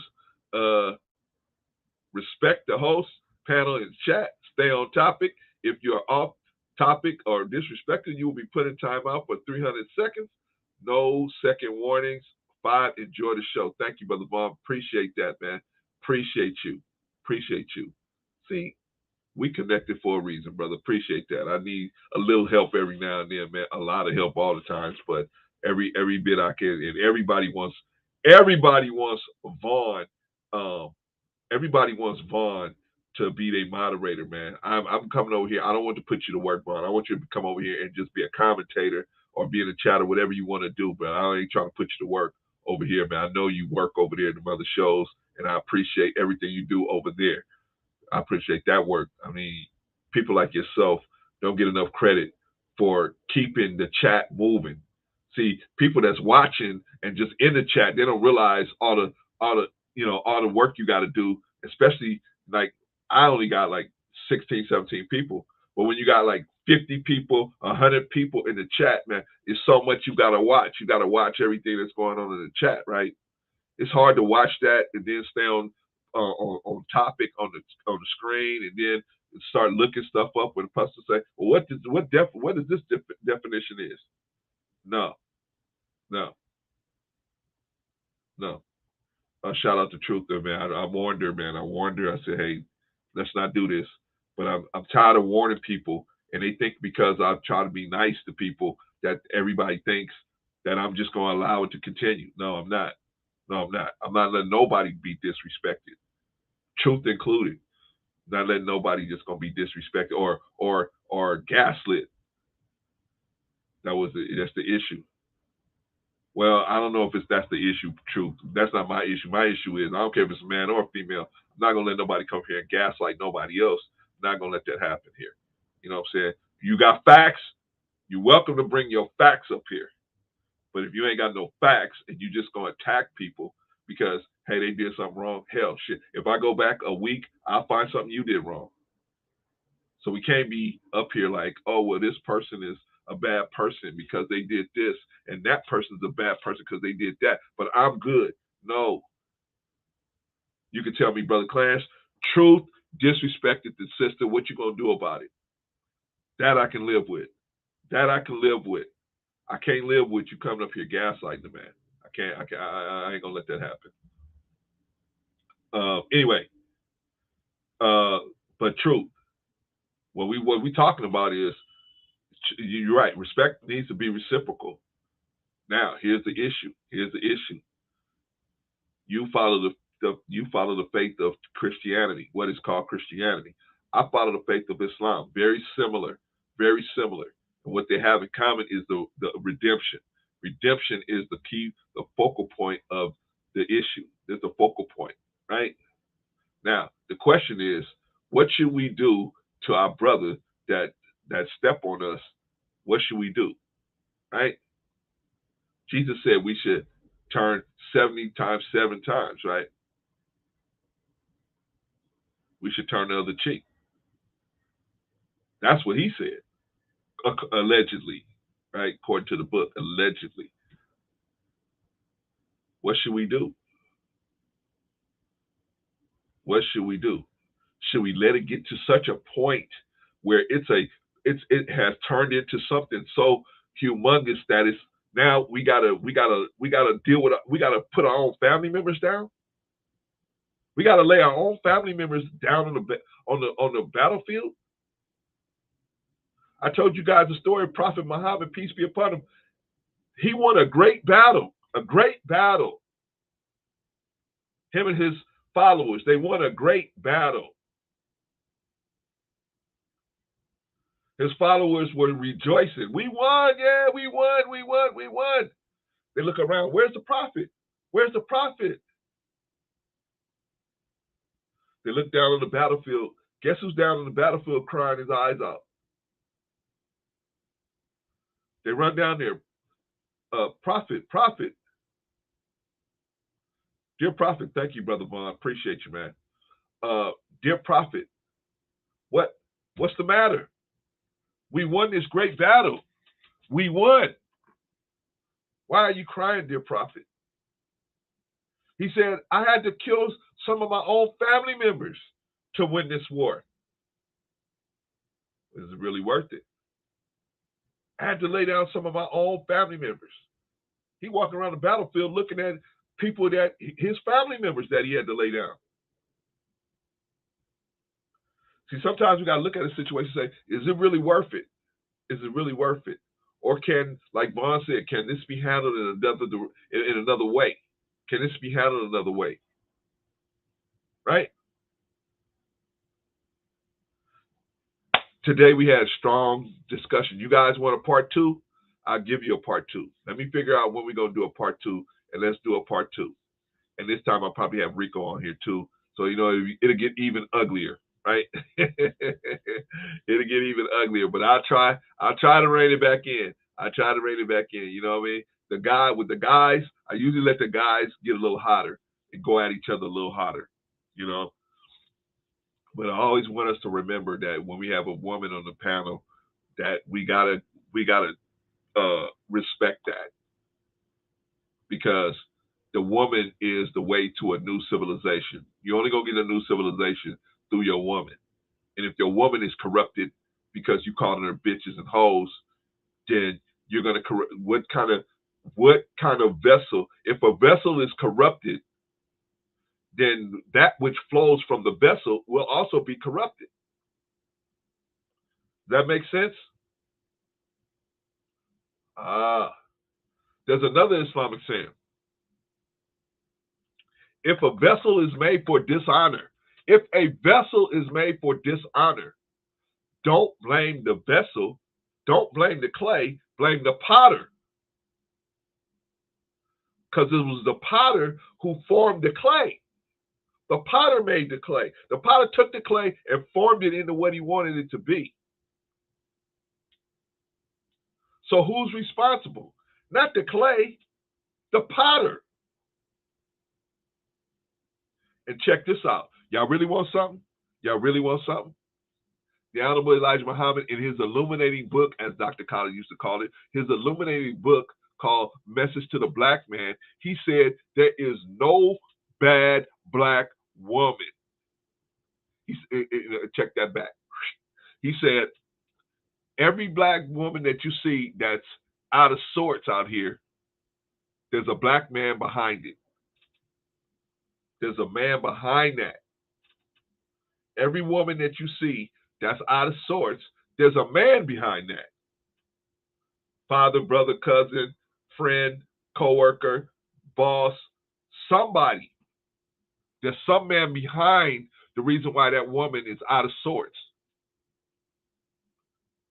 Y'all don't hear me, man. Y'all don't want to hear me, man. Y'all don't want to hear me, right? Brother Class, just close it down, man. We don't want to hear nothing else you got to say. We don't want to hear nothing about Farrakhan. We don't want to hear nothing about Elijah Muhammad. We don't want to hear none of that stuff. Okay? I'm just telling you what he said. He said every bad black woman is a result. If you go to the origin of it, it has to do with a black man. Somewhere in there's a black man that caused that situation to occur like that. Anyway, y'all, we'll do part 2. Y'all tell me when y'all want to do part 2. Shout out to Quantum Love. We're gonna do part 2.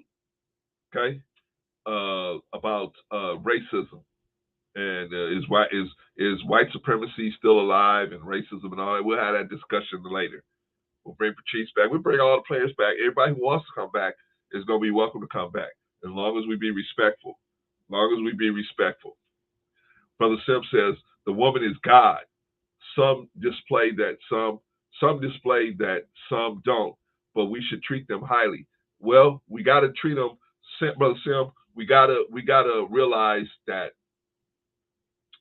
the female is the only hallway that God gave us to reproduce ourselves. She is the only hallway into life. If we corrupt that hallway, then what comes out of that hallway is always going to be corrupt as well. And that's the thing I don't think we think about. All right, Brother Vaughn, appreciate you, man. I don't know if he's going to click on, but I doubt it. He said he wants me to call him. You listening, Risa? Appreciate you. Appreciate you. Yeah, the female is the hallway of life. She is the hallway of life. Without the female, we're done. You know, the Chinese, they were having problems with the mongrels, right? So they said, bump all this having girls. We need to only have boys. Any girls that get born, let's murk them. Let's get rid of them. So that's what they started doing. They started getting rid of them. They found out very quickly that was a bad idea. They found out quickly, the Chinese found out very quickly that was a bad idea to get rid of all your girls. Holy smokes. Brother Sim said, I believe that Brother C misguided or knocked out their natural lane. I mean, I'm telling you, man, people don't realize that the female is that's the road to heaven. She can give you heaven or she can give you hell. Depends on how you use her. Mr. Farrakhan said the female is like a cake in the oven. If you create too much problems around it, the cake is gonna fall. But if you make sure you treat it right and you make sure you don't make a lot of noise around it, you make sure it's safe and secure, it'll rise like it's supposed to. We don't think like this about black women. We think this about other women, right? I gotta go to Brazil and get a woman. I gotta go to the Philippines and get a woman. We think about this about other women, but we don't think about this about black women in America. I'm not saying black women in America are perfect. Like any other group of women, you're gonna have to pick. You're gonna have to pick from the best. You're gonna have to select the best from the rest.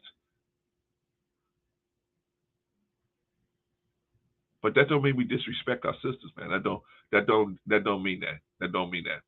I'm gonna get out of here. I'm gonna close it down, and y'all think about what I said. If y'all got a topic that y'all want us to talk about, come on, let me know, man. 7 hours and 16 minutes.